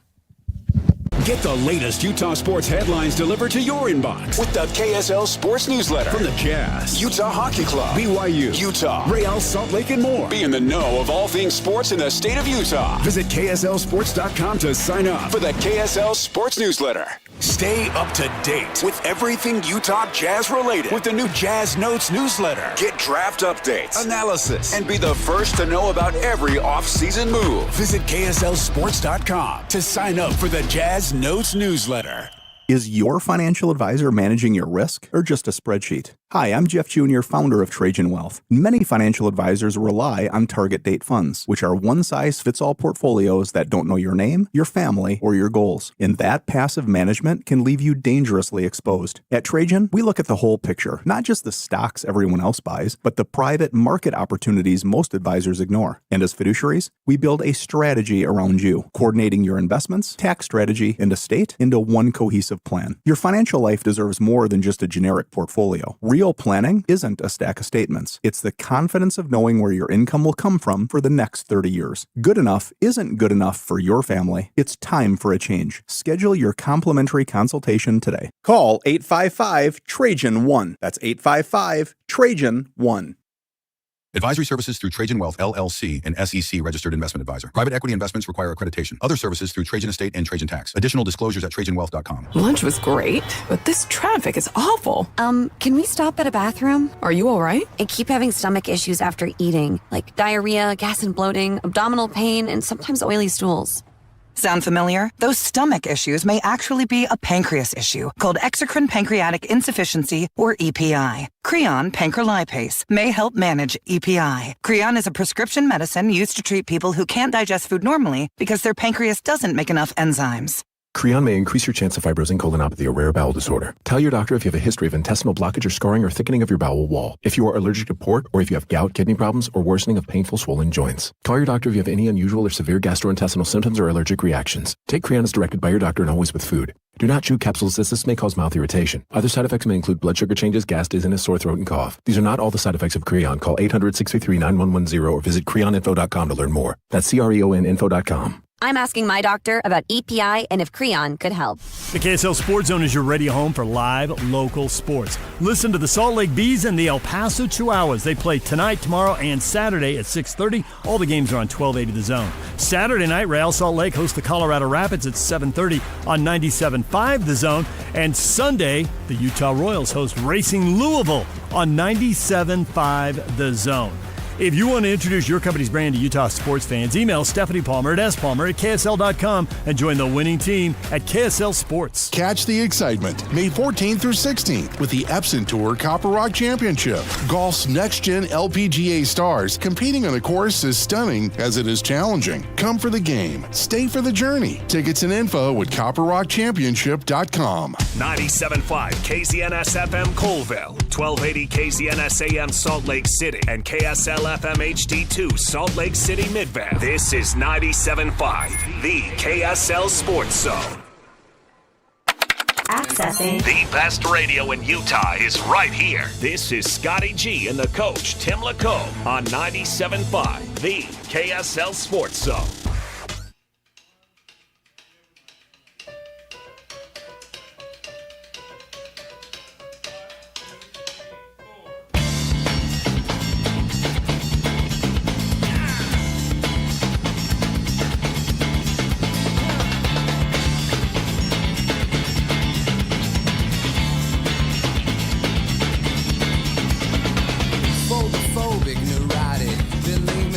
psychotic. Ain't no problem I ain't got, but at least I don't complain.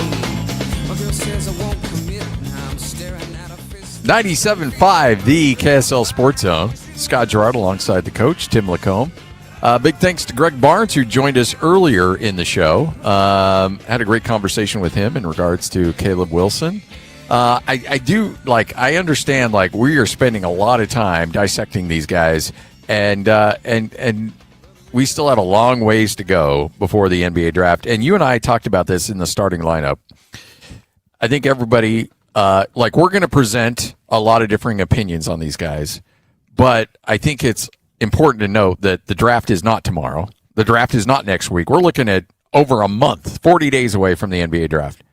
It is so far away. And for the Jazz, they probably don't even know where they're going right now. Or they probably haven't even done their rankings at this point. No, I think they have, every ranking it almost has a date where it becomes now you add that to another ranking. And so they had the season, they had the prior stuff before college, and now they've got this window where you can get way more familiar with these guys. One of the big rules with the NBA and young prospects is do not correspond, don't have a lot of contact, just like college. So this will be an opportunity for the teams to really dig in.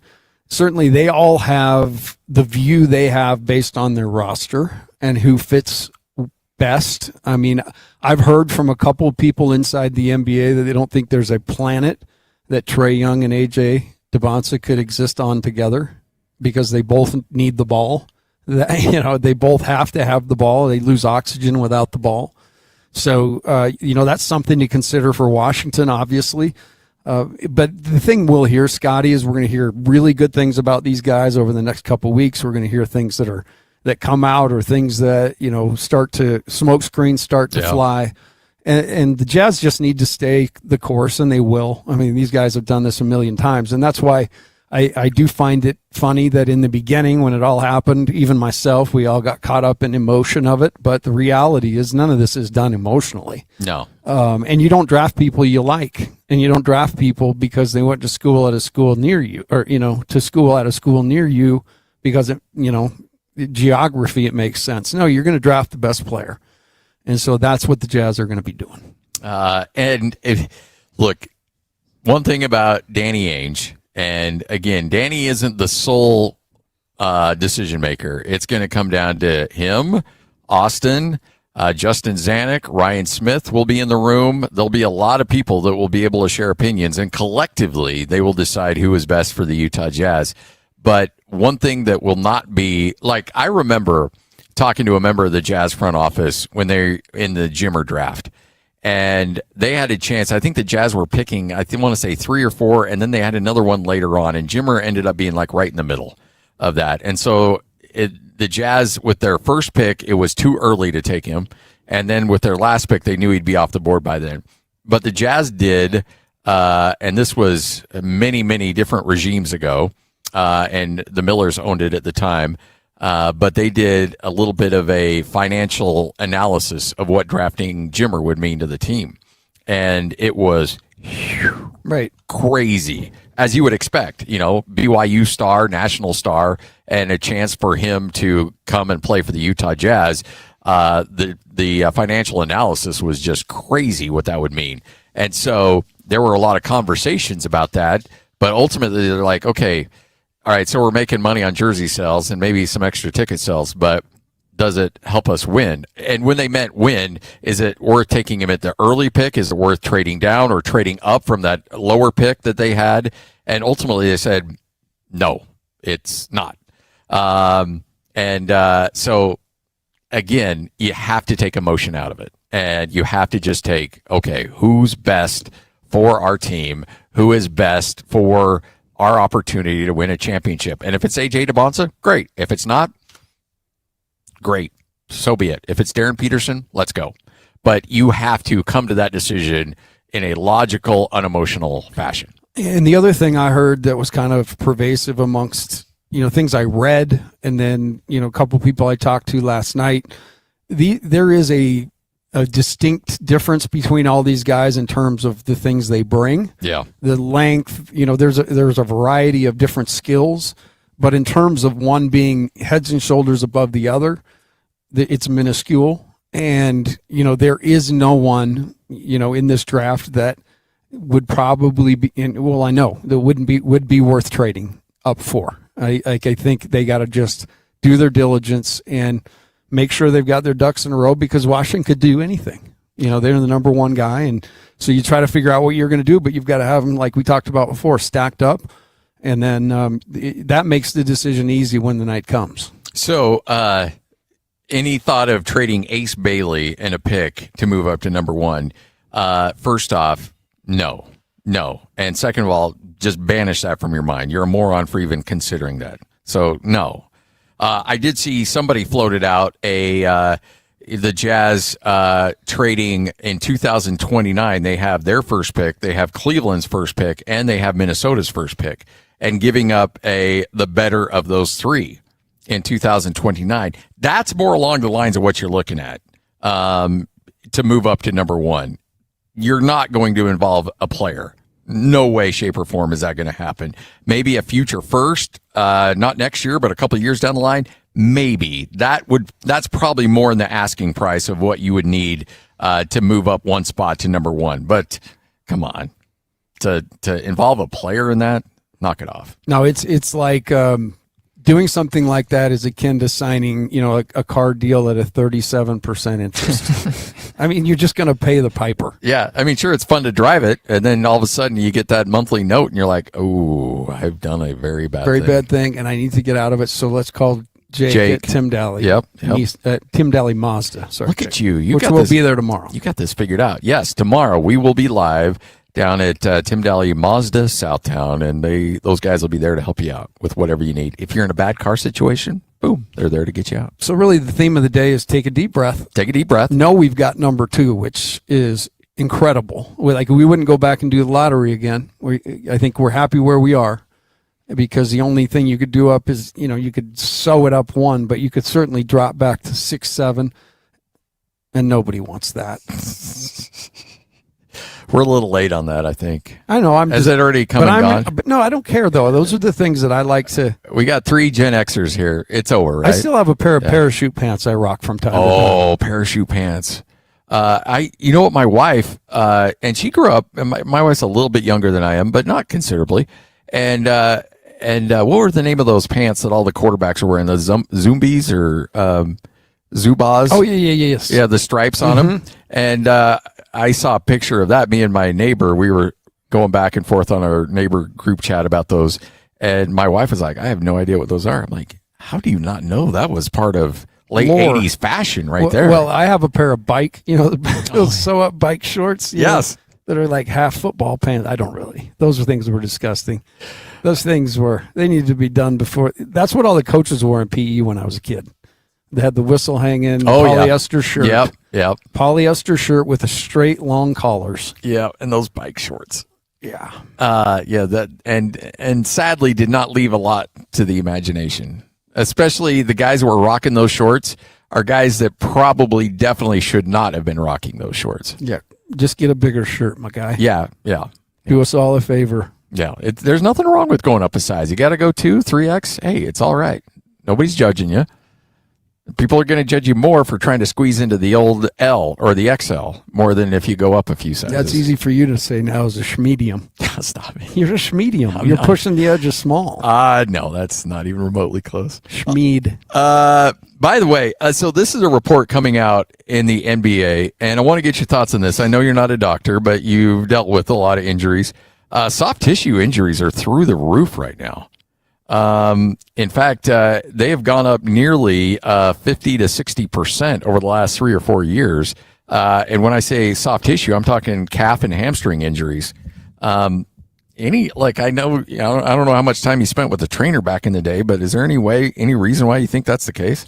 I would be a total guess, but mine is just, it's wear and tear, obviously the same type of wear and tear, but the torque, these guys are so much bigger, stronger, faster, and just like what they were talking about with Tiger Woods' swing, BT was talking about this week. You can violently swing at the golf club and rip your body through so many times, and it's going to react. And in basketball, it's very similar. I mean, these guys are big, strong. They've worked themselves to nearly no body fat, and so the torque and power and strength is amazing. And I think all those things combined would be my guess. It's just really fascinating to see how that is, as the bodies have gotten bigger and stronger, there's still things that the human body should not be enduring. And I think we probably hit that point. Like you can do the training staff for these NBA teams is through the roof. And each player almost has their own individual assistant coach now. Right. And the amount of work and that goes on behind the scenes to make sure that the bodies are in pristine condition. But still, at the end of the day, you're asking, a human body to do something that it wasn't meant to do. And you put on a lot of muscle, and there's a lot of things that are going on there that you can do all the stretches and pyrometrics and all that other stuff, but it's still not ready for that kind of abuse. And honestly, that's why that announcement by SEG yesterday was so timely. Oh, right? Yeah. How about that? A great joint venture with another great company in the state, and they're going to have, they're going to have something so close to a facility so close, basically in between those two practice facilities that will offer state-of-the-art care and really focus on preventative. I mean, I think that's the thing you have to start really doing is, how are these injuries happening, and how can we prevent them the best we can? And sometimes it's not preventable, I mean, it's just these things are going to stuff happen. happens, So right, how right. can you get them back on the ice or As back on quick- the court as quickly as you can? That's right. And that's important to players. People think about, okay, players want to make a lot of money. Sure. They want to get a lot of endorsements. Sure. They want playing time. They want opportunities and development. But make no mistake, when teams are being evaluated by their players or potential free agents and just agents on where to place teams, they'll take a long, hard look at that.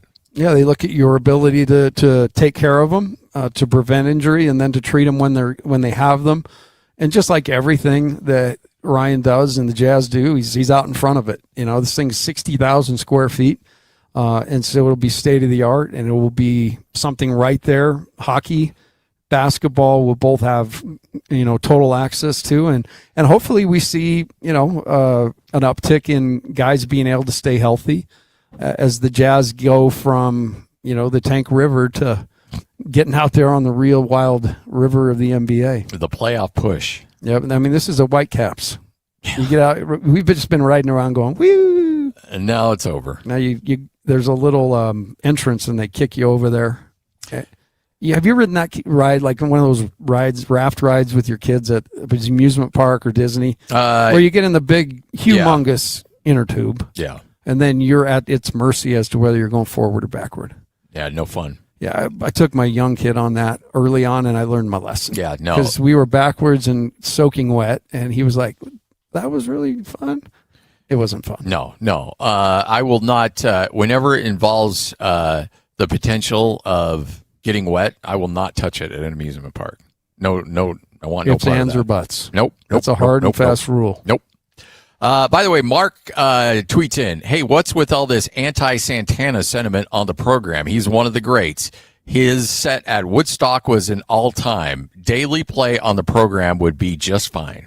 Hey, I respect it. I don't think we're disparaging the man. In fact, we've certainly. No, I'm kind of with Lloyd on that one a little bit. Yeah. Well, I mean, but we've a little bit. But I think in the 15 days I've done this, we've heard him 74 times. So that's the only reason. I get it. We're not hearing enough Lacombe music. I understand. Well, look, I love pizza. I love donuts. But, you know, after, 20 straight days of it, you're like, I could go without a pizza right now. But we are diplomatic, Mark, and we'll discuss this amongst us. Maybe we'll have a Santana segment and just embrace it. I try to let Napolis make his mark on the show a little bit, and this was his mark of Santana. He attracted a mad mark. You've been voted out, Napolis. No. We love you, Alex. I'm serious. Let's consider a Santana segment because I think this has been it's been kind of fun. Well, apparently the listeners do not want us to disparage the great reputation of one Carlos Santana. And that was never the intention. Absolutely, the Woodstock performance was one of the greats. I've never seen it. Well, we need to get you in. Was it the old film room. Was it the old? The old Woodstock. The old Woodstock, not the '90s thing. Not with tried Rob. to put together. No, he and Rob Thomas rocking Woodstock. Great song. It was fun. It was a cotton candy song. You heard it once, you're like, okay, that's great, and then time to move on. Hey, it's all that old stuff. Oi como va. And, oh man, that's good stuff. All right, so NBA playoffs resume. We've talked a little bit about certainly the game last night in which you saw the big come from behind effort from the Cavaliers, down 9 with about 3 minutes left. They come back, they win the game, and so now you're looking at a situation where we do not have a game tonight. No game on the docket tonight. You will have a couple of game sixes on Friday where the Pistons will take on the Cavs, and then the Spurs will square off against the Timberwolves. And look, you've got the Spurs trying to close out the T-Wolves. That is in Minnesota, but I still think the Spurs probably put that one away in Game 6. I think so, too. I'm with you. And then you got Detroit and Cleveland. And at that point, Cleveland at home might just put the finishing touches on it. Let's see if the Pistons have some backbone, because this is what it requires. You got to really step up. They are the better team this season, but can they actually stand up and force this to 7? Where are you at on Cade Cunningham? Because he was incredible last night, but then also had some mistakes down the stretch that allowed Cleveland to come back in that game. Yeah, I think he's great. And his the thing I like about him is he's a team guy. He scores 25 a night, but he gets 10 assists. he's got to cut down on his mistakes. That's what I've seen in this playoff run, and that's why you go through these playoff runs. I mean, it's just like we talked about with Uyghur and Cooley and, the Mammoth crew. They had to go through it as a team, and they know now, hey, this is what's required. Sometimes, Cade's, this is his first time kind of taking a team with expectation into the playoffs, so a little bit more on him, but we'll see how he responds.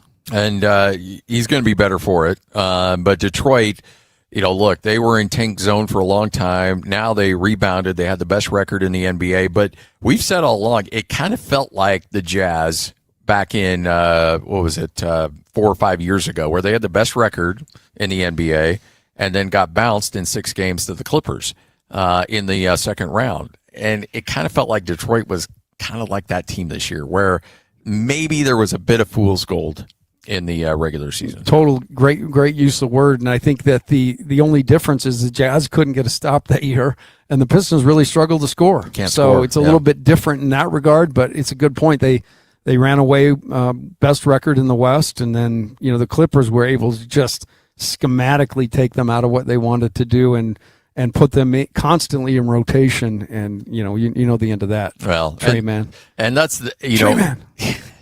That's when you knew that it was done, and I know that they tried to run everybody back the next year, and they couldn't quite get anywhere remotely close to where they were, and then that's when it got torn apart. And look, there was a time where Ryan Smith said on this station, like, it's going to be painful. And I don't know if anybody really knew how painful it was going to be, because at that point when he said it is going to be painful, Donovan Mitchell was still on the roster. Rudy Gobert was still on the roster. And very quickly, those two got moved on. And then the tanking began, and it began in earnest. And it's been going on up until this last game of the year. And now it's over. Now it's about winning. But it's been a long stretch. But what is think about what's meaningful in your life, or something you've accomplished, or what the things that mean something to you. They're the things that cause you the most pain. Oh yeah. Right? Stuff you dig in and invest in. So pain is just part of the journey, but the beautiful part, there'll still be pain. I mean, we watched what happened to Detroit last night.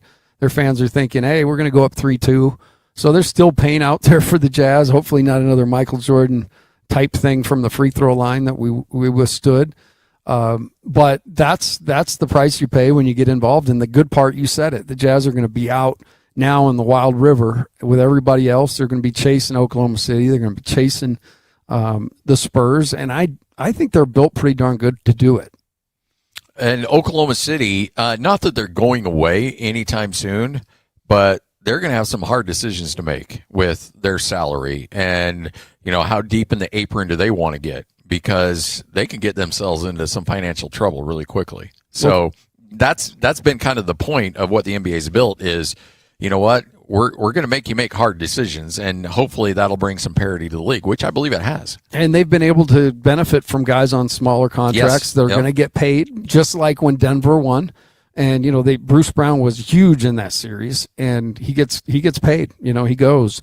So, yeah, it's hard to keep your team keep going down that path, and excellence is hard to maintain.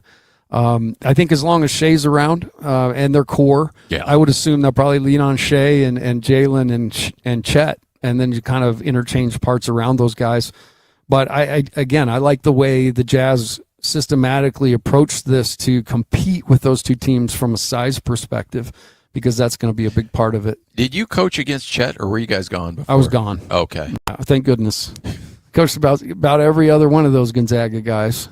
It's just rinse and repeat. Repeat. Yeah. Man, and it was tough because they did to us what the Jazz will do to teams next year. We had a small guy on the floor all the time, and so they would just pick on us, and they would go at those matchups. And that's what I'm excited to see Will Hardy with a full chest, and just to be able to go, okay, I'm going to try a little of this tonight, add a little pepper. Yep. He's going to be able to really get after it, and I've got a ton of respect for that dude. Even in losing, like, I've watched him closely. He does a great job communicating, keeping these guys developing. And there's an accountability. Even with the losing, there was accountability that I really liked. Well, he did come up with one of the greatest lines I've ever heard from a coach. That was a masterpiece in dog. I was listening to that on the post game. Great, one of the greatest lines, man. Well, that was a masterpiece of dog poop. But a real kind of poignant moment, and it kind of served to be what the Jazz are kind of built around now. Is he said, if you're going to play for us, you're going to wear that uniform. He was really fired up after the Dallas game, when they just got shelled, and he said, if you're going to wear this uniform, you're going to play hard and you're going to pass the ball. Yep. And that was a I said it this year. This team, that's the one. That's it. No, but I said after this season, the Jazz had more assists this season than any other Jazz team. So, he puts it out there, and these guys, he's a guy they follow and the guy they respect, the guy they want to play for. So I think people will be pleasantly surprised we will. Yeah, and it's good to actually, it's like, all right, let's go. Because outside of maybe that first half of the season in his first year, we haven't really seen the Jazz really attack and go after W's. I mean, that first year Will was there, they got off to a great start, and it was like Danny's like, hey, look, if you're not going to lose games, I'm going to help you lose games, and so we'll move some guys here at the deadline. Big fella, right? Yeah, exactly. No, they got off to a great start, but I would say that every little piece of each team he's got those guys playing well, and more importantly, hard and together. 97.5, the KSL Sports Zone, as we are out and about today. Beehive, Mills, and Adams with us, as we got so many great things to talk about. And Beehive has just been tremendous. And, I know it wasn't necessarily on our docket to talk about, but I want to give you guys a shout out on what you meant to the community, not just here in Davis County or here in Ogden, but up and down the state, partnering with universities, helping provide meals for athletes, helping coach guys up on good nutrition and things like that. You guys have had a real big part in the education and helping people in this community. It's honestly probably one of the best things that we do as a business. When my wife Elise and I started Beehive Meals, we didn't necessarily recognize how much power there is in food. And as we've gone about just how easy it is to gift and then what those meals mean to people. So you mentioned the students in the universities. Probably the ones that we're most proud of is our partnerships with Utah Foster Care, where we work a lot with the families going through the foster care system. We also work a lot with teachers. So we work with the First Lady Abby Cox and some of her initiatives, and Utah Foster Care is part of that, but she's a former teacher. And so we're able to work with her to be able to go into to just donate to some of the local elementaries, the different high schools and junior highs. And when we come in, we don't donate to just the teachers, but we take care of the administration, we take care of the lunch ladies and the janitors and everybody, and just send them all home with a set of meals. I love it, and that's got to bring you so much joy to be able to do that and be in a situation where you can do that. No, 100%. Like I said, I think it's the best, probably the most fulfilling part of running our business. And it was something that we didn't anticipate. When my wife was on earlier, we created the company just to pay our bills. Mortgage, yeah. Yeah, for me it was almost like it was supposed to be a temporary thing to get us through until our next, until I either got a new job or we, just found our next project. And yeah, here we are years and years later and still running with it. Was there a moment where you felt like, oh, we're really onto something here? Like this thing could really take off. Can you ever identify like a moment? Maybe COVID had something to do with it too. Yeah. A lot of bad came out of COVID, but also, there was some things that helped accelerate some business opportunities for people too. No, we had the perfect product for COVID. Yeah. So think back to March of 2020. March 16th, 2020, I actually started a job for the LDS church because I remember the church office building got shut down that day. But that same week, not only did COVID start, but we had the earthquake, yeah. And people forget about that. And so it was a time of uncertainty where, grocery stores, the shelves were barren or restaurants were closing down. We were lucky enough to be deemed an essential service. So we had still access to food, but because we delivered straight to people's, front doorstep, like we just grew really quickly. And that's really when it became eye-opening that we had something. And then the word of mouth that came out of that as well. So because of the situation, everybody was talking. And our community is very connected. We talk about the service aspect, but the giving, when something happens, whether it's a good thing or a bad thing, our community shows up and they used our meals to be able to give and donate. And so it was fun. By the way, I'm a huge fan of the flat top meals because I like to get out on the flat top. You don't necessarily need one. You can use a skittle or a griddle and so there's so many things you can do there. But getting out on the flat top in spring and summer is awesome, and for your opportunity to be able to do that is great. And I think that's the easy connection. I mean, you like to grill, you like to cook, and going outside on your flat top grill outside, whether it's the griddle, you got your or a skillet or a griddle, or you can combine that and say griddle. Yeah. Anyway, but you can bring it inside too, or you have your stovetop. They cook easily on that, so you'll have your skillet, you'll have your electronic griddles, different things. Some of the other ways that we're excited about just having them for the summer. So going camping, that they're going to be really easy to take with you. Just make sure, say you got them in a cooler, that go down to Lake Powell, do that. Tailgating. So this Saturday, something new and fun this year, we were able to sponsor RSL. Great year because they're off to an excellent start. And then we had Messi come in as well. But this Saturday, we're going to use them for a tailgating, beforehand. So just off at 90th South, the supporters kind of start there, and there's a lot of tailgating. And so we've been parking there, and I see this. I'm like, our product would be perfect for this. And so this Saturday, we're going to take our Blackstone, set it up, use these flat top meals, kind of enjoy an hour or two before the game, and then off to the game we go. What's your favorite flat top meal? Because you're sending me home with some. I got to know which one to try first. So next month, my wife and I get to test everything before they get released. So next month, the Philly cheesesteak. Okay, is awesome. You have me. I'm now done. we're talking. Yeah, that one. Yeah, and we go through multiple variations of each meal, right? Cool. But that one I'm real excited about, and hopefully Annette did a great job of just kind of describing the broad range that we have of the menu, because we're going to have stir fry, we're going to have smash burgers. The smash burgers are good. There's one on May's menu, which is the jalapeno cheddar smash burgers. Yeah, and I was kind of nervous for my kids because we've got little kids, 9, 7, 5, and then a 1-year-old. We're nervous, is it going to be too spicy? And all of them, like my 7-year-old, he just kind of leaned his head back. It's like, oh, this is so good. And so when you have kids, especially picky eaters that are wanting to eat this, I mean, I think it speaks to it. Go to beehivemills.com. All you have to do is use the promo code THEZONE. It'll get you $20 off an order. I want you to try it out. Just check it out, and you will be hooked. beehivemills.com. Turn it up. Let's go. It's a new era for sports radio in Utah. This is the all-new KSL Sports Zone. As always, DJ and PK kick off your mornings from 6 to 10. Then introducing the newest addition to the KSL Sports Zone. The coach, Tim Lacombe, joins Scotty G every day from 10 to 2. And as you wrap up your day, Jay Scott and Ben Anderson are there with the best sports talk in Utah from 2 to 6. Live and local, all day, every day. Your home for the best sports radio in Utah is live, on air, online, and on the KSL Sports app. This is 97.5, the KSL Sports Zone. IFA knows the secret when it comes to growing a thick, green, healthy lawn this summer. And you could say those roots run deep. Deep roots help your lawn better absorb water and help prevent damage during the dry months ahead. Our expert team can coach you through all the variables, like combining our locally formulated 4+ lawn care fertilizers with our recommended soil surfactants. Stop by or visit ifa.coop today to learn more.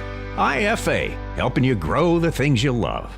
Has your doctor told you it's time to lose weight? Is your blood pressure up? Your cholesterol keeps climbing? Or you're already on medication and wondering, is this just my life now? Been told you need a procedure or surgery but have to lose weight first? That's where most people get stuck. At SLC Fat Loss, we help people lose 20 to 40 pounds naturally in about 60 days without injections, prepackaged meals, or extreme workouts. But more importantly, we help you keep it off so you're not stuck wondering what problem is next. Imagine lowering your blood pressure, improving your health, and taking pressure off your joints. Because if nothing changes, it's more medication or bigger problems down the road, especially if you have a family history of health issues or feeling the effects of getting older. Alex Curie here. I dropped 65 pounds in just 60 days. That was 2 years ago on Salt Lake City Fat Loss. I've kept it off. You can do it too. SaltLakeCityFatLoss.com. Many clients lose 20 to 40 pounds in about 60 days. Schedule a free consultation and take control of your health. Go to SLCFatLoss.com. That's SLCFatLoss.com. Results may vary. We're living through a monetary crime scene, and your IRA or 401k is a key victim. Hi, Dr. Ron Paul here. In 1971, gold was $35 an ounce. After the dollar was cut loose from it, inflation soared. And in just 9 years, gold hit $850. People who diversified into precious metals survived and thrived.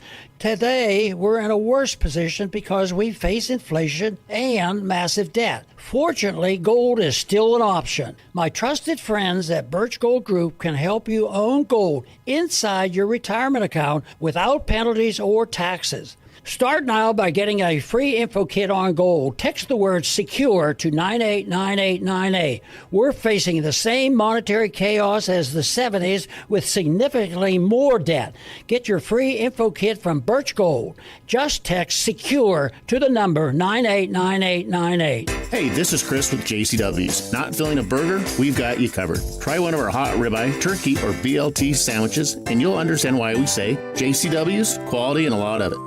You're locked on to Scotty G and the coach, Tim Lacombe. Now I know y'all are tripping. Presented by Mountain Land Supply on 97.5, the KSL Sports Zone.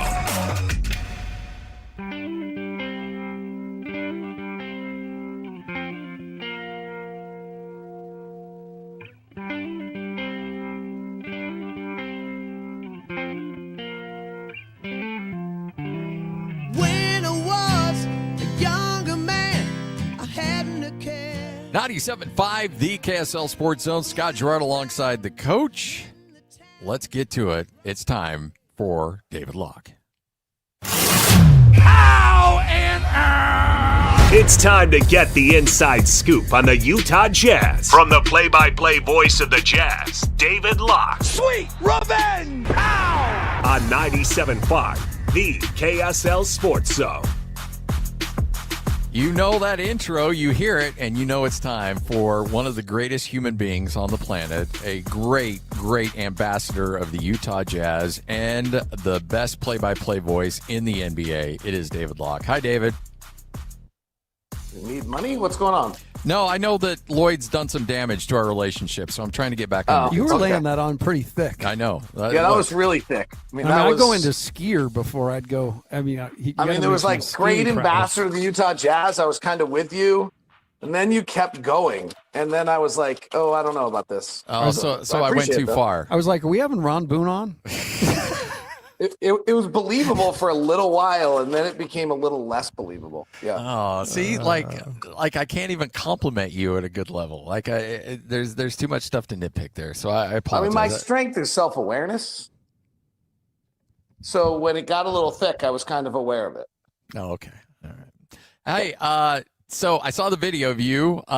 No recreation there. That was all, because every time I see these React videos, I'm like, did somebody go back and fire up the DVR and recreate this? I think that was live. To me, that seemed authentic. You didn't mess around with that. That was totally authentic. They actually missed the good one.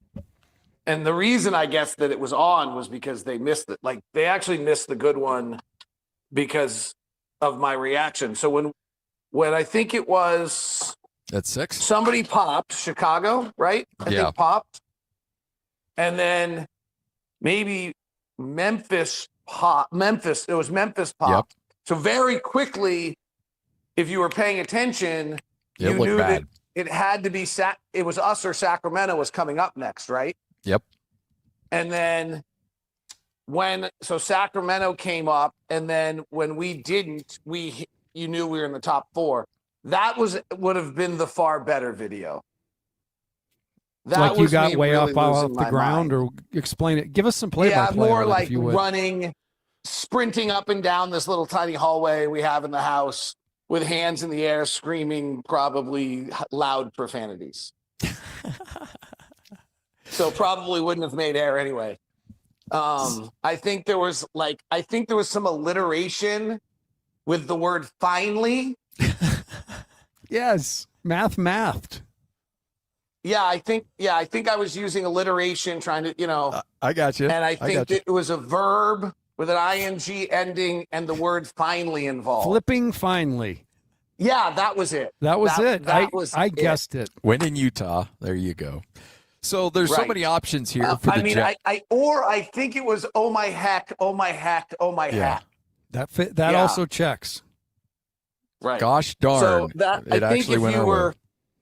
yeah, if you were, that would have been, if you really wanted the authentic video, that would have been the better one. I didn't know. I think the reason my buddy was recording at that point, we had people over and had a weekend. And I think people, they knew they thought they were going to get the same thing. Cause I actually didn't find out about it for like, they were underwhelmed by my reaction, is what I really found out. I did like that you called it. All right. Here comes Chicago. Now Memphis. And then Memphis pops, and it's like, all right, here we go. I mean, I had a bunch of people in the house who knew nothing about how the lottery worked. And literally we had 6 people over. So we had my wife and then 2-3 couples, and the whole day had to stop so I could watch the lottery, which was super obnoxious as a host, but screw them. And so I was trying to explain, and they actually didn't get it enough that they actually thought I was like a genius, because for the first 14, I was announcing who it was going to be every time before it happened. So I was like, Oklahoma City, whatever, Charlotte. And they're like, wait, how does he know this? Oh my gosh. They didn't understand how the system worked. That it was totally rigged, that I was going to get it right every time almost. And then like when Chicago popped, then I was like, okay, that's 1. Oh crap, that's 1. And then like, we need this. And then we got it. And I was like, okay, that's 2. All right, here's our time. And then I went crazy. That's what I was flipping finally. So let's, I want to get your thoughts on, number 2 is awesome because you're going to get an elite player. And I've been watching a lot of Locked On Jazz, and there's a conversation about, do you draft best player available, or do you still, with a team that's really constructed well right now, do you still kind of lean into position? At number 2, does that change your perspective on that a bit? Oh, no, this guy should be it doesn't happen this way. I think like 94% of draft picks don't actually stay with their teams, but this should be your 10-time All-Star leader. Like, this is your guy. It doesn't matter what position he plays. This is your guy. Like, you're not, like, we have 2 guys on our team that have been All-Stars in Lowry Markkanen and Jaren Jackson, and they're really nice players, but like, this guy should be perennial All-Star.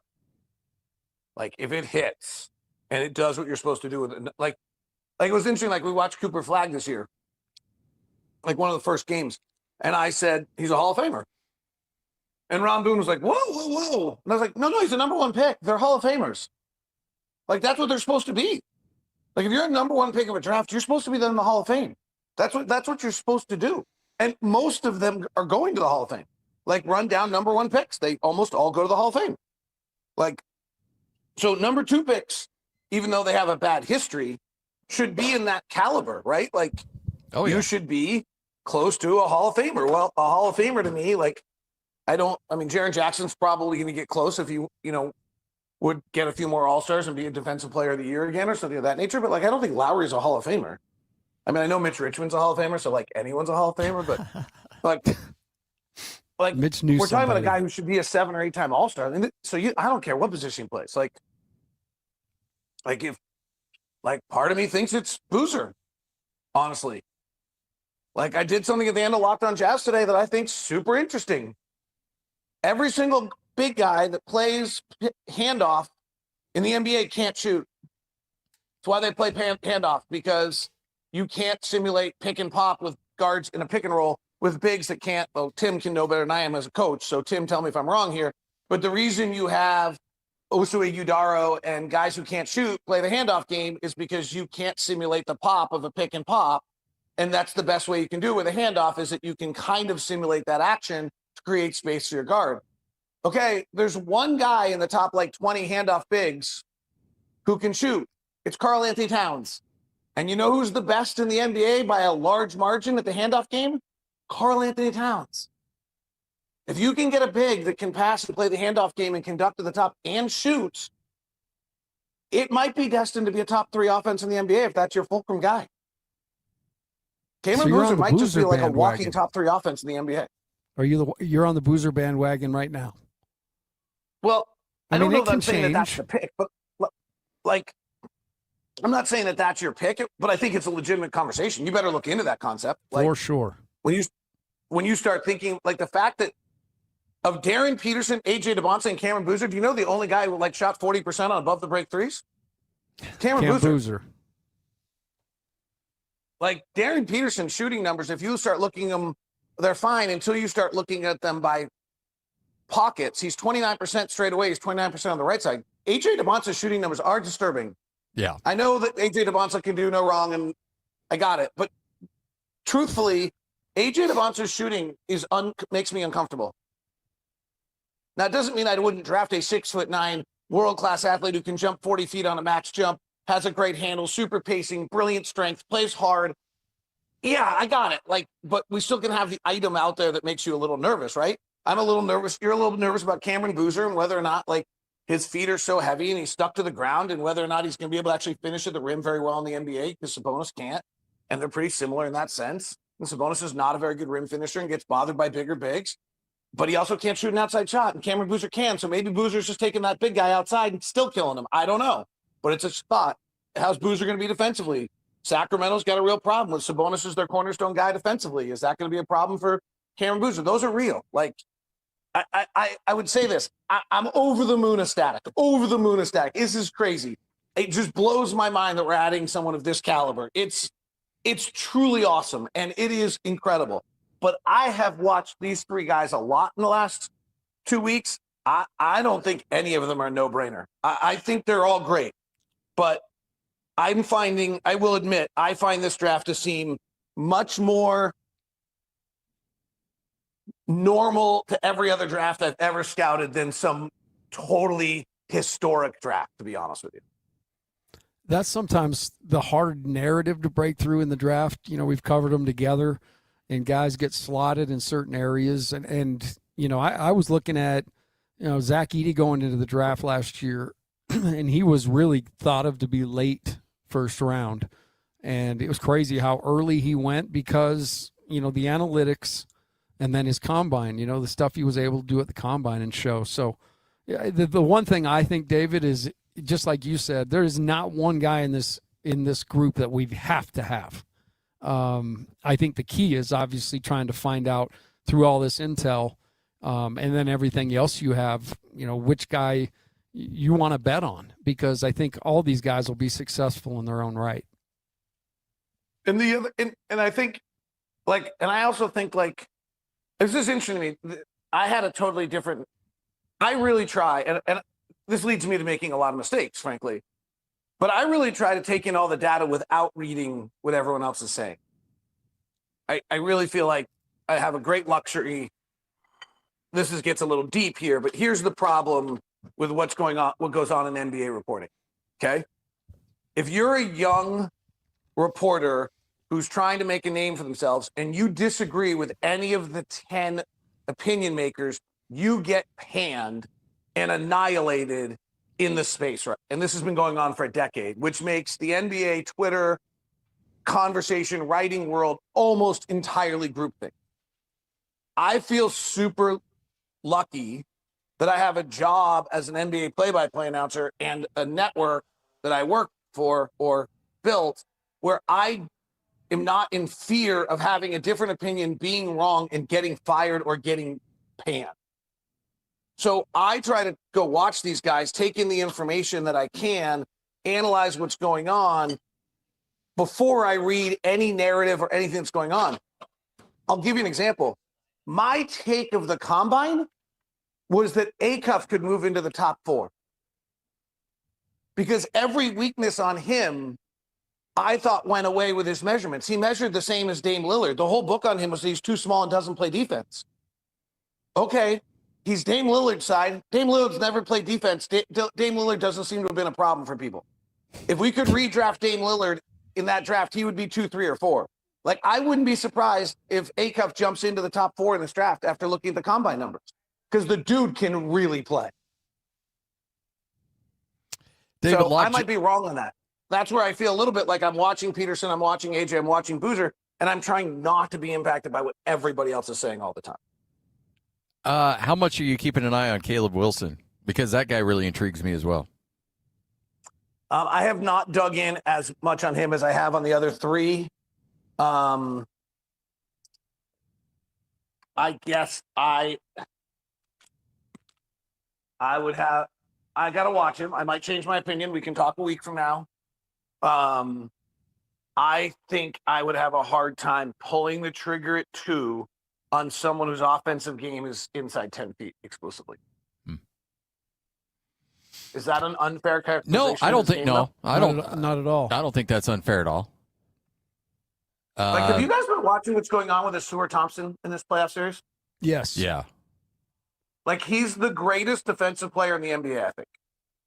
Right? Like, I mean, they literally, like, if he's on the floor, they're like, and like, Kenny Atkinson should be put in detention, coaching detention, for making Donovan go one-on-one on him last night, late in the game. Like, that is such a fundamental coaching failure. Like, how are you not running a double stack or doing something to get him off him? Like, I'm screaming and telling him. That reminded me of so many quarter or half endings when Donovan was here. Right. Like, unless it was Donovan who did, but like, get Thompson off of him. Right. But Stuart Thompson, who is the best on-ball defender in the NBA, which means he's the best playoff defender in the NBA, because unless your name's Victor Wembanyama, big guys have a hard time. Great defensive bigs often have a hard time in the playoffs. I don't know if Jazz fans are aware of that.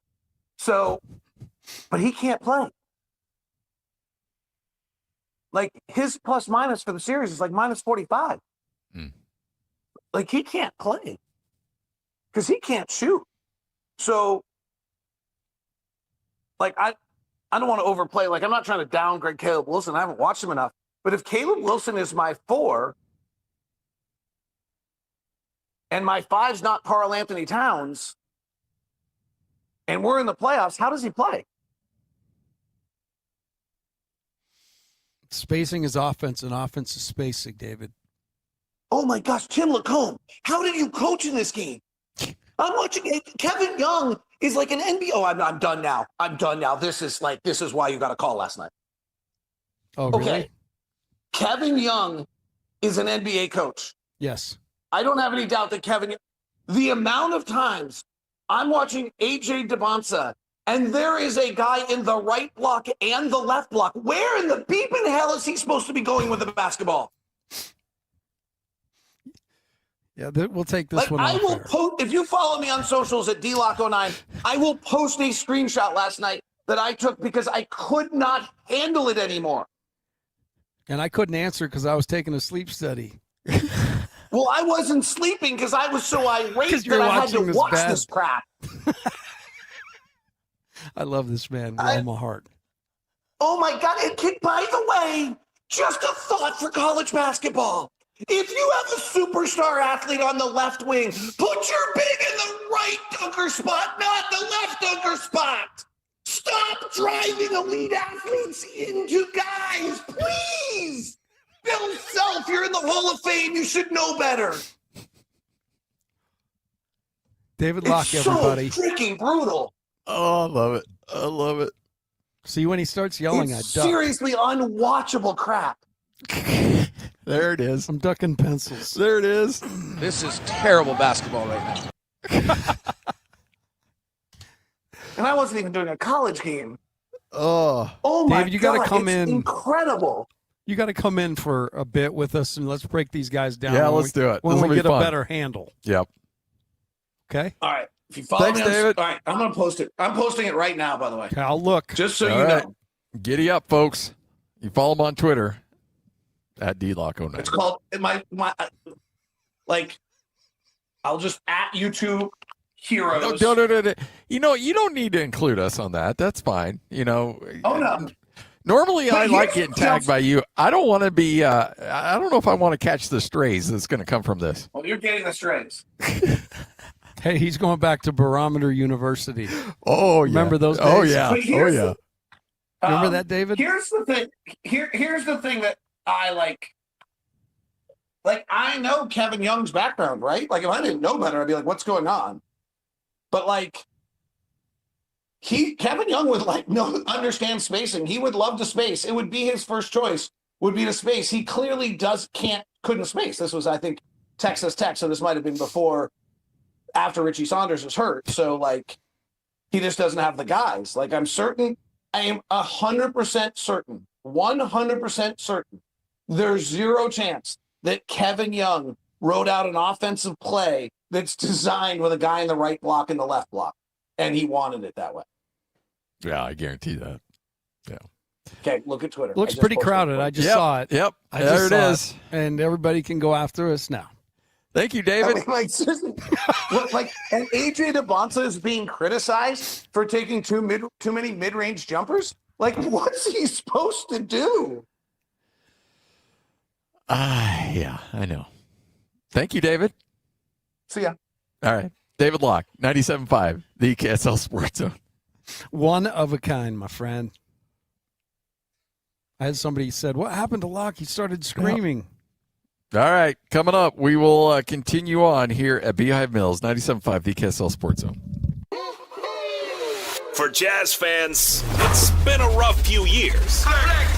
Well, those days are behind us as the Utah Jazz finally struck gold in the NBA Draft Lottery. Picking second. As the Jazz prepare to draft a potential superstar with the number 2 overall pick, nobody will bring you better coverage of the NBA Draft than the KSL Sports Zone. For all the breaking news, high-profile interviews, and player analysis leading right up to draft night, keep it locked on your exclusive home of Utah Jazz basketball. 97.5.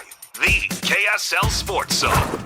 Don't miss the excitement of the crowd, the perfect ping of 300-yard drives, the sound of sinking a 15-foot putt, shifting the leaderboard. Challenge is an understatement. Beautiful, bold, athletic. LPGA's next-gen stars vying for glory on a course that's as stunning as it is challenging. The Copper Rock Championships Epson Tour, May 14th through 16th. Come for the game. Stay for the journey. Copper Rock, born to be played. America First Credit Union has everything you need to get your money working. And for a limited time, new members get a $150 cash bonus for opening a checking account and $200 more for enrolling in and using direct deposit. If you're ready to do more with your money and get up to $350 cash, head to americafirst.com and become a member today.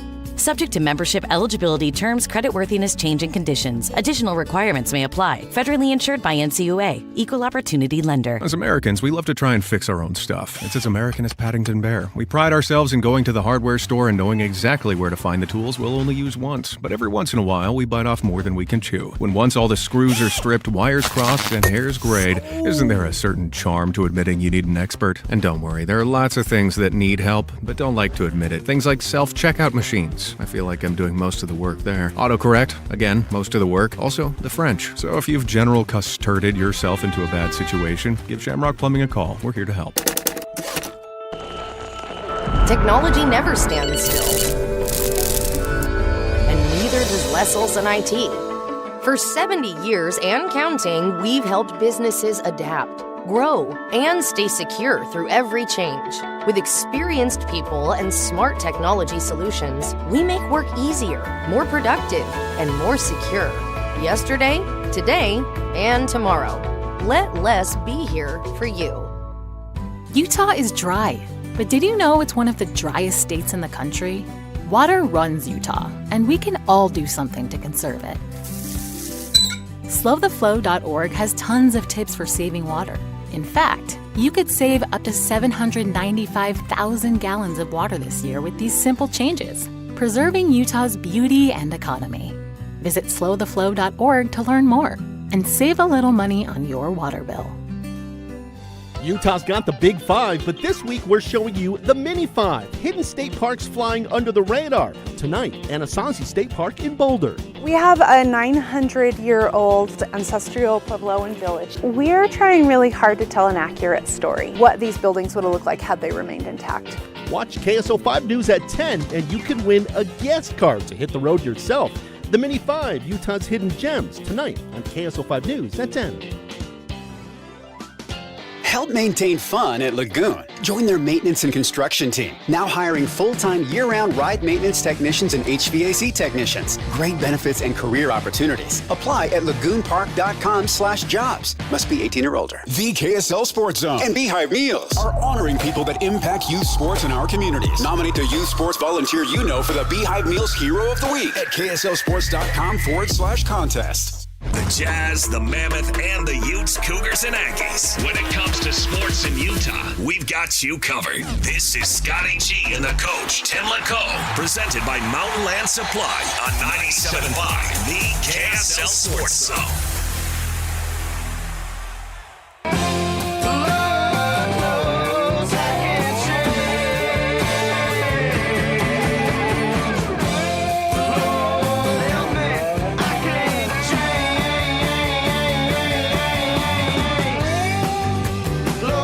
Wrapping up another edition of the show. Fun one today. Big thanks to David Locke for not only including us on tags that could get us some strays from BYU fans. I want none of that. You leave me out of that. And also, we had a lot of other great conversations as well. Took a closer look at Caleb Wilson.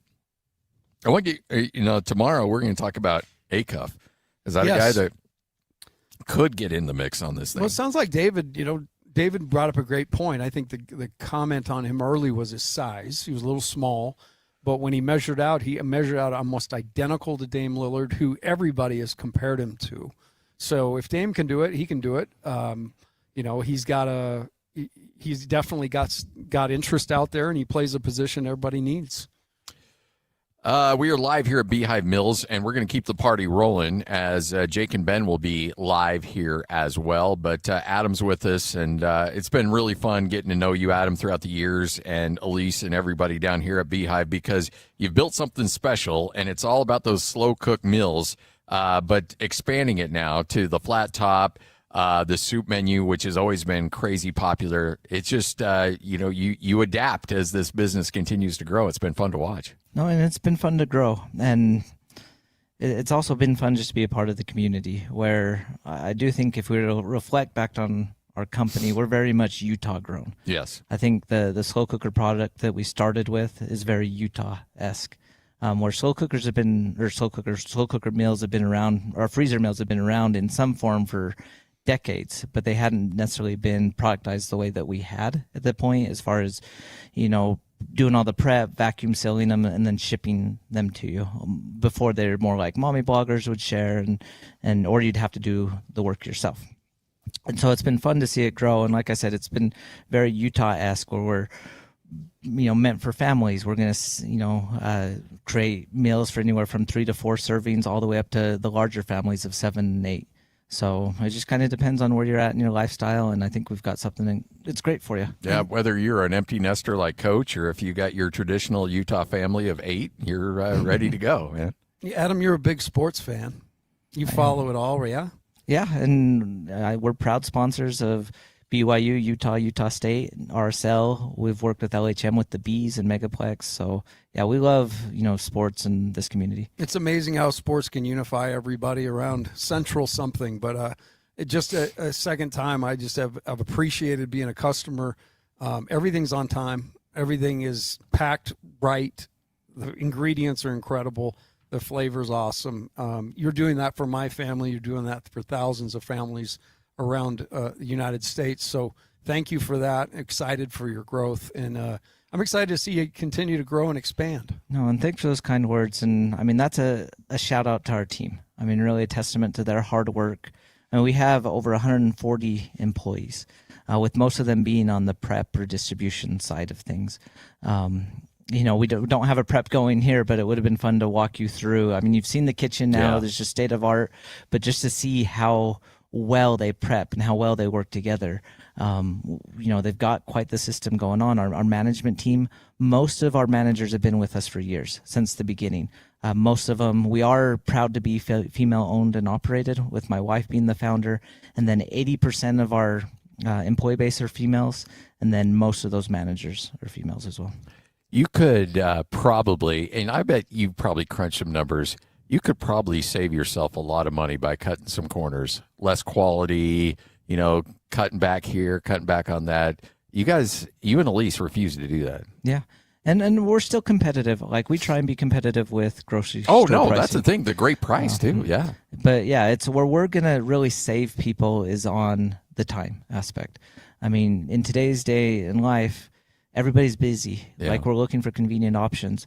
Very often, both spouses have to work outside of the home just to keep up with rising prices, inflation, and everything. Where us, what we do is we give you a good option that you still home cook it, and then we're going to save you time. We're just going to remove a lot of the time it's spent on the planning and the shopping and the prep work. It's really slow. Throw it in your slow cooker, put it on your flat top grill, and within. The total prep time is less than 20 minutes in most of our meals. It's awesome. And the great thing is you can customize these too. There's, you can have the base of what you have and then, use it this way or use it this way. I mean, there's a bunch of different ways you can customize the same meal almost. Yeah, we don't lock into a recipe. Yeah. And I mean, a good example that I like to use is say that you're trying to do more high protein for yourself as a parent, because that's very popular. Macro balance diets are very popular. You can use our meals as the base, and then say you have one that's a pasta.